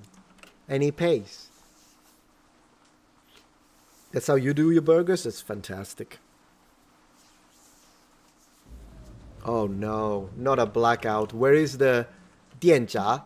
I learned that that's the word for the breakers in Mandarin. There it is. The breakers? It's gonna be behind me, isn't it? It's gonna be behind me. It's gonna be behind me. Okay. Or not. Or not. What is this? What is this? Turn it. Oh no. Oh, don't do that. Oh, the knife. Oh, he got me. Oh no, he got me. He got me, mother. Okay, well, we get another chance. While I'm getting the knife, I'm gonna stab him to death. Come on. How do I read it? Yeah, I want to read the note. I need to grab the knife really fast. That's what you get. That's what you get. Woohoo! Plot twist. How about that one? Yeah, call 911. Or 113 if it's Italy. 113 is how we say it. So did I survive? A game made by Vivi. I loved this game. It actually has a... Thank you for playing. My pleasure. It has an infinite mode where you just make food. And I think it has a peaceful mode where without the horror components. I'm going to have to try it one of these days, actually, because it's, for some reasons, it's quite relaxing for me. Thank you for playing. I freaking loved it. It was nice. What did you guys think? Bookcase is sending me. Yeah, I know. It was good. It was good. It was a good game. I'm going to pick another one now. Exactly. I should have been wearing armor. That way, even if the first hit landed, I could have retaliated with a riposte. It's a fun little indie game. You're absolutely right. Okay, so the next game that I wanted to play, it's a game that I actually started on a stream but never managed to finish it, and I loved it. I loved it up to the point that we were playing. Let me see if I can find it again. It's called Eclipsium, and it's a fantastic game. Let's play a little bit of that. I need to change my visual, so one moment. And now I need to tell it to show this game. Game capture, properties. Eclipsium, okay. You'll love it. It's good. It's a good game. We did the first few chapters a couple of weeks ago. 3 levels. Have you got your headphones, guys? Play some RuneScape, maybe at one point.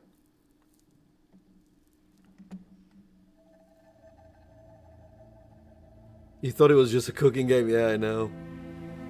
Alright, let's continue. I'll tell you where we were for those who see this for the first time. It's a game that it looks very pixelated and it's done on purpose. It's the art style and I personally love it.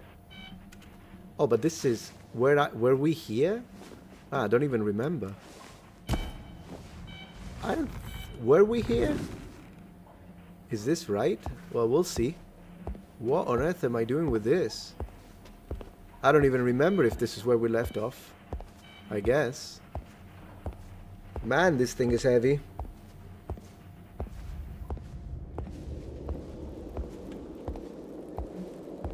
Yeah, this is all new to me, I think.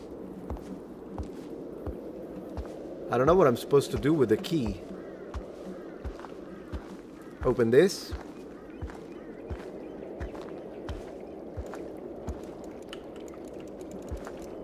What do I do with this? I can't be stuck already.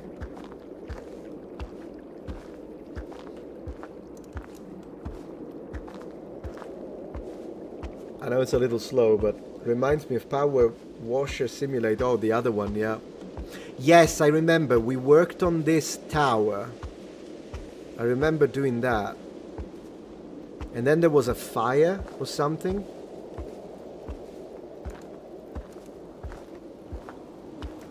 Was it? Or maybe it was in the middle here. We'll see. It's a fever dream.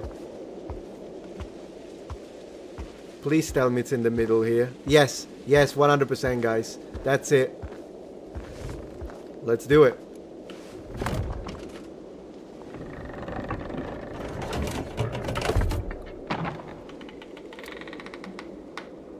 Okay. So we need to lower a little bit the audio. Where is it? Let's do this. Is that done? Yeah. Okay, in the tower now. See if we find a way around. You like the loophole in the key? Yeah, I agree. The art style, I love the art style of the game. I absolutely love it.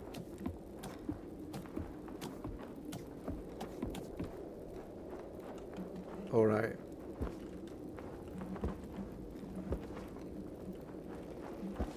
Oh, this.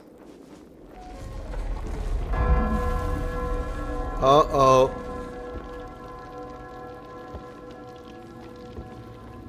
Well, that happened. Oh no. Is it the cult?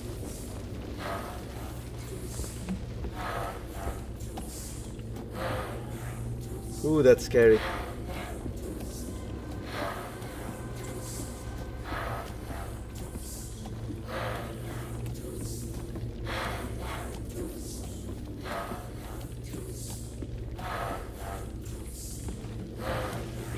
Oh my gosh.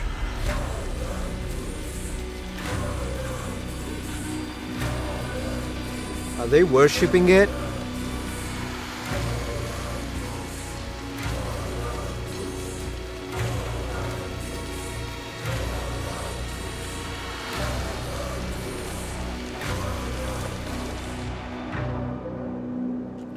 Whew, that was intense. Oh my gosh. I gotta lower the volume a little bit.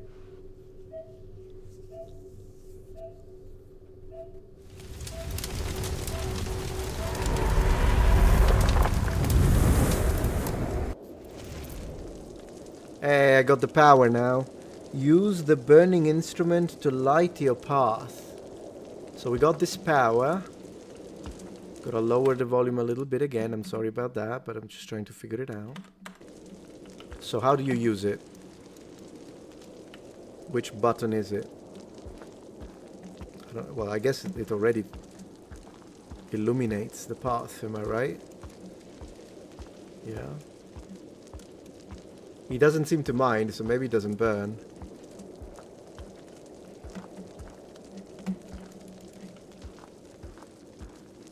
This way?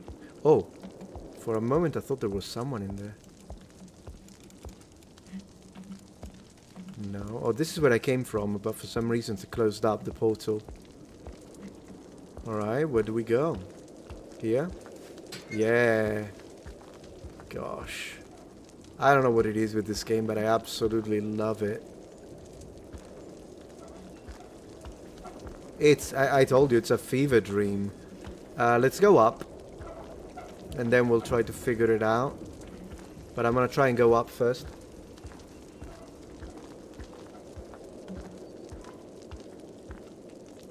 Dead fish.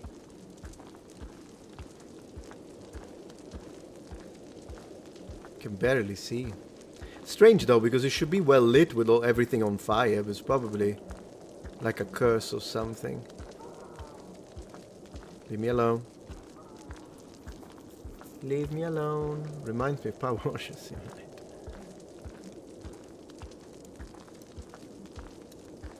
Okay, we're out of it. Almost. Or not. Ooh.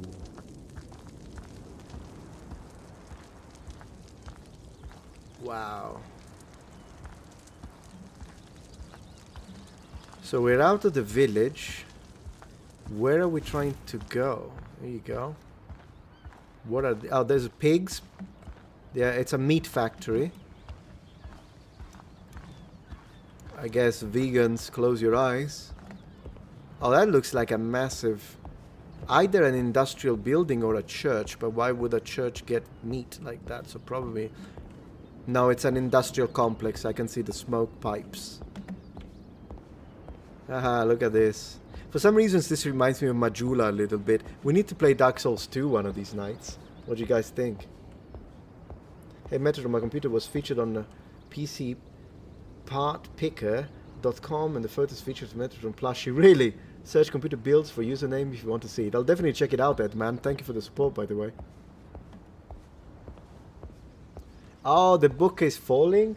It's not. No, it kind of looks like it, doesn't it? No, I don't think it's gonna. I don't think it's gonna fall. It's been like that forever. I don't even know how it doesn't fall, but it doesn't seem to fall.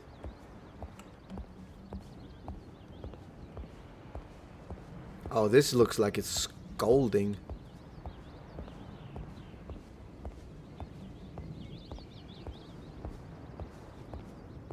Man, look at this. I love the purple. Pulsating purple. More meat.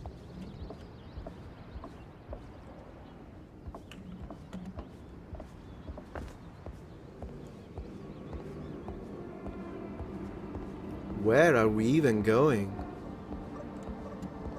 Whew.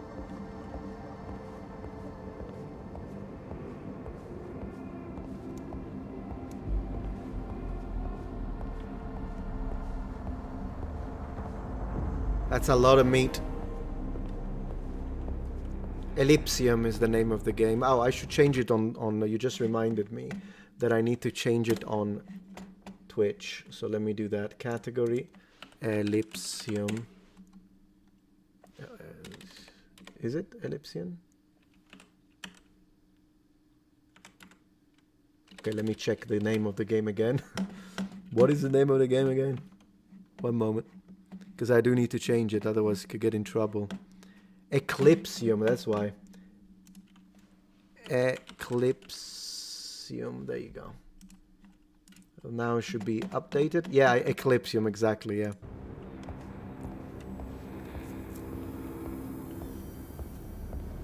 Wow, look at that.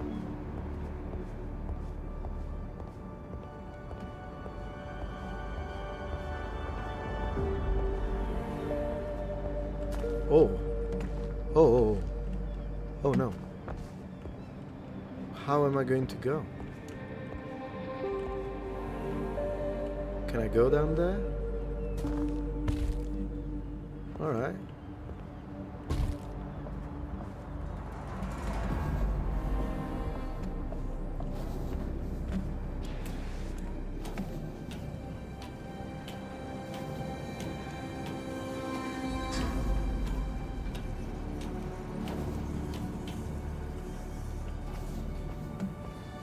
Hey, look at the industrial stuff.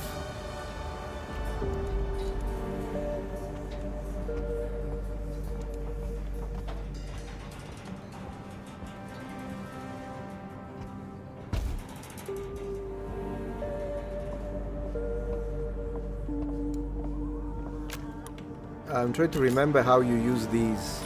Oh yeah, like this. In case we need it.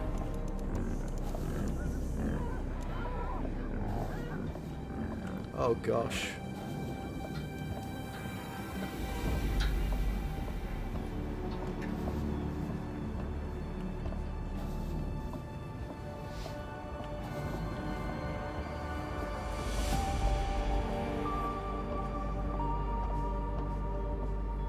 Amazing atmosphere.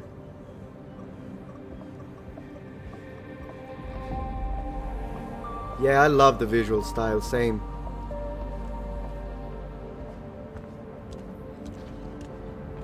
They're being butchered.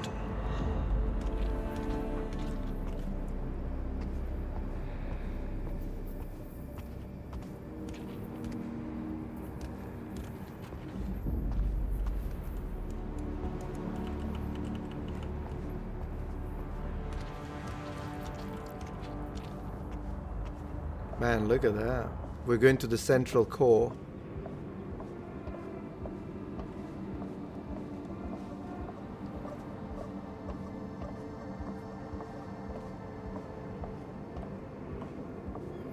This is like Alcatraz for pigs. Save the piggies.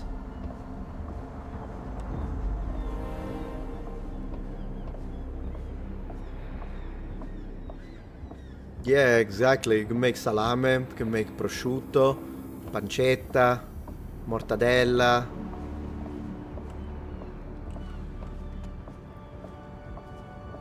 Man.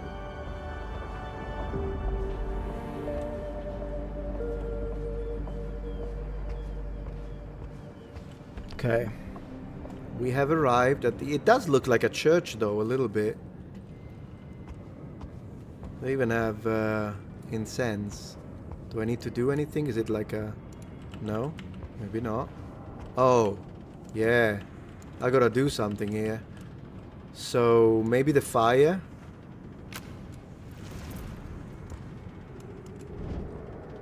Yeah. Will you look at that? Figure it out. You're playing Talisman Classic on another money. That's awesome. Any Digitite old board games or you like to play? Sometimes the Blood Rage is pretty good. The Viking one. Look at the size of those. And thank you for the support, by the way. Look at the size of those chains.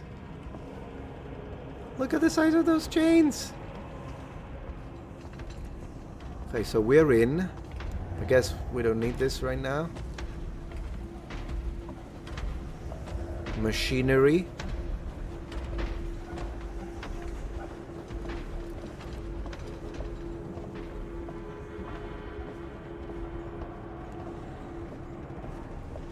Towers of pigs. Man, what a place. Okay, so I guess we need to go on this. Let's make sure we don't fall. Let's go up the twisting spiral tower.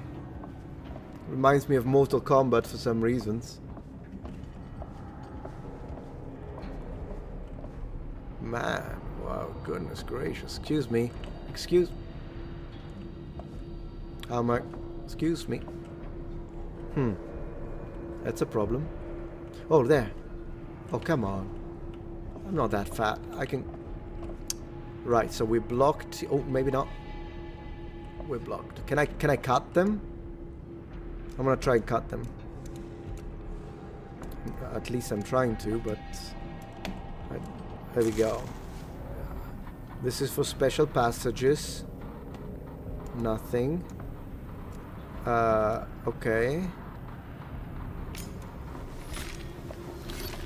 Can I cut my way through?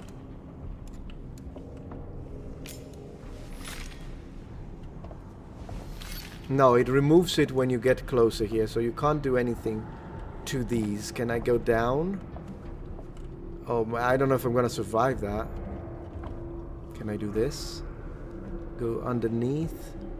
No. Okay. Oh, we need to find another way. I mean, I guess. Maybe.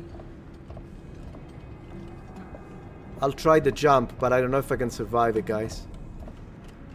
Oh no, it doesn't let me jump. Okay, anything I can... Oh, that one! Okay, got it. I'm a pig now. I'm one of the pigs.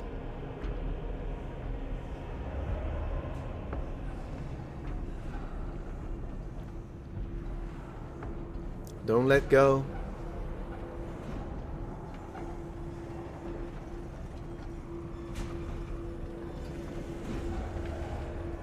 Am I gonna get cooked?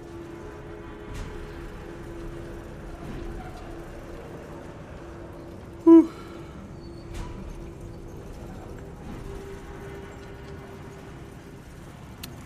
Alright, so we have arrived.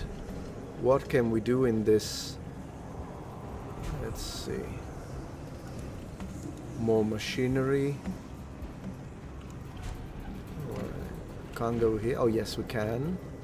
Alright.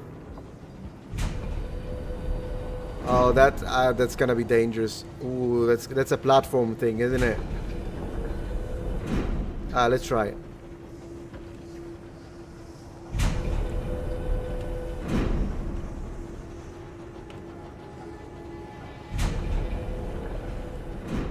Okay, it was not bad, not too bad. Can I connect to one of these again? No. I keep pushing this one by mistake. I guess just walk it. Man, what's the liquid? Oil? Am I getting fried? Let's not throw sausages. That's disrespectful. I don't know if I can survive that. Man, I could feel that. I could feel that. I don't even know where I'm going. It's a little dark though. Let me get the flame.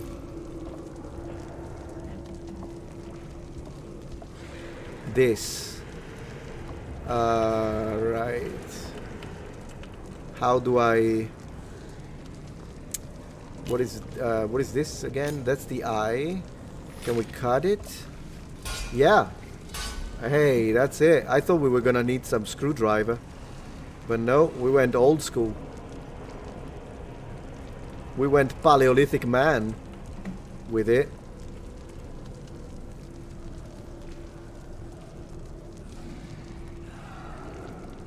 Flame on. What is that? That's gonna be the boss fight, is it?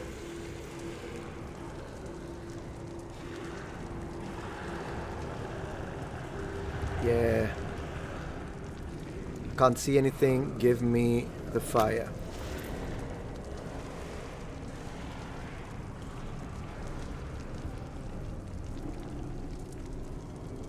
Oh no! Oh no! Was fine? I'm fine. Okay. Is this the end of the processing facility? Okay, we don't really need the fire right now. I am still keeping the blade.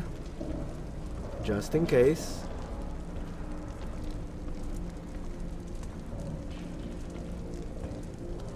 Yeah, I love the graphics of this game, I agree. Castifon.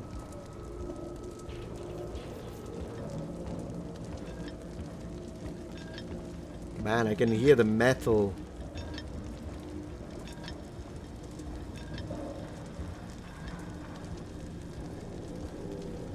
What am I supposed to do now? Just go through? Go with the flow. You know what they say. Go with the flow. That way, maybe? Let's see.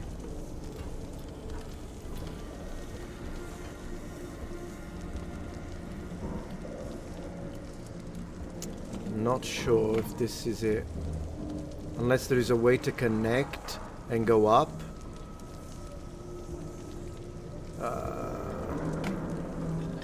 How am I going to... Well, maybe let's continue the other way then.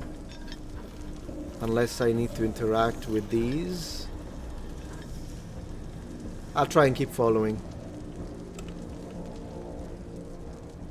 Imagine all the hot dogs and burgers we can make. What is this? I activated something and now they're going the other direction. Why is that a good thing? Well, it's green, so I suppose that's a good thing, but what if I wanted to... Okay, never mind. Go with the flow. What if I wanted to keep going though? Something changed here, let's check. If not, I guess... Wow. Just trying to figure out why that was the right thing to do.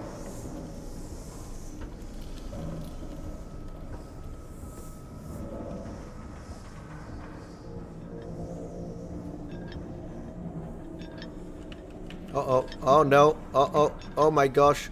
Oh god. I thought I broke the game. So now we can go this way. I think that's what we unlocked. but why would we... Oh, yeah, because we go through this. All right, got it. Got it. I don't know. It's difficult to pick a favorite game. It depends on my mood, mate. One that I really like is, always comes to mind, is King's Bounty for the original Sega Genesis version. It's one of the games I enjoy playing anytime, all the time.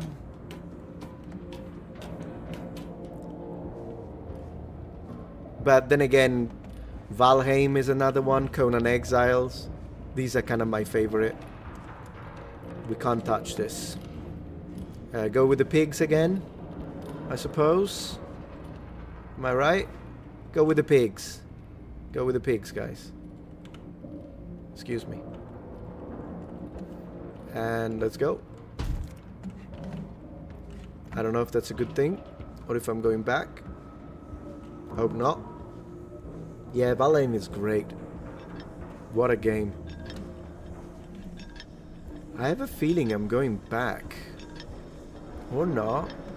The teal smoke looks new. Oh no, I think I am back. But it's all altered now. It doesn't have pigs. Is that a good thing? Yeah, we're back here, but now maybe we can continue on this direction. We'll see. Yeah, no, I think I'm back here, but I'm not supposed to be back here. So that hole, we need to jump. Okay. I can do that. I can do that. Absolutely.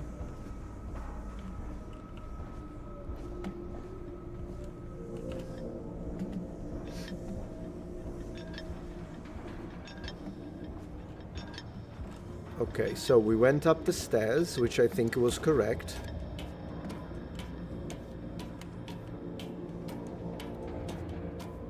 The pigs have been moved along for processing. If we go left, there is a hole, which we don't need.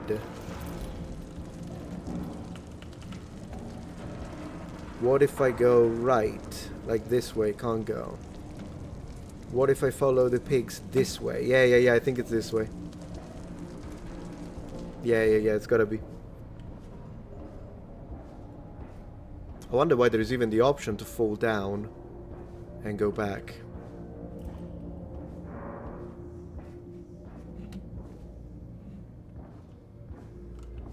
As long as we're making progress, then I'm good. Yeah, to mess with me, you're right. To mess with me.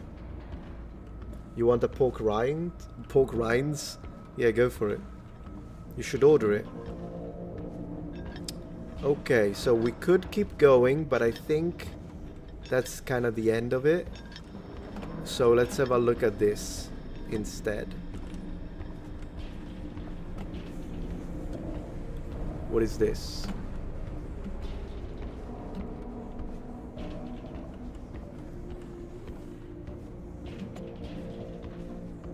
Please don't bring me back. Nah, this is new. This is progress.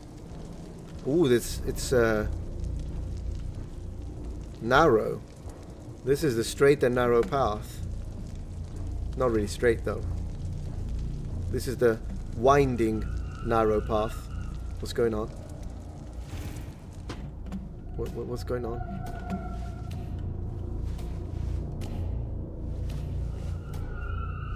Is there something here with me?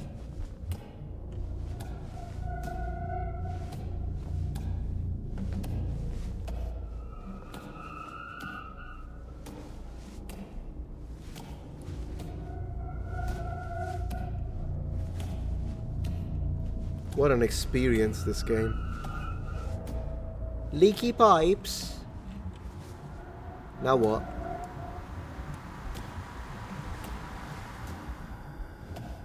Wrong way. That way. Can I have to... Okay. What's the word to describe the action I'm doing? Like children do? I can't remember right now. A carponi in Italian, but I don't remember how you say it in English. Oh, come on. Oh, up here. Okay. Crawling, thank you. To crawl. Yeah, appreciate that. So we're crawling. Couldn't think of it for some reasons. Yeah, we're crawling.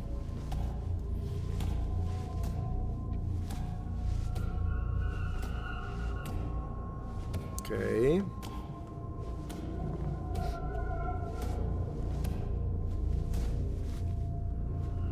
Alright. Getting tetanus, seriously. Oh my lord. This place is hell.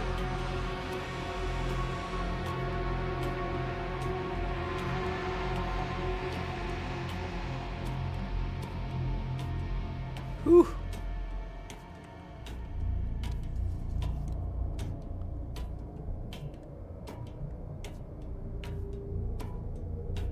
Goodness gracious. It's a, yeah. Imagine the amount of pepperoni. Okay, so that was incredible, man. Whoever made this game. The art, sense, and the... It's all environmental storytelling. I haven't got a clue where we're going, why we're going. I don't know anything. And somehow, I'm invested in it.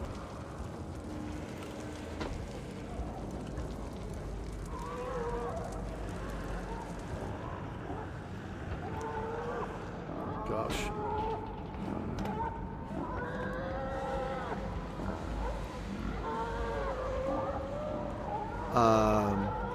Man, that's loud. Excuse me.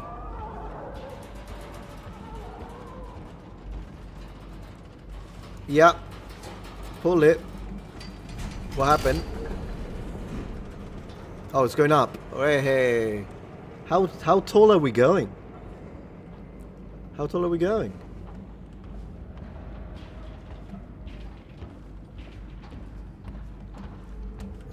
Is this where the controls?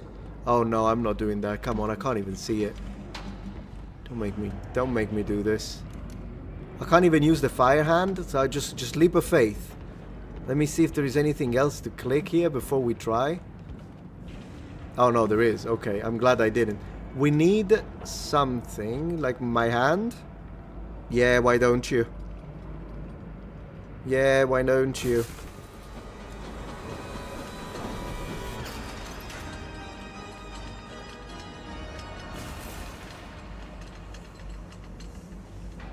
Okay.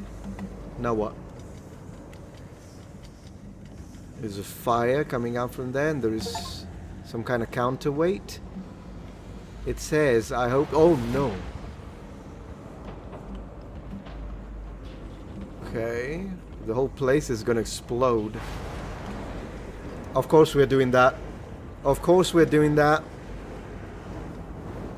That's like Eye of Sauron. I'm not letting go.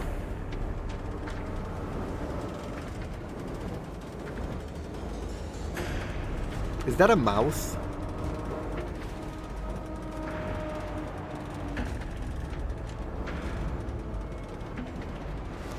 Is that what we are trying to feed?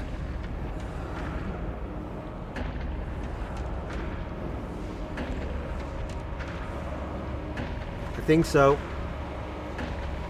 Yeah, it's feeding, it's being fed.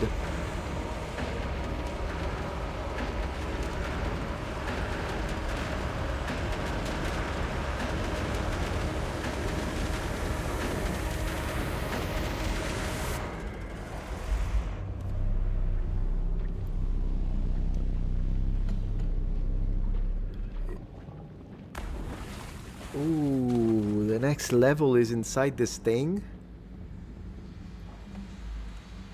Oh no. What is it even?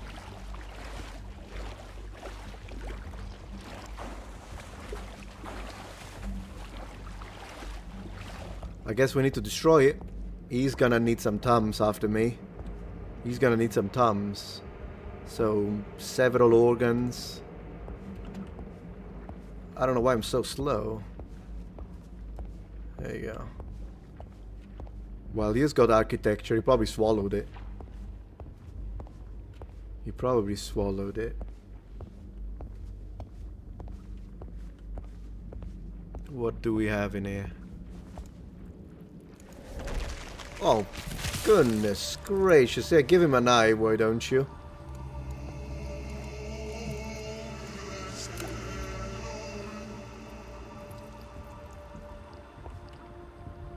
What does that do? Ooh.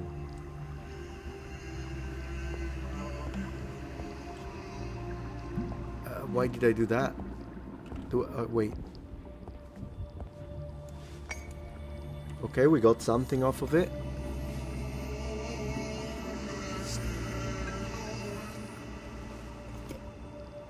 We got a stone, precious stone. Hey, look at that. Was that Mimir's well? Maybe. Good catch. Follow the light.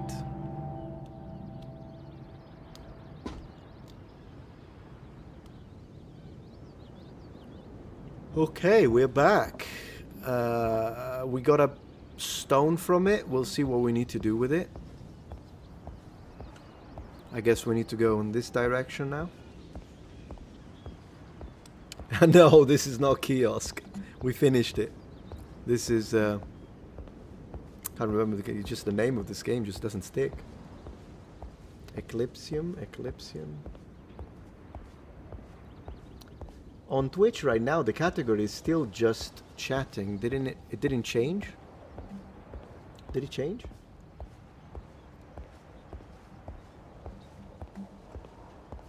There is a fire still going on there.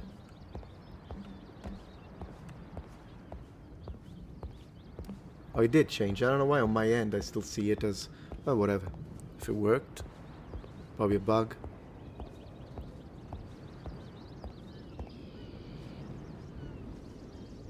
So we got the... do I have access to that stone? No. So I guess he'll pull it out whenever we need it. And use it. This looks like the grove at the beginning of the game, actually. When you get out of the clinic. I wonder if that's what it is, or if it's just a forest. I can't see anything. Or if it's just a forest near the... Yeah, I don't really know where I need to go. This way? Nope. I don't even know if I'm going the right direction.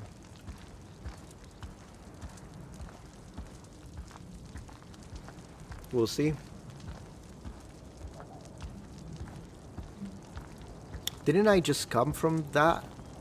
Yes, I did. Maybe I need to go up this thing. Probably, yeah. Okay, cool. Hey, at least I'm not getting stuck this time. Last time we got a little stuck when there was like a puzzle about doors. Eventually I figured it out, but it took me a little while.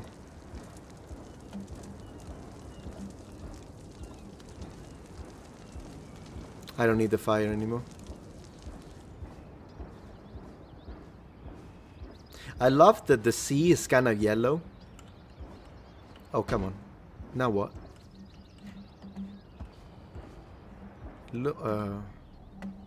Looks like I can't proceed. So I suppose we go down? No? I'm a little confused here.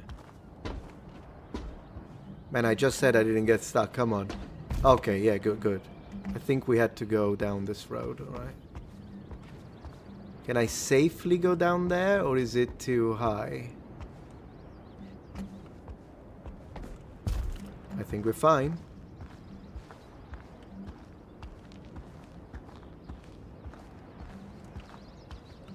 Up or down? I'm gonna try down.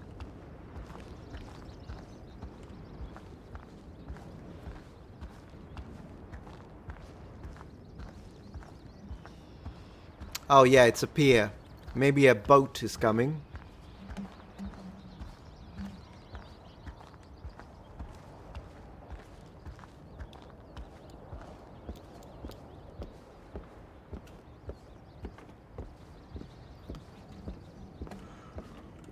Can I... Yep. Oh, turn it off, turn it on. I want to turn it on. What does that do?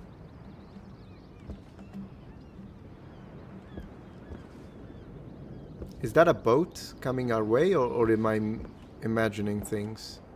Oh.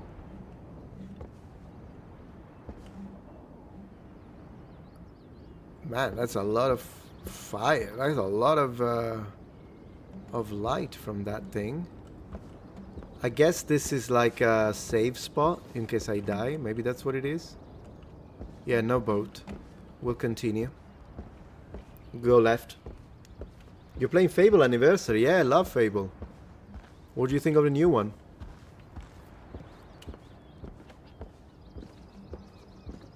Probably that's like a checkpoint.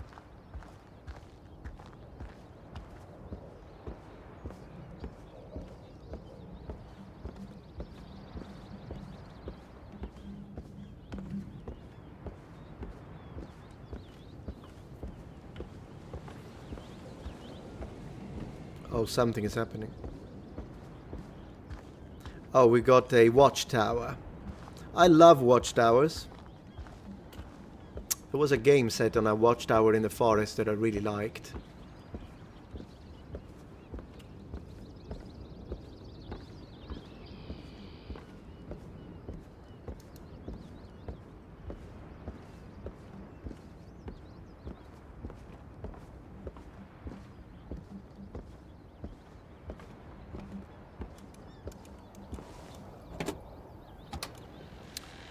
Qingjing. Hello. Ojamashimashima. Can we cook? We got a little cooker. There's a door. Hey, imagine this. I could write a novel in a place like this. Just sleep in your little cog and sit here, write while you look outside. It's nice. Actually. Yeah, it's cozy.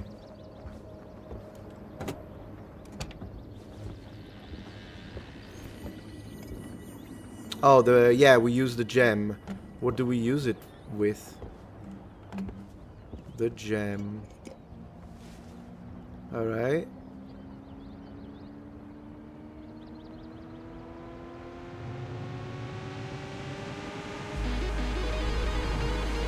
Ooh.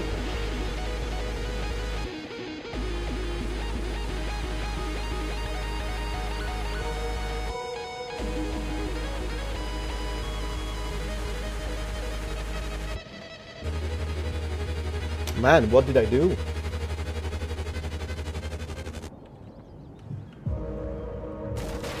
Oh.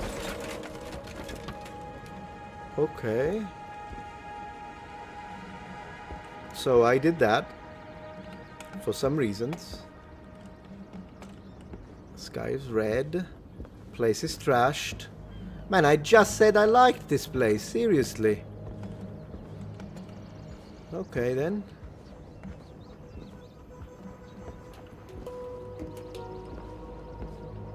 I love the music.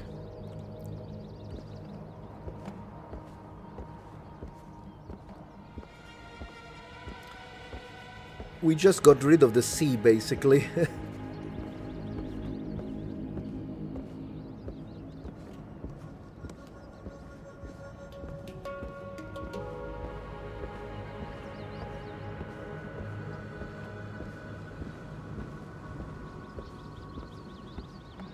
Well, let's see if we can find out why we did that.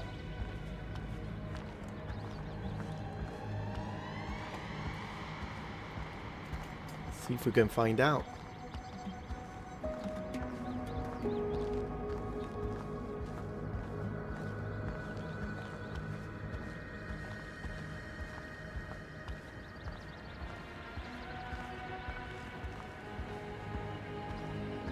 Oh, do you think we can go where the pier was? Maybe now that the water is down, we can walk it? I'd say I'd look if I can find that before we try and go all the way back up. Because the idea is we did lower the water, so what did we gain from it?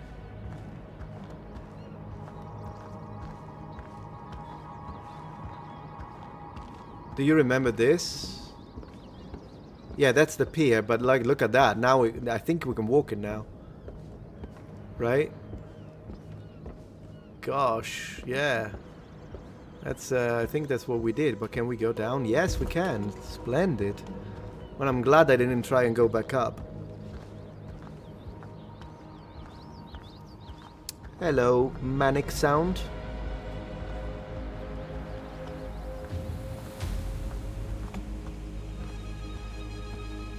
Is it a mining operation in here?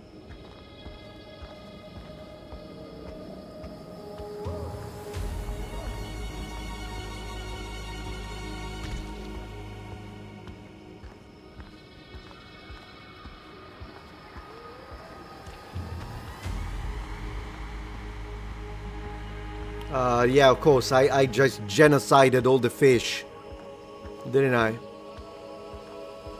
And for what? Is that a whale? It is a whale. Yeah.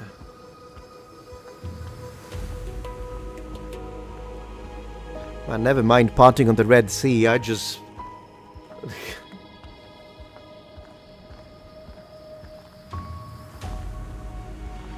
This is gonna go down in history.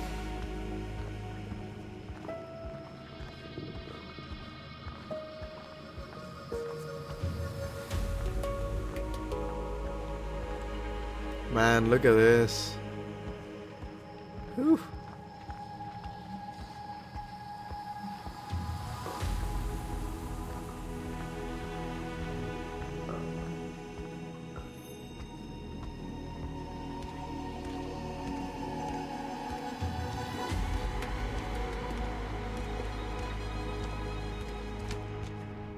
This is walkable, doesn't burn me. Okay, we're inside a cave system, guys. I love the music. Wishing me luck on my third Muay Thai fight. Wow, congratulations, brother. Higashi, good to have you here.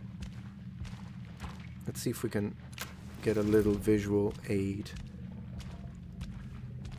I own Total War Attila, but I never played it. What on earth is that?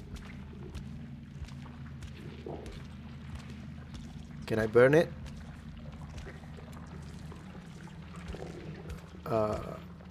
Is it? Is it moving because of the flame? I guess. Yeah, it's moving because of the flame. Okay, good.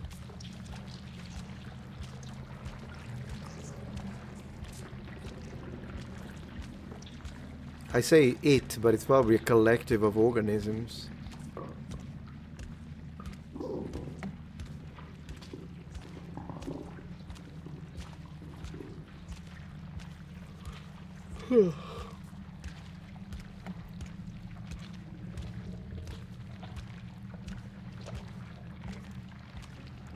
Talk about parasites, I know.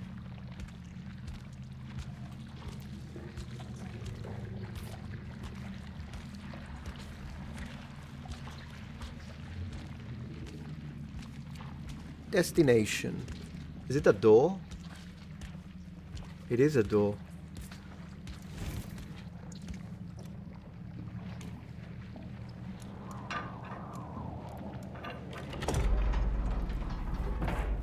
Hey, that looks like a psychiatric ward.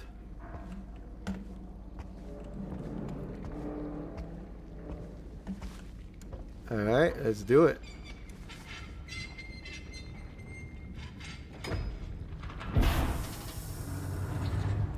Submarine, I guess.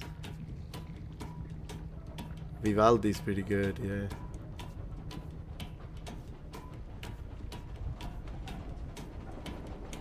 New Xbox is a bit expensive, isn't it? Oh, okay. Green water. Ah, we got to swim. Look at that. Wrong way.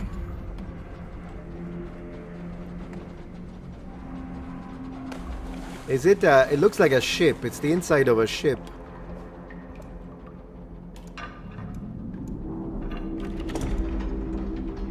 Maybe it's the yellow submarine. Looks more like green, but I mean, I won't be pedantic, I guess. Where are we off to? Hell. It's red.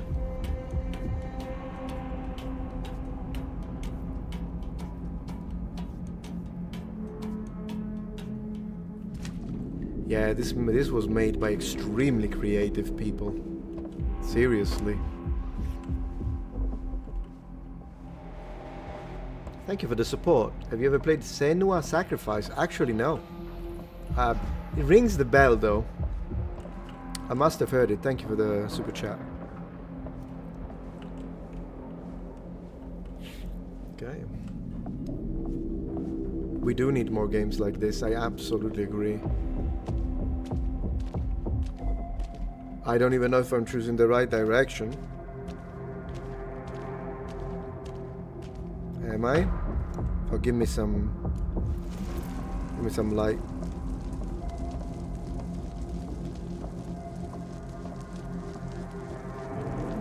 Reminds you of Wolfenstein 3D a little bit, I guess. Man, that's a great game. Still is. Is it a vault? I don't know what this is. It looks like the guts of a ship. A gigantic ship. Yeah, exactly. The story's in the visuals. You're absolutely right. And I'm all for it. But this is not ending. What if I'm stuck in a giant loop? Your bet is underwater facility. My bet is still ship. We'll see. A little water, sorry. Talking about that.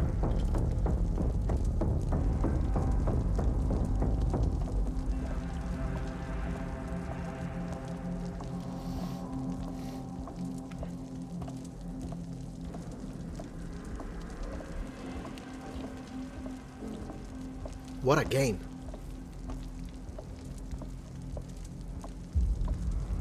Oh, try looking behind. Oh, I never actually moved. That's insane. Thank you for that. That was crazy.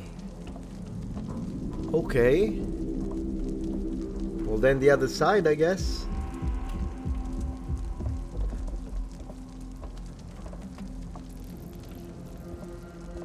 Oh, wait. This way. Let's try this way. Oh, this is a labyrinth.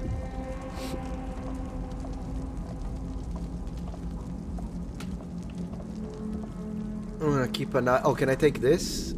That's kind of. I think we said this is the. Yeah. I think you can see it, but you can't reach it. Oh, maybe we can. Okay, that's good. It's this way. It's this way. Yeah, I think we did it. Terraria? No.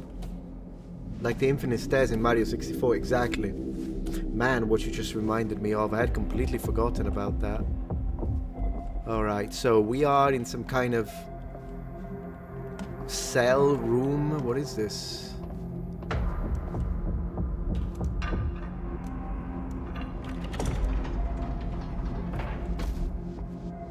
A control station?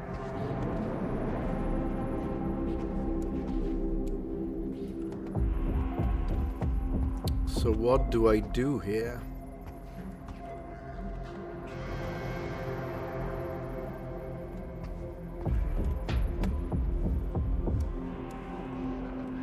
Wonder if I need to cut that connection, sever that connection.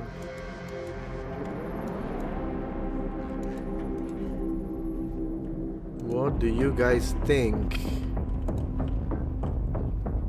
Or maybe that door? No, I came from there. There has to be something in here.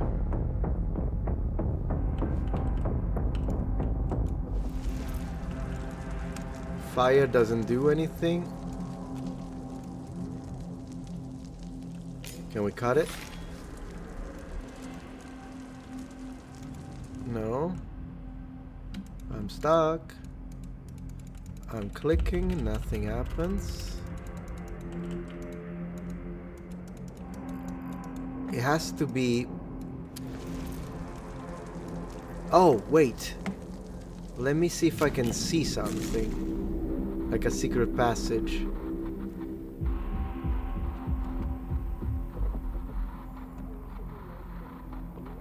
So not in here. Let's check the other room as well. Nothing. Still gonna try. I should try. Can we even go back? Oh, can we go down there? Did I come from here? No, because I wasn't crawling. So I need to come here, maybe to do something to the power cable in order to manipulate. Oh my gosh. In order to manipulate that place, right? Or did I don't even know if I came from this place. I don't think so, though.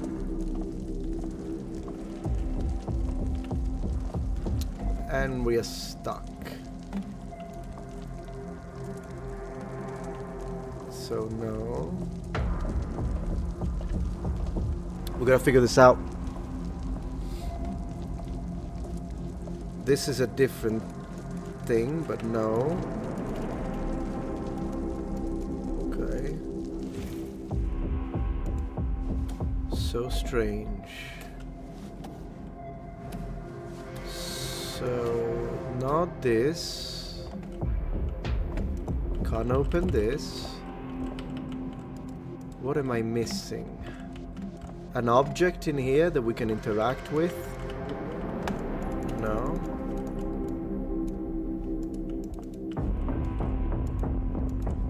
I'm gonna check everything.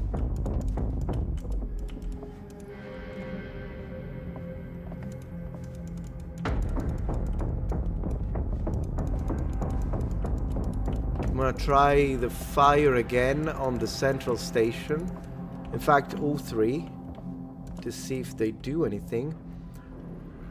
Have you tried the blade hand on the screen? You know what? Maybe it is that simple and I'm just a muppet. Let's try it. I am a muppet. Thank you, mate. You solved it. Thank you, mate. Now what? Okay, we push the button. What do I do now?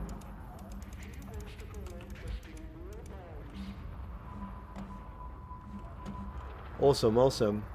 That was glorious. What do we do now? What changed? Okay, so before we go into that, in the ducts, what is it called? The duct. I want to make sure that there isn't anything else I need to push here so we don't have to go all the way back. Can hear the radio. Sonar. I did push that. Can't do anything here.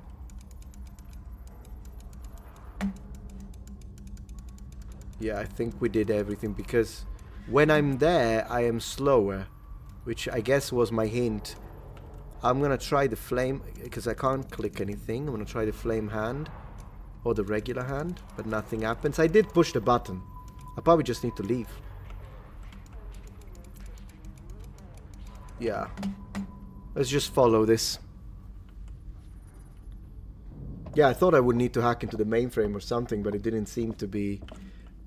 So we'll try this way again and we'll see if something changed. Maybe at the end it will be open, the duct. Because the door did not... Oh my... Well, that opened. Okay, cool. I'm good with it. It's progress. That's what I'm talking about. Look, even the way we are to the side, I still think it's a ship. Oh, we need a code. I haven't got a clue. So let's look for a clue, I suppose. We need a code. We need a code. These are underwater mines. What is this? Probably need to cut it. Okay. Boom, baby.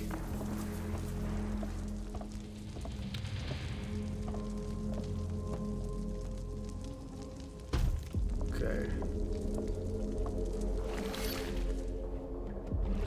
I wonder what that code was for. Pressure.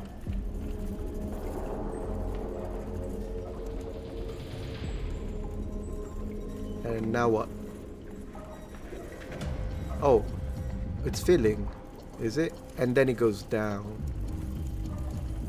Can I can't use my hands in here. What am I to do?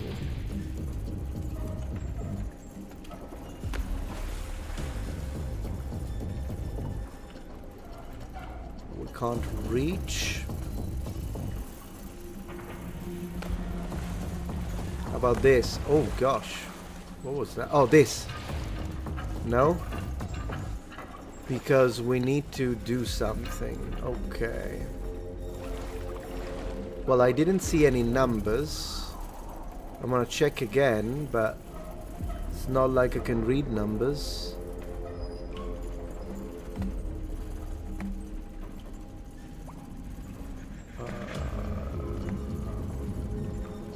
Can I go underwater? No.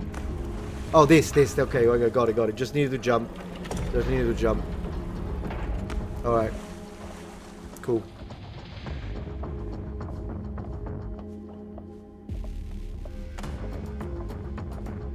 What a game.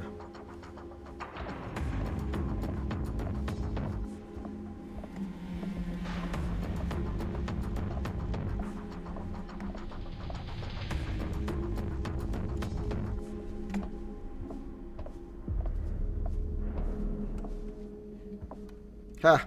1 or 3. I'm going central. We're in the middle. Watch it bring me back like a loop until you select the correct one. Yeah, that's exactly it. Okay, I'm gonna try right. I don't know if that was a clue.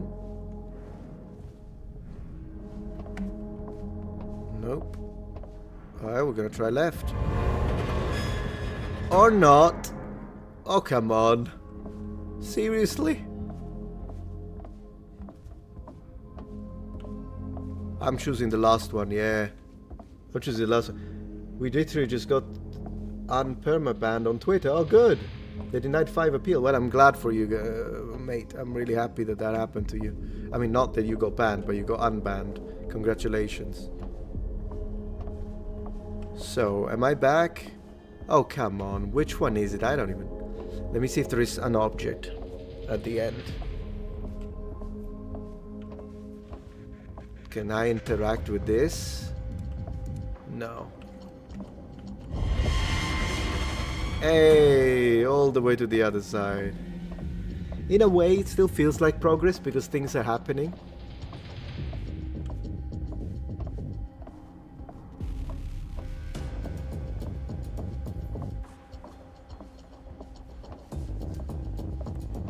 Let's go.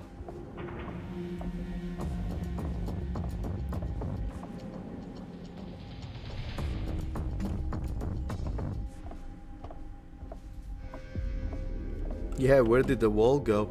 Oh, come on. I mean, I have no idea what, like, if there is a pattern to this. I'm completely missing it.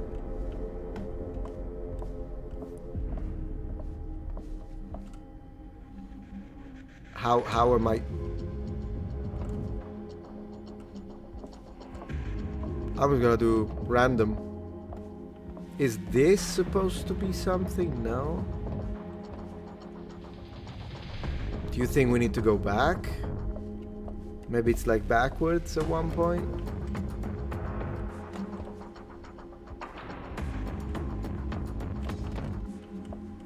I'll try backwards. Maybe that's what we need.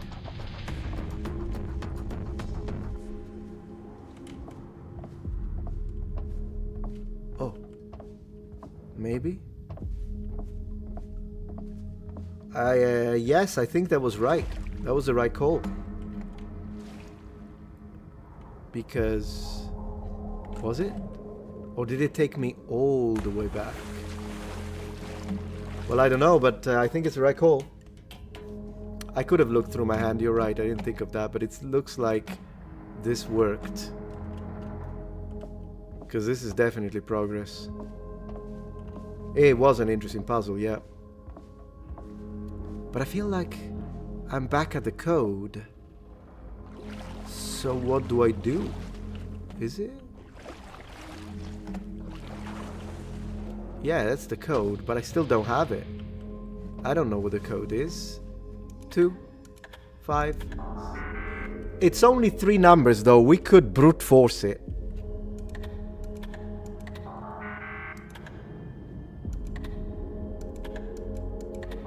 I tried it.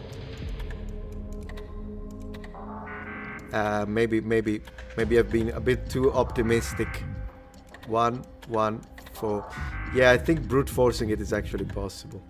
I mean, it's not impossible, but it would take a very long time.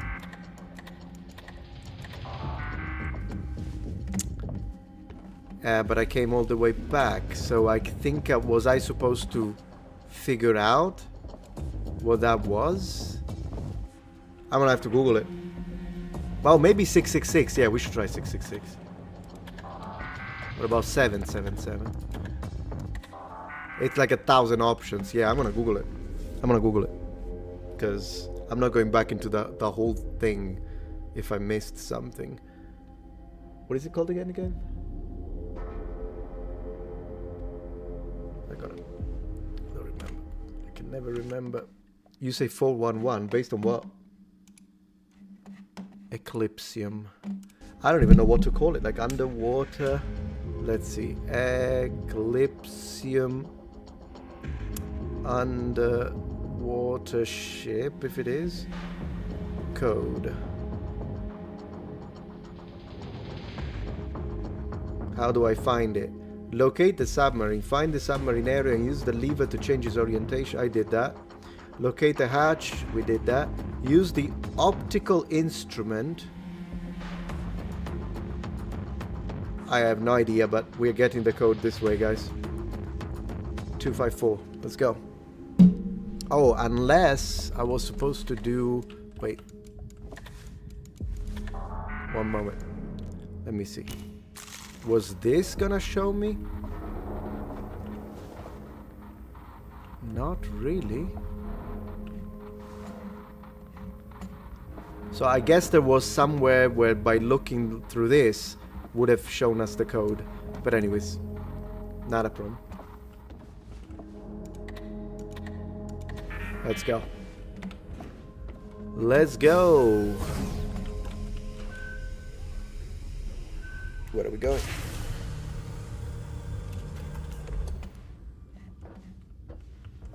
Okay, so this is that a spaceship?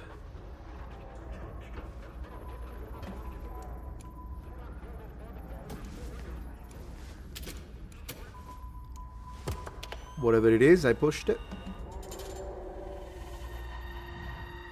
Oh my. Let's do it.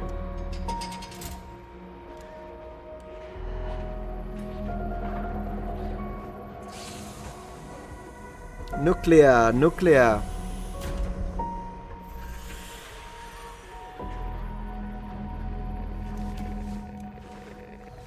What a game. Where are we? Temple? Oh, that's beautiful.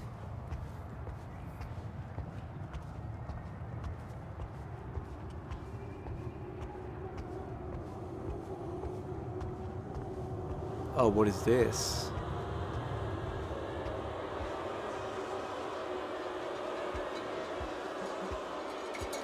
Oh, it's a Greek vase.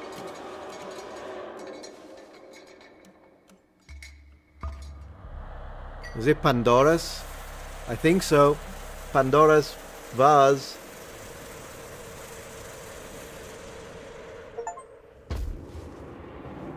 No turning back. The end draws near. Let's go, let's go, let's go. Now what? This.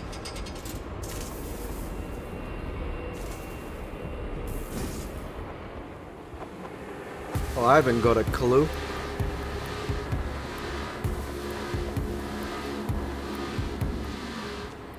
Feel like...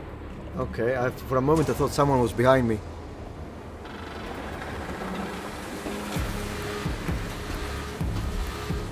Holy moly.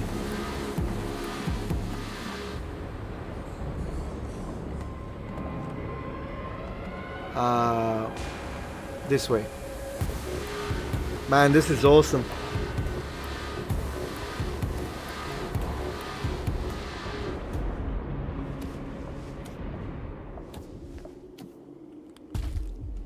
What on earth was that? It was a facility, so you guys were right, but it was not underwater. Man, what a level. Absolutely loved it.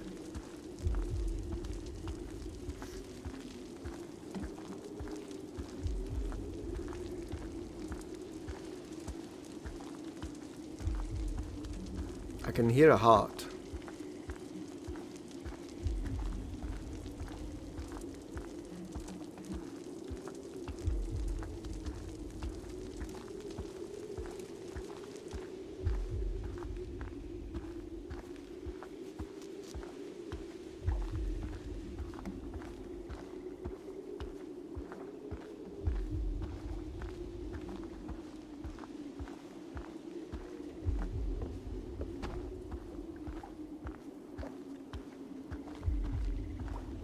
I think we're getting closer.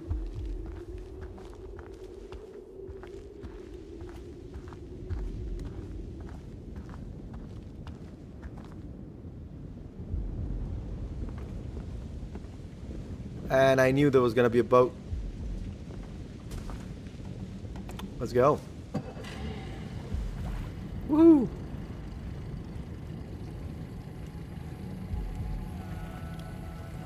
Oh, you can buy it on Steam, the game. It is really good. It's an experience. I'm gonna replay it on my own, just for the immersion. Oh, where are we going?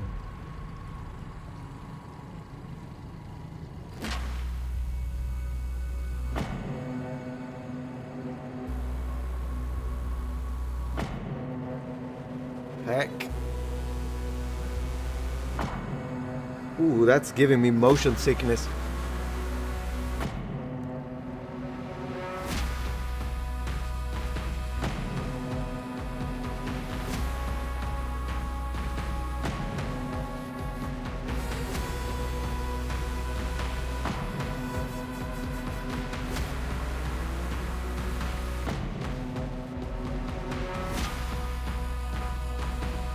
That is trippy.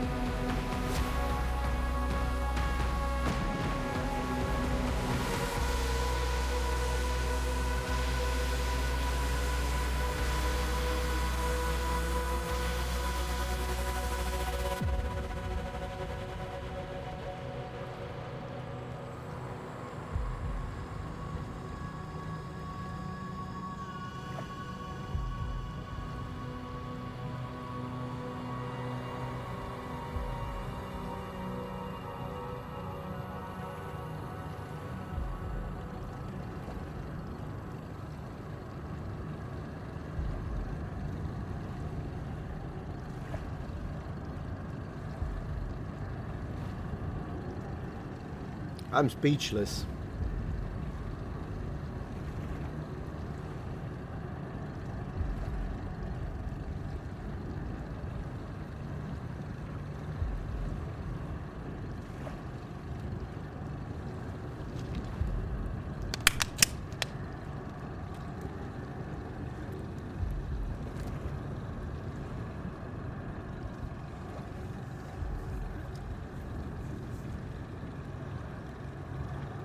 Wow. Okay, we are in darkness.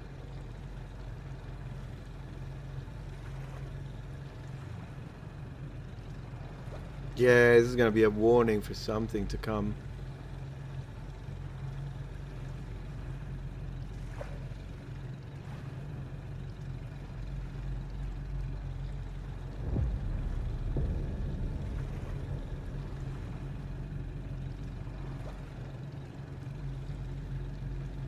Man, what a trip. Sticks, pretty much.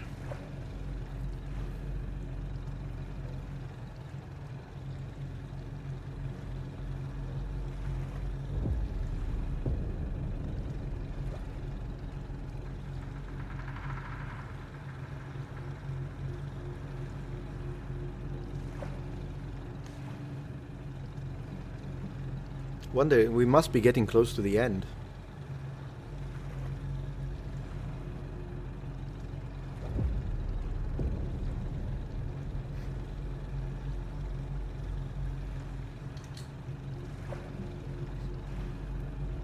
Okay, we are reaching something. I love the green, by the way, in connection with darkness.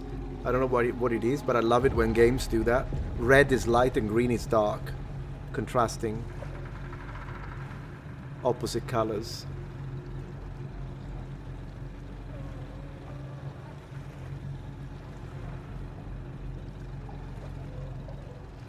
Okay, well, let's see where we are. Red door, guys. What? I need to cut it.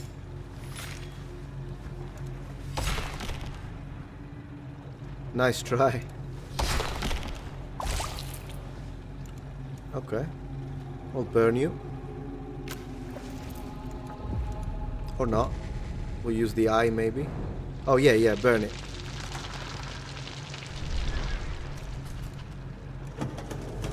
Oh, which one is it? Wow, man. Oh, no, I didn't mean to try one. I meant to do this. There you go.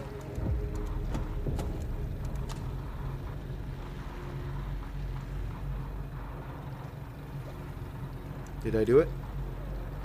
Oh, yeah, I did do it. That was awesome.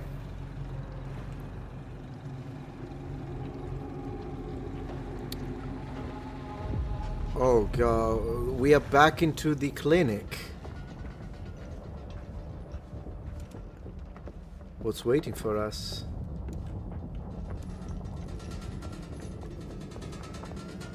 Love the teal color.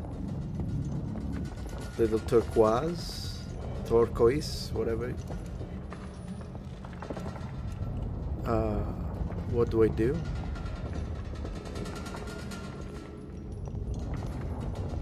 It's gotta be that. What do I do with it? That's what I do with it. Well, hello. Oh, goodness gracious.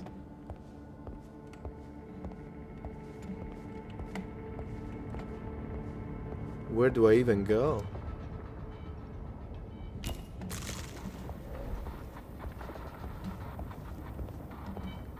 Oh, I can kind of hear it.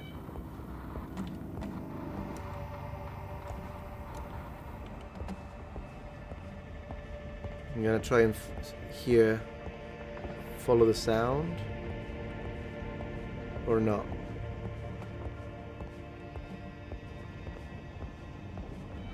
Yeah. It's gotta be here somewhere. There we go.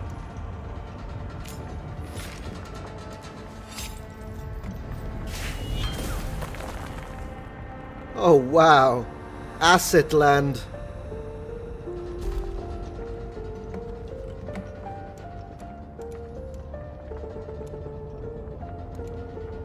Can I?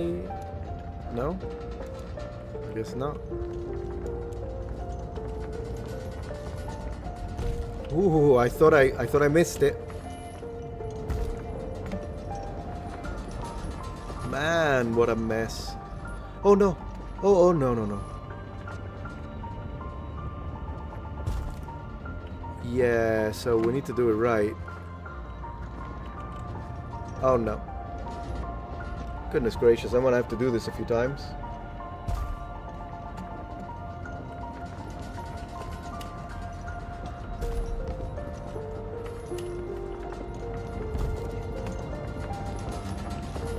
It's the next correct one.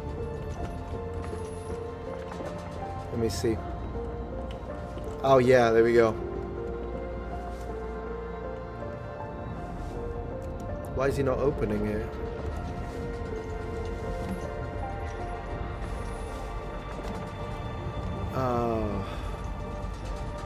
I mean, I'm trying to open it. No? Oh, okay, we got the key. How do I get back? Probably falling. Or not.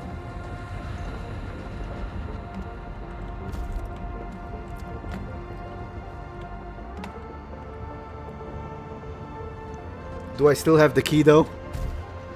I have the key, right? Oh, but this is different. No, it's not. Okay, so we got the key. Son of a... Okay, good. Alright, it's a constant repeat anyways. Yeah. Haha.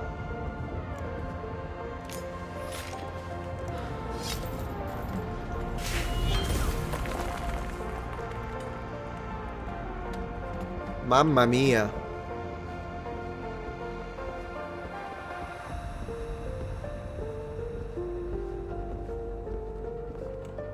And then what?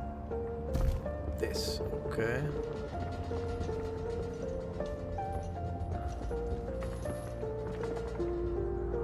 Oh, don't do that. Oh no, okay. Maybe. Gosh, I don't even know if I'm supposed to fall. Probably not, but see if there is another door somewhere. Yeah, good luck with that. Man, the physics of this. Holy moly. I don't even know what I'm trying to do.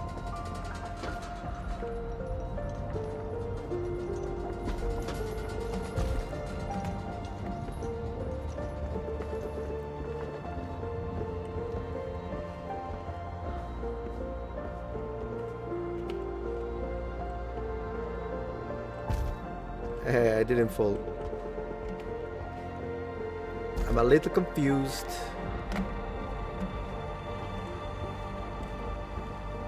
Holy moly, my head. And then what?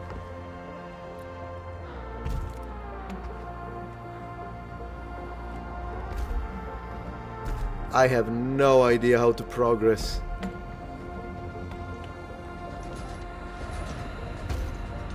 Gosh. Come on, don't make me look it up. Am I right?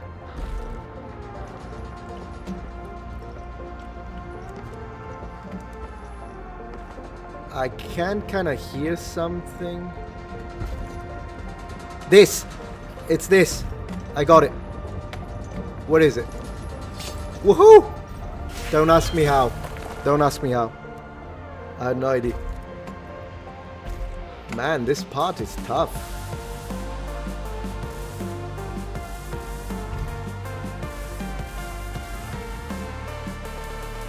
Am I supposed to go down or up?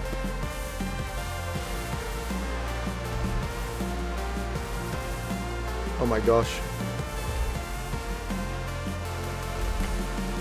Ah, that's where I need to go. Okay, where the sphere is. Alright, we can do it. Okay. It's this, isn't it? What do I do?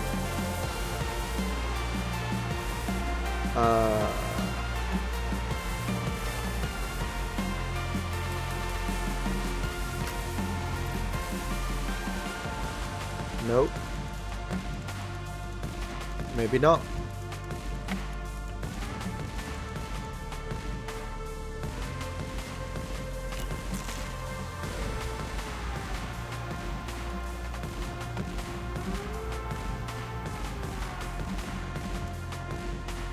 Really? I can't cut it? Okay, so it's not this. What do you think it is then? I had to lower the volume a little bit. Oh, maybe I need to be exactly on the fireball? Let me try it. Come on, come on, come on. Oh, I am. Oh, come on. That was a feat.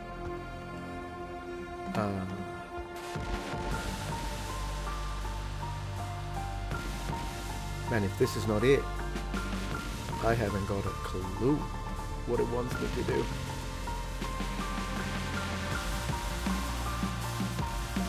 I don't even know how to Google something like this. What am I gonna ask? Can I cut it? Let me see. Cut the chains that look white through the hand. Okay, maybe I'll try that.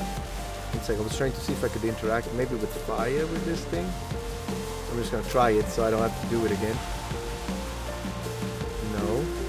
Alright, so cutting chains is what we want to do. Let me have a look. Chains white. Those. Oh, maybe that's the right sphere. That one. How do I even get there? I'm trying to see if I can get to those. Man, the freaking physics. I don't even know what I'm doing. You see that one there? Yeah, that one. Oh, come on. So maybe that. Okay, I think I got it. I think I got it. Or not. That one was one of the... Goodness gracious, this. It's gotta be this. Go down. It's gotta be this. Right? Or not. I'm stuck. Let me look with the eye again. Any ideas, guys? I see those like white lines and I'm trying to understand if that's a clue or not. What do you think? Trying to read what you say. Oh, there is a chain there. There is a chain there. And that one is purple. I could try that one. It is very disorienting, but I think that's it. Yeah, that's it. Don't fall. Don't fall. Oh my gosh. Don't do it. I think that's it. So I'm gonna have to find a way to get there. I don't know how, but I think it's that chain. Oh, don't push me back. It is that chain. How am I gonna fall to it? How do you fall to it? Because I know it's that chain. Okay. Go.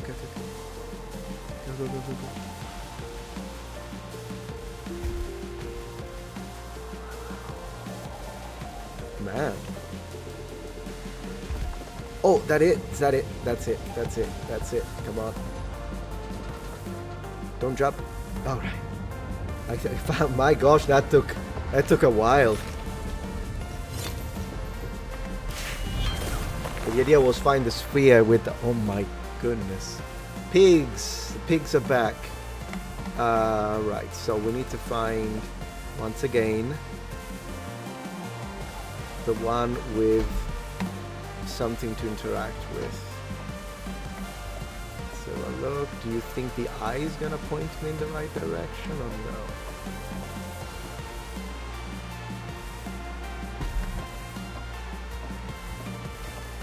See.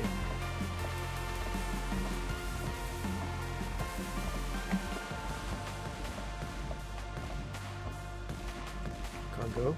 Yes. It's a pig. Let's check. Sorry. There's a white line over there. And a white line here. What is it? Oh, it is a chain. Okay. So how do we get up there? Can I walk it? I'm gonna try. Oh no. Or maybe not. So yeah, that's it. We need to find the white chain, like you were saying. The problem is, how do I get there? Maybe there's a way to fall onto it.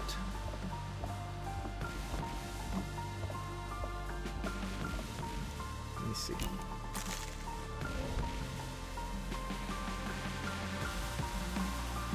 I don't see it anymore. We basically don't see anything. Oh, maybe there? see. That's the chain, I believe, but I have no idea how to get to the place. So there's another one there. Maybe there's multiple. Maybe there is multiple. It is trippy, yeah, but it is highlighted in white, you're right, but it's really difficult to find a way to get to the point. Excuse me, Mr. Pig. There it is. Alright, let's see if we can jump it. Sort of. It's there, but how do I get there? Unless it repeats itself, so if we can get into a loop. Maybe.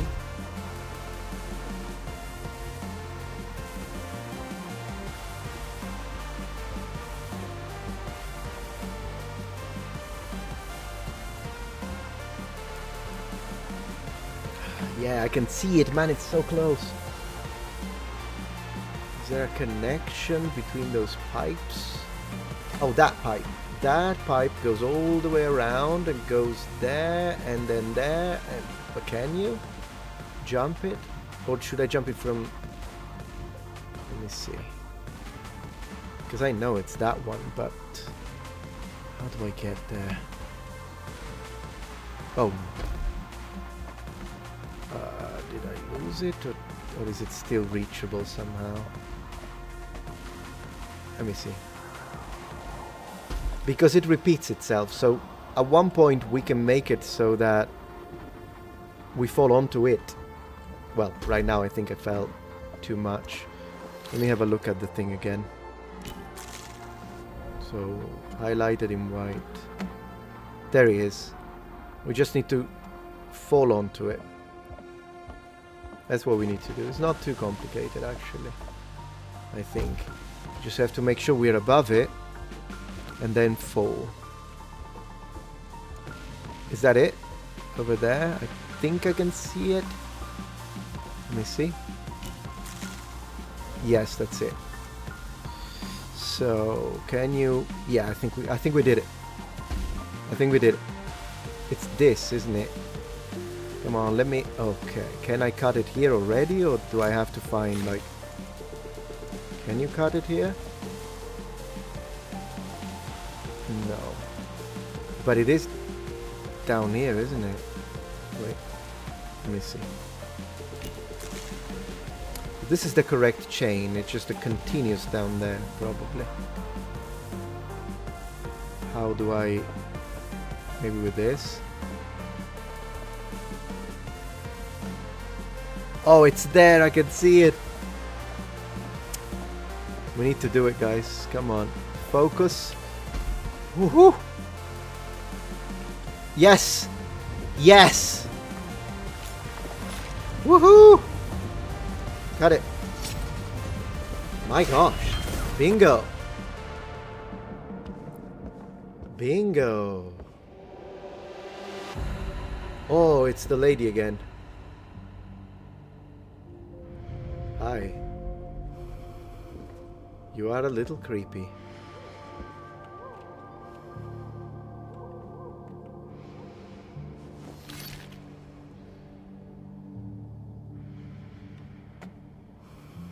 Oh, I did not mean to fall. I did not mean to fall. Sorry.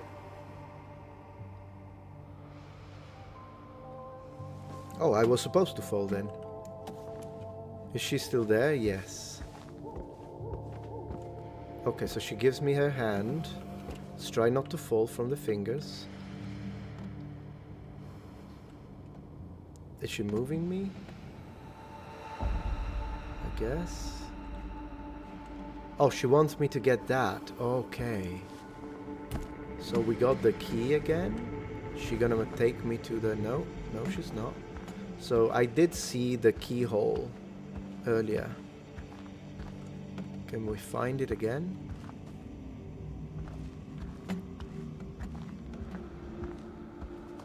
Hey, she helped.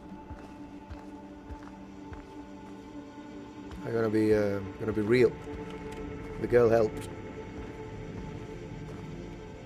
Oh, I thought I fell. Alright, let's do it.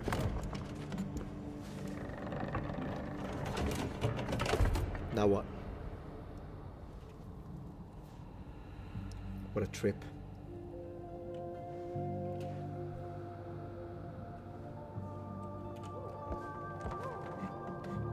Am I the key? What do I do? I guess I'll go the other way.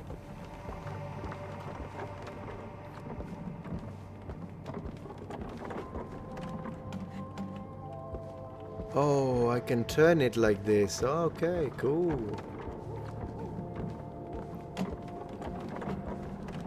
Did it turn?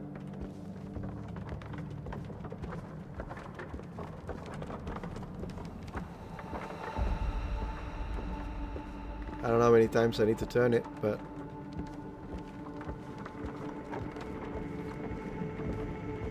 Is this the correct way? Like this? Or no? I do not know, sir. Oh, yeah, kinda. Yeah, that's right. Then what? How do I tell it this is correct?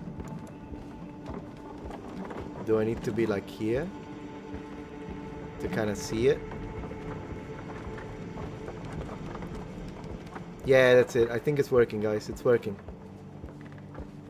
Splendid. And now we turn it. Yeah, that was fun. Awesome.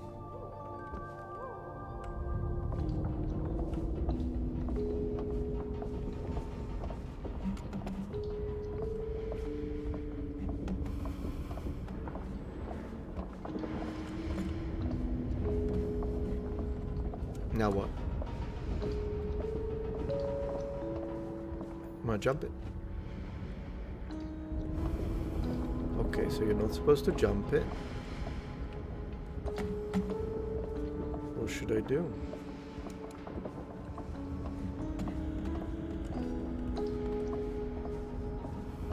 Giant chain, do you guys know?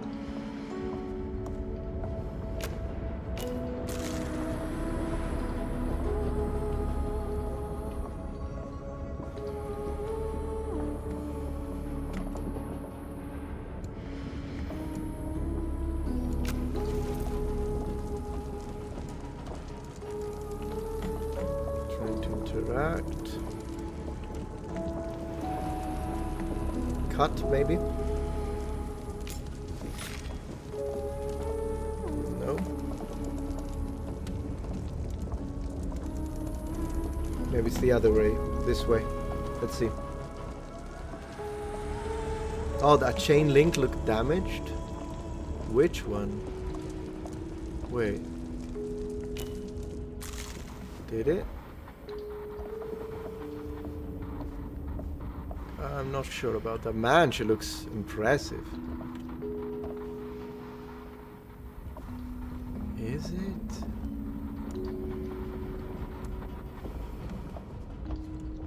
Yeah, it kind of did look a little damaged, didn't it? Let me see. Here, it is damaged. Oh, okay. Got it.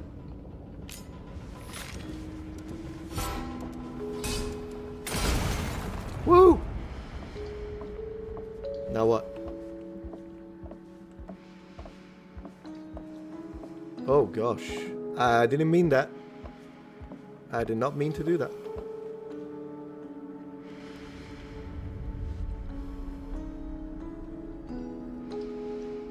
Thank you, appreciate. That's great.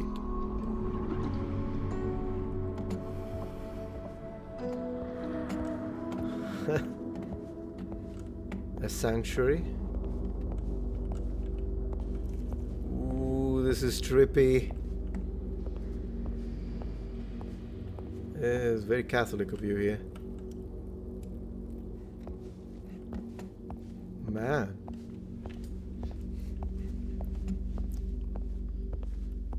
A fire, I guess. Or not. No, because they're already... Oh, maybe that way. Behind it. Not really. Oh, but it kind of looks different. Can we cut it? No. I'm sure we need to do something to it. Let me see if there is a passage. What do you guys think? It's projecting something on the wall.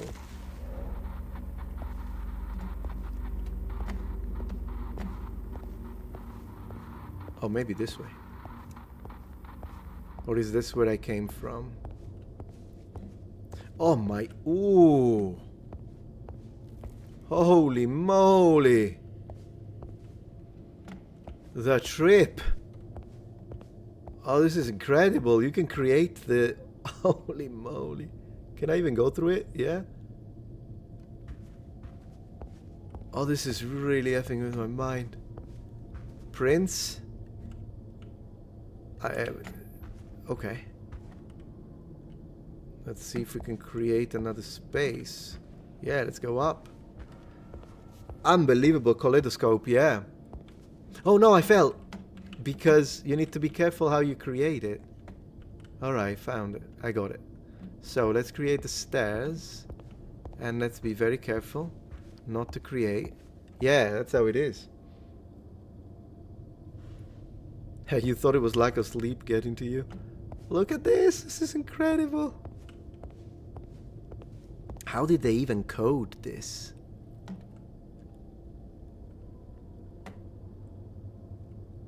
How did they even code it?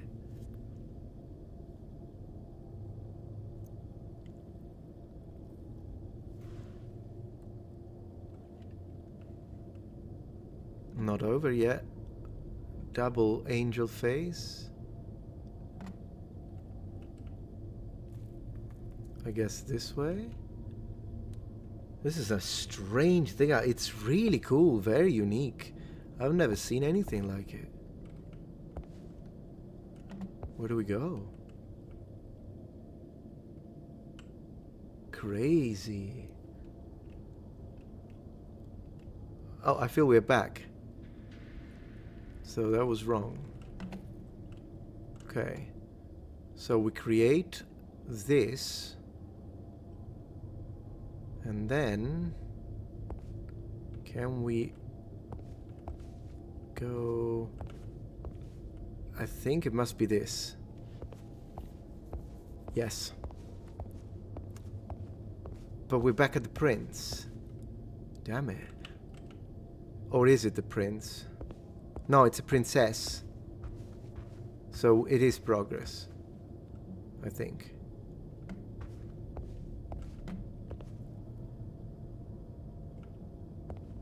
One second, please.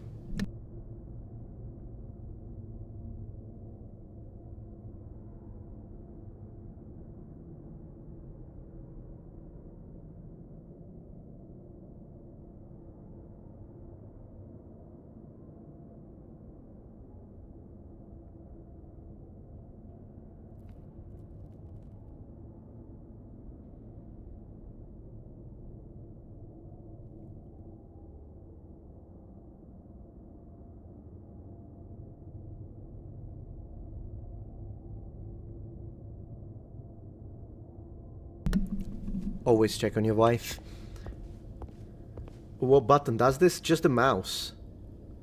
It is just a mouse. Look at this place. Okay. So we create the red corridor.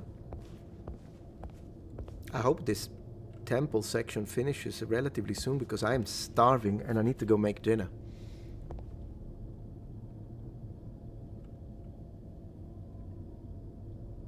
Yeah, we're back at the angels, guys. We're back. This is gonna take a while. I think I might leave this for next time, to be honest, because I am hungry. So I think this is a good place to stop, mostly because phenomenal game. Phenomenal game. So let me tell the wife that I'm gonna go make dinner now.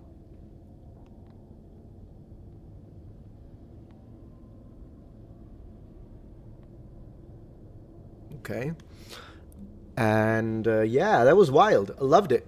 So I hope you enjoyed the stream. We were here for 6 hours. And I think it was a good stream. Really appreciate that. I will tell her hi from you, absolutely. But thank you guys, thank you for watching. Really appreciated you being here. This was a great game. I always love this game. It is what it is. Man, I'm a mess. Look at this. I look like I'm some kind of... Anyways, guys, really appreciate your time. And the game is Eclipsium. I can never remember it. Unbelievable. Eclipsium. I think it's Eclipsium. Yeah. All right, checking the numbers very quickly. Yeah, we're good. Let me check that everything is fine over there. It's the immersion hair, you're absolutely right. I'm just checking Rumble to see how things are going. I love that the stream is getting views somehow. Yeah, so anyways, thank you very much everyone on Rumble, Twitch and YouTube. We're going to continue this game. Absolutely. Probably on my Twitch. It's still in combination with Rumble, so I try not to stream too much on the main YouTube channel, mostly because YouTube punishes me. Thank you, Lapcop, for the super chat. Money for the road. Sent another email, won't be pressed. Okay, I appreciate it. No worries. I really appreciate your support, mate. So I'm just gonna give you guys, for those who want to see the ending of this game, I will be streaming it on Twitch. So I'm just gonna give you the link once more, because as I say, I can't really stream too often on YouTube. And everyone else, thank you very much for the support, and I will see you tomorrow for the next upload. Thank you so much for watching. Thank you for sharing the evening with me. Really appreciate that. I'm gonna go have dinner. Have a good one, guys. Good night. Bye bye. So we suspend. I'm gonna tell the wife that I'm gonna...